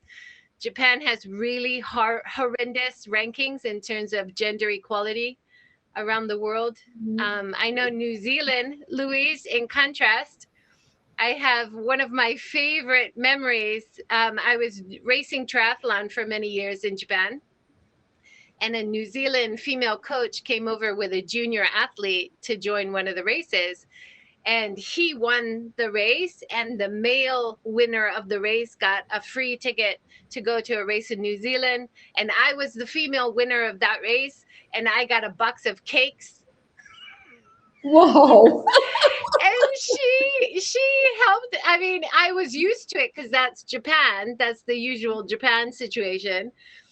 Even as the winner, if you're a woman, your prize is way less than the male winner. And we see this in professional sports too, all over the world. But yeah, so she came over and she said, this is absolutely not okay. You know, get in touch. We'll sort out something. If you can come to New Zealand, we'll at least cover your tournament costs. And she gave me some T-shirts and some merch that she brought over. And it just, it kind of opened my eyes, you know, to this isn't okay. And why am I accepting this, you know? So I've been a lot more outspoken since then. Yeah, and it's been the same with professional sports here. The men's rugby team earns millions of dollars a year. The women's rugby team is just beginning to come up there in terms of the money, but it's not equal yet by any means. And even the amount of publicity, the men get far more publicity than the women do.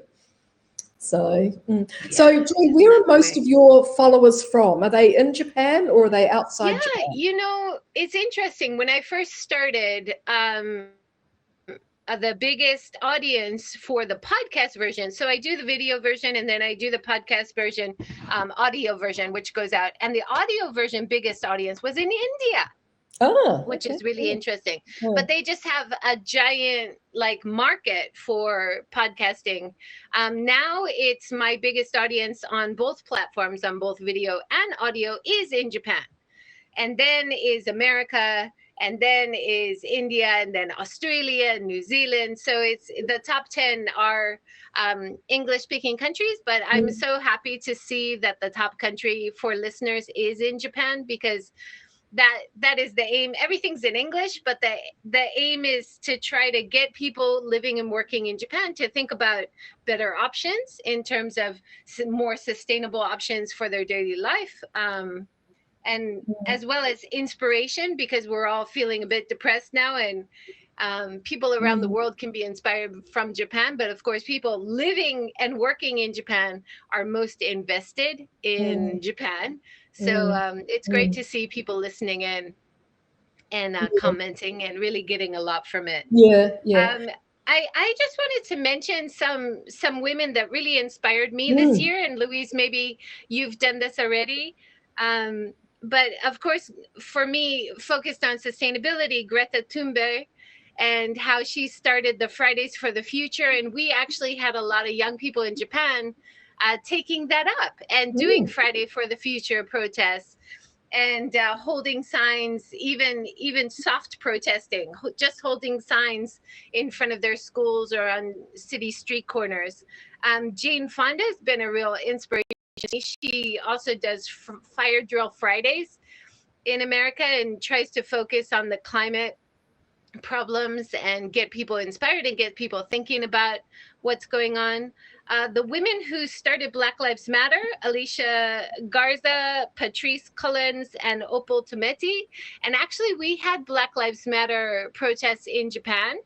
And Ayana Wise, who I interviewed in the series, she was part of the team setting that up, that getting the protest organized, making speeches and everything. And that's so inspiring. I think, you know, a lot of people were like, why do you need to do Black Lives Matter in Japan? But it raised a lot of really positive, important discussion, not only about people of color or people who are non-Japanese, but also about gender issues, about non-binary issues, about people who don't fit in, even Japanese people who just don't fit in to that expected box that a lot of kids are pushed into, you know? It gave people something to identify with, something that was different, but it was okay. Yeah, definitely. I'm just gonna move over because it looks like my battery's dying. In the dark. I had the same problem before too. The live streaming really takes it out of your battery, doesn't it? Yeah, it does. Yeah, you get to see some of my house here. It's very untidy. Oh no, but I think. But you're living in Hiroshima? Yeah, I'm in Hiroshima. We renovated an old house.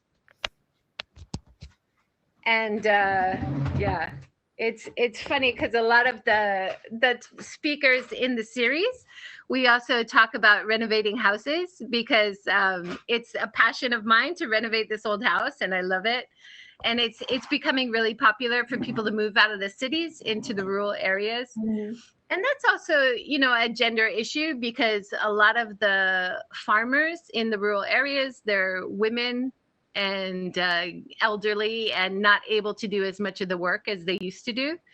So it's great to see people moving out and reinvigorating these rural areas and rural communities. Yeah, and a lot of like single mothers finding more balance when they move out to the rural area. Yeah, it's really, I don't know if you have that in New Zealand, but it's hard to find childcare that you can afford. And then if you move out to the rural area, you have the same childcare, but a lot less competition for it. Or schools, you know, same great quality schools, but a lot less kids. So your kids get a lot more personalized attention. Mm. So And then, can I ask you, how old yeah. is the house that you've renovated? So it's a funny story because I used to do a walk around this area and I used to see this house and I was so interested in it because it has an old traditional farmhouse kind of look. It kind of looks like a Tudor style from the outside. And I was like, I love that house. And then I saw the signs go up saying it's for sale. And I said, I've got to at least look at it, you know. And we actually got a discount on it because it was you bought the land, but then you got a discount for having an old house on it, which is considered garbage, you know. Yeah. So that was nice. 50 years old. 50. But they're, yeah. It's just interesting because one of my sons lives in an apartment and the other one bought a house. And or they were both able, one bought the apartment and one bought the house. And it's one of those little, it's like a cookie cutter house, but each one's a little bit different. And he told me that they're only really made to last 25 years. And then you pull them down and you build another one. So there's nothing sustainable about this property. So, but I love Is that in Japan or New Zealand? This is in New Japan, Zealand? in Hachioji. Oh, yeah. And I Yeah, love Hachioji because it's a little bit countryside and you're walking around and it does have these beautiful old houses as well. And I think, what about insulation? Because these old ones are freezing cold in winter. Yeah. But there's easy insulation that you can do, which doesn't cost the world.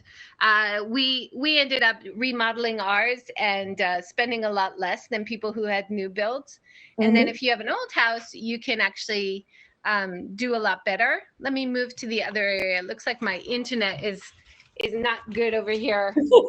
Sorry, a lot of movement. Yeah, but we saved a lot of money. We had bigger land space. So we could keep bigger space inside the house. So I like that because you could have a garden, relaxed. The new builds have more space restrictions. Sorry. So you have a garden outside, Joy, I'm sure. Yeah, I can show you.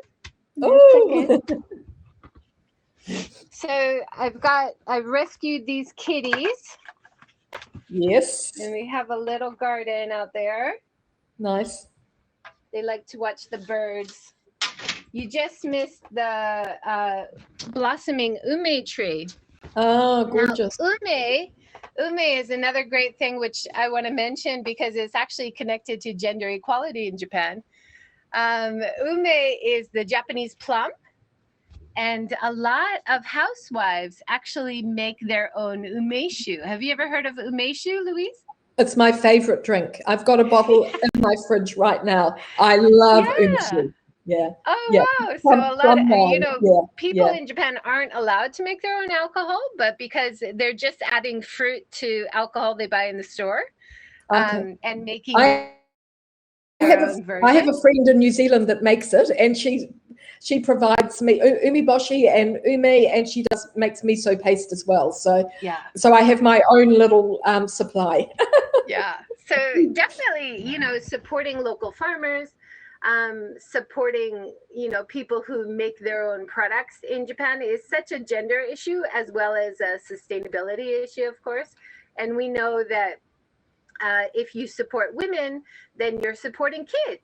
If you support women, you're supporting more of the community because they feed it right back. Much more than, if you give a man a pay rise, he might not feed it back quite as much. And that's definitely true in Japan. I was talking to a guy yesterday who was talking about the history of home design. And we had a great discussion about how the home is actually the domain of the women. And, women are the bosses at home. So a lot of the Japanese homes that I visited, actually, you're not allowed as a guest or even as a husband to step into the kitchen. The kitchen is where the mom has all the power. Yeah. And, they also control the house budget.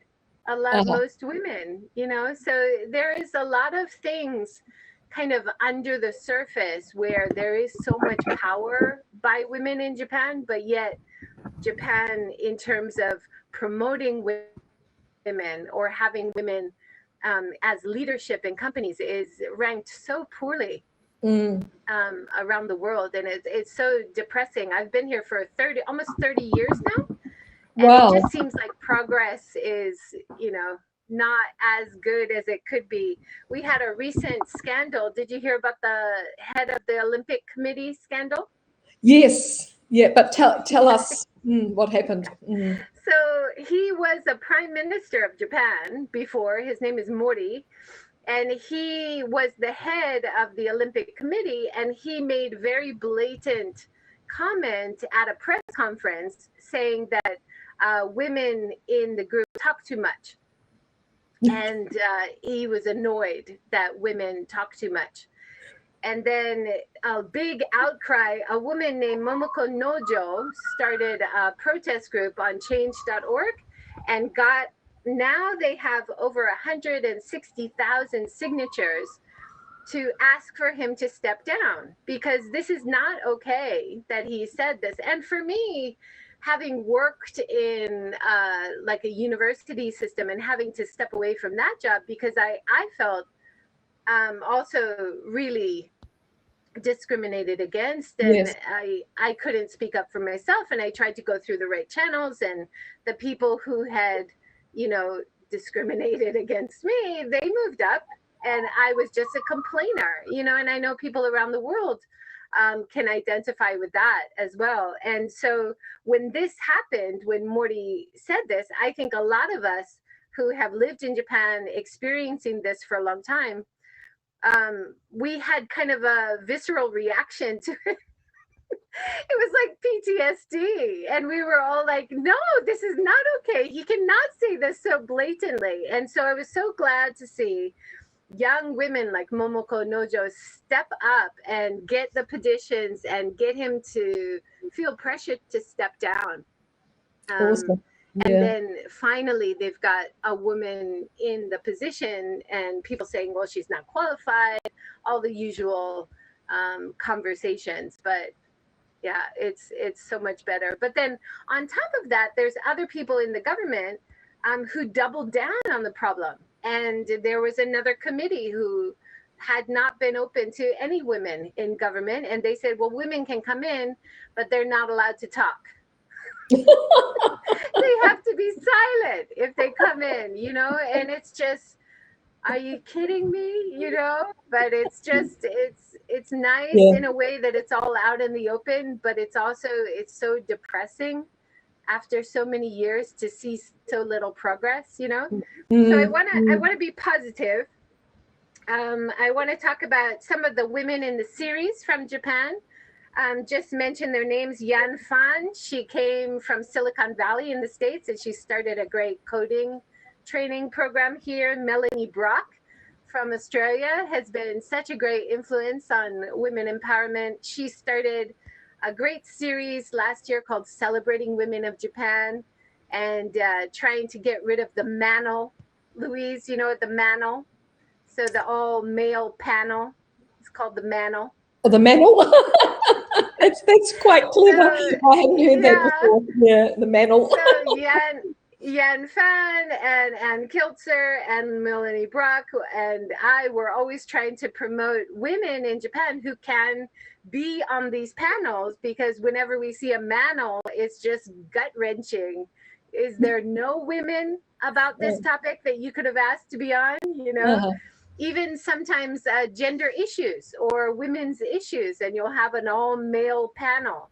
It's just, it's so depressing. So unless we have some kind of soft pressure even from the public, or some kind of regulation, some kind of quota. I know people hate the word quota, but when we look around the world, like countries like Sweden, when they created the quota 50-50 in government, they were able to do it, right? They were able to create that system, and everybody said, even in Sweden, people were saying, oh, you're not going to find people qualified enough. but they did. You know, if you have a quota and you have to fill it, you will find people qualified enough. So I think Japan just kind of needs to step it up a little bit. You've visited Japan before, Louise? I haven't lived in Japan, no. I usually come to Japan for about 4 months a year.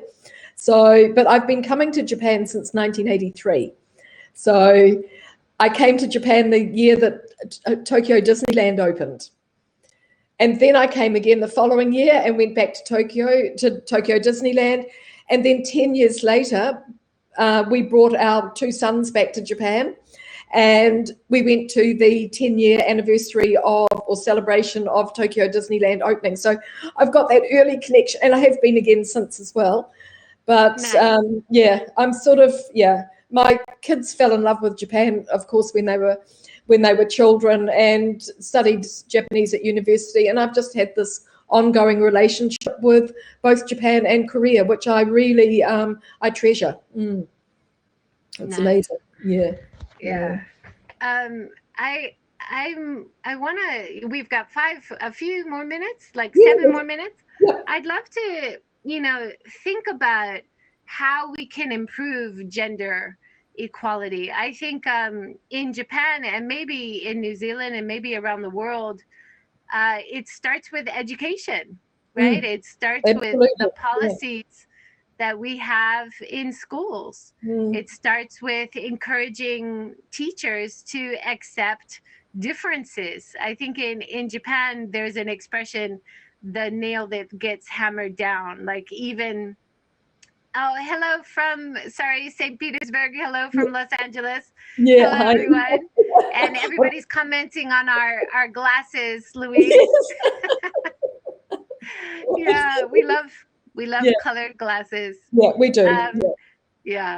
So my daughter, even at school, we had to take her out of public school because she just didn't feel comfortable because of the rigid gender stereotypes about having to wear a skirt and having to be like this because you're a girl. And so much more diversity is accepted in boys, boys will be boys, right? Those kinds of expressions. And that's particularly strong in Japan. So we moved her to a private school where the principal is very encouraging and actually lets her wear the boys' trousers and the boys' jeans uniform. And they've been really fantastic, very supportive. So I'm so grateful to have access to schools like that, and be able to afford that. I know that's privilege on my part. But I always encourage other girls and, other girls in families that we know in Japan to ask. Even asking is like the first important step, right? Not assuming that things will never change, but just asking if it's possible. It might be, adaptable, or it might be something that we could change even a little bit. So, yes. I think that's a great first step. Yeah. There's a nice comment here from Dimmy, who's in Queensland. She says there's a great Japanese woman here in Australia. Her Facebook and Instagram handle is Sumiko Photography. You know her? She empowers women through her photography. I have actually, in the talk show series, I've interviewed a few people in Melbourne, Australia, who are very connected in Japan. So Melissa Mills, who runs a sake company, and Simone Maynard, who is promoting a lot of the sake breweries in Japan and doing interviews with sake brewers around Japan. Also Tina, who runs Wheel Woman. She brings a group of female cyclists over to Japan every year to do cycle tours. So there's a lot of positive influence on Japan from outside Japan. Definitely, right? And now with the lack of inbound tourism, I think we're seeing less traction in terms of moving towards more sustainable policies, more gender diversity, because we don't have tourists here. And people are not thinking about how to cater to people from the outside. Everybody assumes that everyone in Japan is the same. And everybody in Japan just wants it as it's always been. But when you have international tourists coming in, you actually have companies and businesses thinking about how to cater to diversity. And that is why I'm so passionate about tourism as a part of sustainability, because it can be such a positive influence, right? Yes. And we have this very strong bond in the Pacific. So we're all islands in the Pacific. Australia's the largest of them, but we are a very, very big, a very strong bond between us all, and a lot of scholarships have been set up from the early days, and a lot of trade between our countries. So like a lot of, I was surprised how strong the Japan connection is. Actually, interviewed a woman who's Japanese but living in Melbourne. She's teaching Japanese cooking classes in Melbourne and using local ingredients to make Japanese recipes, and I thought that was so exciting, you know. And then I know there's a big in New York, there's a really big population of people who are Japanese and living there, not green card holders. They're just working there or living there, or just passionate about being outside Japan. So that definitely has a positive effect on what happens in Japan too, and that could be very positive in terms of promoting diversity and gender equality more. So when people train abroad and then they come back, they have a positive influence, or they could have if they're accepted, right? I had a great talk the other day with a man named Shu Matsu Post, who took his wife's name, and he went through all the normal challenges that a woman goes through when she changes her name in Japan. And he wrote a book about it. And that was really interesting. He also took paternity leave, which rarely happens in Japan. So I think we need women, of course, to have soft pressure, but we also need men to step up and speak out and to talk about diversity and the need for everybody to be equal as well. Absolutely. I think, we've got one more minute, Louise. I can't believe it's passed so quickly. Message for us. I'm so sorry. I've been doing all the talking. It's been fascinating, and I'm sure everybody's really enjoyed hearing a little bit about your life in Japan, because it's very interesting, and I thank you very much for sharing it with us. It's really, really fabulous, and I look forward to hearing more from you, hopefully here on HAPS, and the different platforms that you're and having connection issues sometimes on HAPS, like I noticed today, even when I'm at home. But I'm getting pocket Wi-Fi and hopefully doing more walks around areas of Japan to introduce on HAPS. So inspired by you, Louise. Thank you so fabulous. Much. So thank you very much. I think we've got Joanne. I don't see her there yet, but Joanne's coming on. Joanne's an old friend of mine, and we met in Los Angeles, and I've actually been lucky enough to meet a lot of people, so it's been good. So we'll just hang fire until they bring them in. Yeah, Brett had a great comment. Sorry, I didn't see that till now. Brett, you said it also starts earlier at home, where gender roles and expectations are set by the parents. And I think that's so true in how parents treat boys and treat girls, even in their own family. Definitely worth considering how we could be better, even at home, right? I'm seeing Joanne there. Yeah. Fantastic. Are they ready? The next people? Joanne's here. Yeah, they'll take us off. Okay. And Hi. Good morning.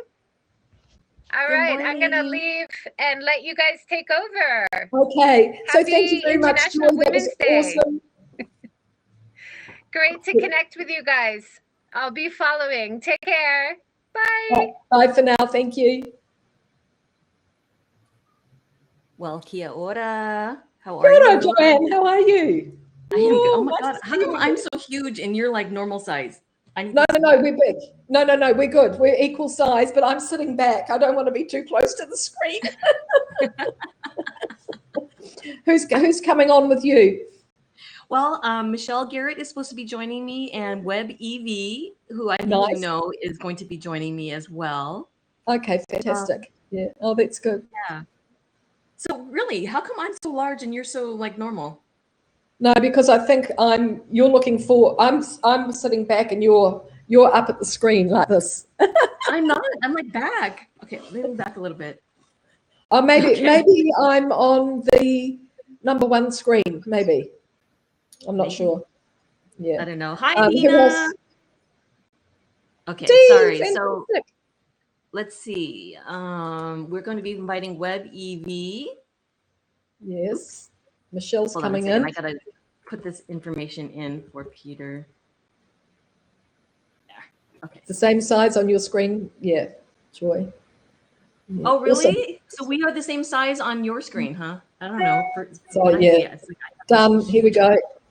So as soon as you can take me out, as soon as the others in, I'm going to take a little break now, everybody. I've got to go out for my lunch, but I'll be back after lunch and I'll catch up on the replay. This has been a fantastic. Well, it's morning for me. It's 11 a.m. I've been up since 5. Oh my goodness! Wait, 5? Which time? 5 a.m. Your time? My time. Yeah. Oh my goodness. So yeah, so this has been fantastic. Thanks, Haps. Thanks everybody that's been on. It's been awesome. So you just take me off when you're ready. I'm getting Okay. Hold on a second. Let's see. Okay, she's on. So perfect. Hi, Evie. Hello. How's everybody doing? Happy International Women's Day. Yes, welcome and happy International Women's Day to everybody out there in Internet land. I wanted to introduce my cohort, Web Evie. Evie, come out and tell everybody who you are. Hi, everybody. I'm Evie Toddy Like a Hot Toddy, professional cheerleader, future best-selling novelist. Current, you know what? I'm not really sure what I'm doing currently. I've got a lot of things going on, but I am a grad student at Tulane. How's everybody doing? Everybody is doing good. I just jumped on myself. It's been like a marathon here on HAPS. And if you didn't know, and if you're watching on Facebook or Twitter or Twitch or YouTube or any of and HAPS TV, this is a collaboration of many, many women broadcasters and some men actually as well. And we're coming to celebrate International Women's Day on all platforms. Like, I think I might have missed a few. Which ones are you broadcasting to, Evie? I'm Facebook, my personal, and another one, and Twitch, Twitter, Periscope, all the ones they let me do too. I pushed it to. So It's a very cool thing. It's a very cool thing. We can reach so many different people and just empower so many women around the world. So I don't know, like it's kind of like a free for all, our little conversation that we're going to be having today. I think Michelle is supposed to be joining us. So in the meantime, it's just going to be you and me. Yeah, right now I am cleaning out all of my task manager stuff so the quality's better. So we have Dimity here. Hi, Dimity. Hi, Yassine. Hi, Christine. Oh my goodness. All these people that are here in the audience. Wendy, sorry. I get so excited when I get to go live with you, Evie. So it's kind of like overtaking like the whole. I know. Same. So are you in LA or are you in Hawaii? I am in Hawaii right now. So it is about 12 noon my time. What time is it over where you're at? It's 5 p.m. Oh, it's a little That's bit. not bad. You're just 2 more hours that way. Yeah. Yeah. Hi, Linda. Hello, everybody. So I actually kind of, before I came on here, got a little thing in my email because, it's because it is International Women's Day. Everybody and their mother are emailing facts and information and cool stories about International Women's Day. Mm-hmm. And I thought I would give you a little quiz and see how much you knew. How do you feel about that? Let's do it. And for you all that are watching in the audience too, we want you to participate as well. And type in the comments either below or to the side, depending on where you are watching from or, what device you are watching from, or what platform, whatever. Type in there too, because this is a totally interactive broadcast. Okay, are you ready, Evie? Yes, ma'am. Okay. What year did International Women's Day begin? Let me just take a guess and say 1971. Okay. I'm going to let other people guess too. You guys have about 15 seconds. I wish I had the Jeopardy music going. There we go. Are you serious? Where are all our guesses? Here they are. So Carrie's thinking 1776. Wow. I so want to cheat and Google it. You cannot. You cannot. I know. I'm not. Okay. So, I will tell you exactly what it is. Let me pull it up. It is 1911. Whoa. You believe that? Okay, I'm going to give you a little blurb about it. The first IWD was held in 1911, celebrated in Austria, Denmark, Germany, and Switzerland on March 19th. Wait, March 19th? What? I don't understand here. By over 1 million people. Official events in the inaugural celebration championed women's rights to vote, work, and hold public office while denouncing discrimination, the organization reports. Tragically, less than 1 week later, the Triangle Shirtwaist Factory fire claimed the lives of over 140 working women in New York City. The disaster awareness of labor laws in the U.S. and unjust working conditions, further fueling IWD's mission in the years that followed. Now, I don't understand why in this little blurb of information, why it says March 19th when today is March 8th. So it's well, maybe one of your questions will tell us why they moved it. You're so smart. It might not. Okay. Let's see. Did you know that International Women's Day is not group or organization specific? Really? Because they've got a site and there's a theme every year. Do you know what this year's theme is? That is actually one of the questions. Okay, so let me tell you about this International Women's Day is not group or organization specific. See, you guys, you didn't know that you were going to be learning, and you didn't know there was going to be a test either, did you? The International Crusade is not solely organized or operated by any one government, charity, corporation, NGO, academic institution, network, or media group. Instead, IWD marks an inclusive push for action and advocacy, whatever that looks like globally at a local level. So, but Evie, you were telling me that there is an organization. There's what? You said there was an organization that was running this thing. Well, there's a website, because you can go to the website and you can see what the theme is and get information and social media stuff. I mean, there's all kinds of stuff. So I don't know. Is that fake news then?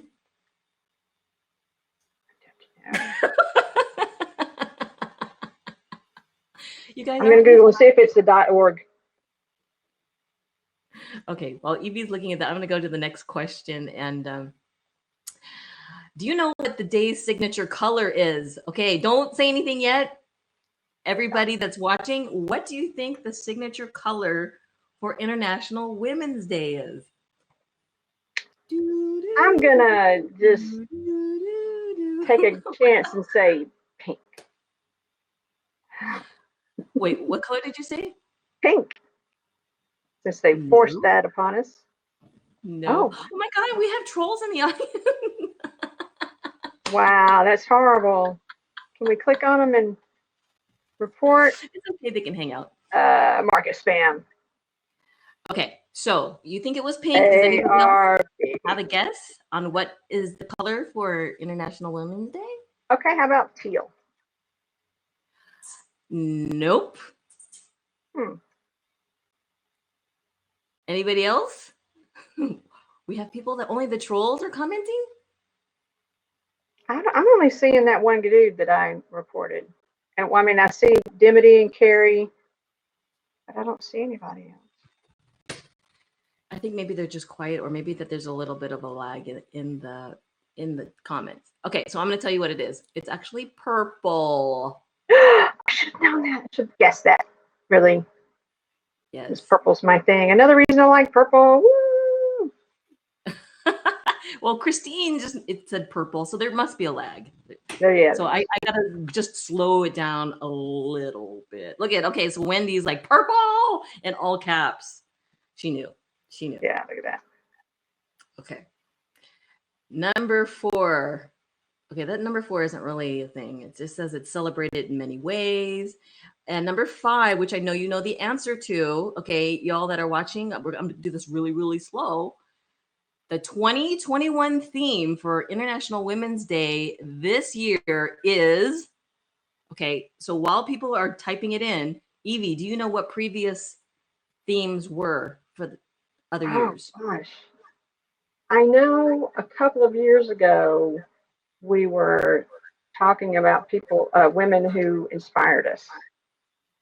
But no, I don't know what the specific themes were. Well, while you brought that up, I would like to know who are some women that have inspired you, whether it's in the internet space or if it's an author or if it's somebody in pop culture. Well, you mean besides you?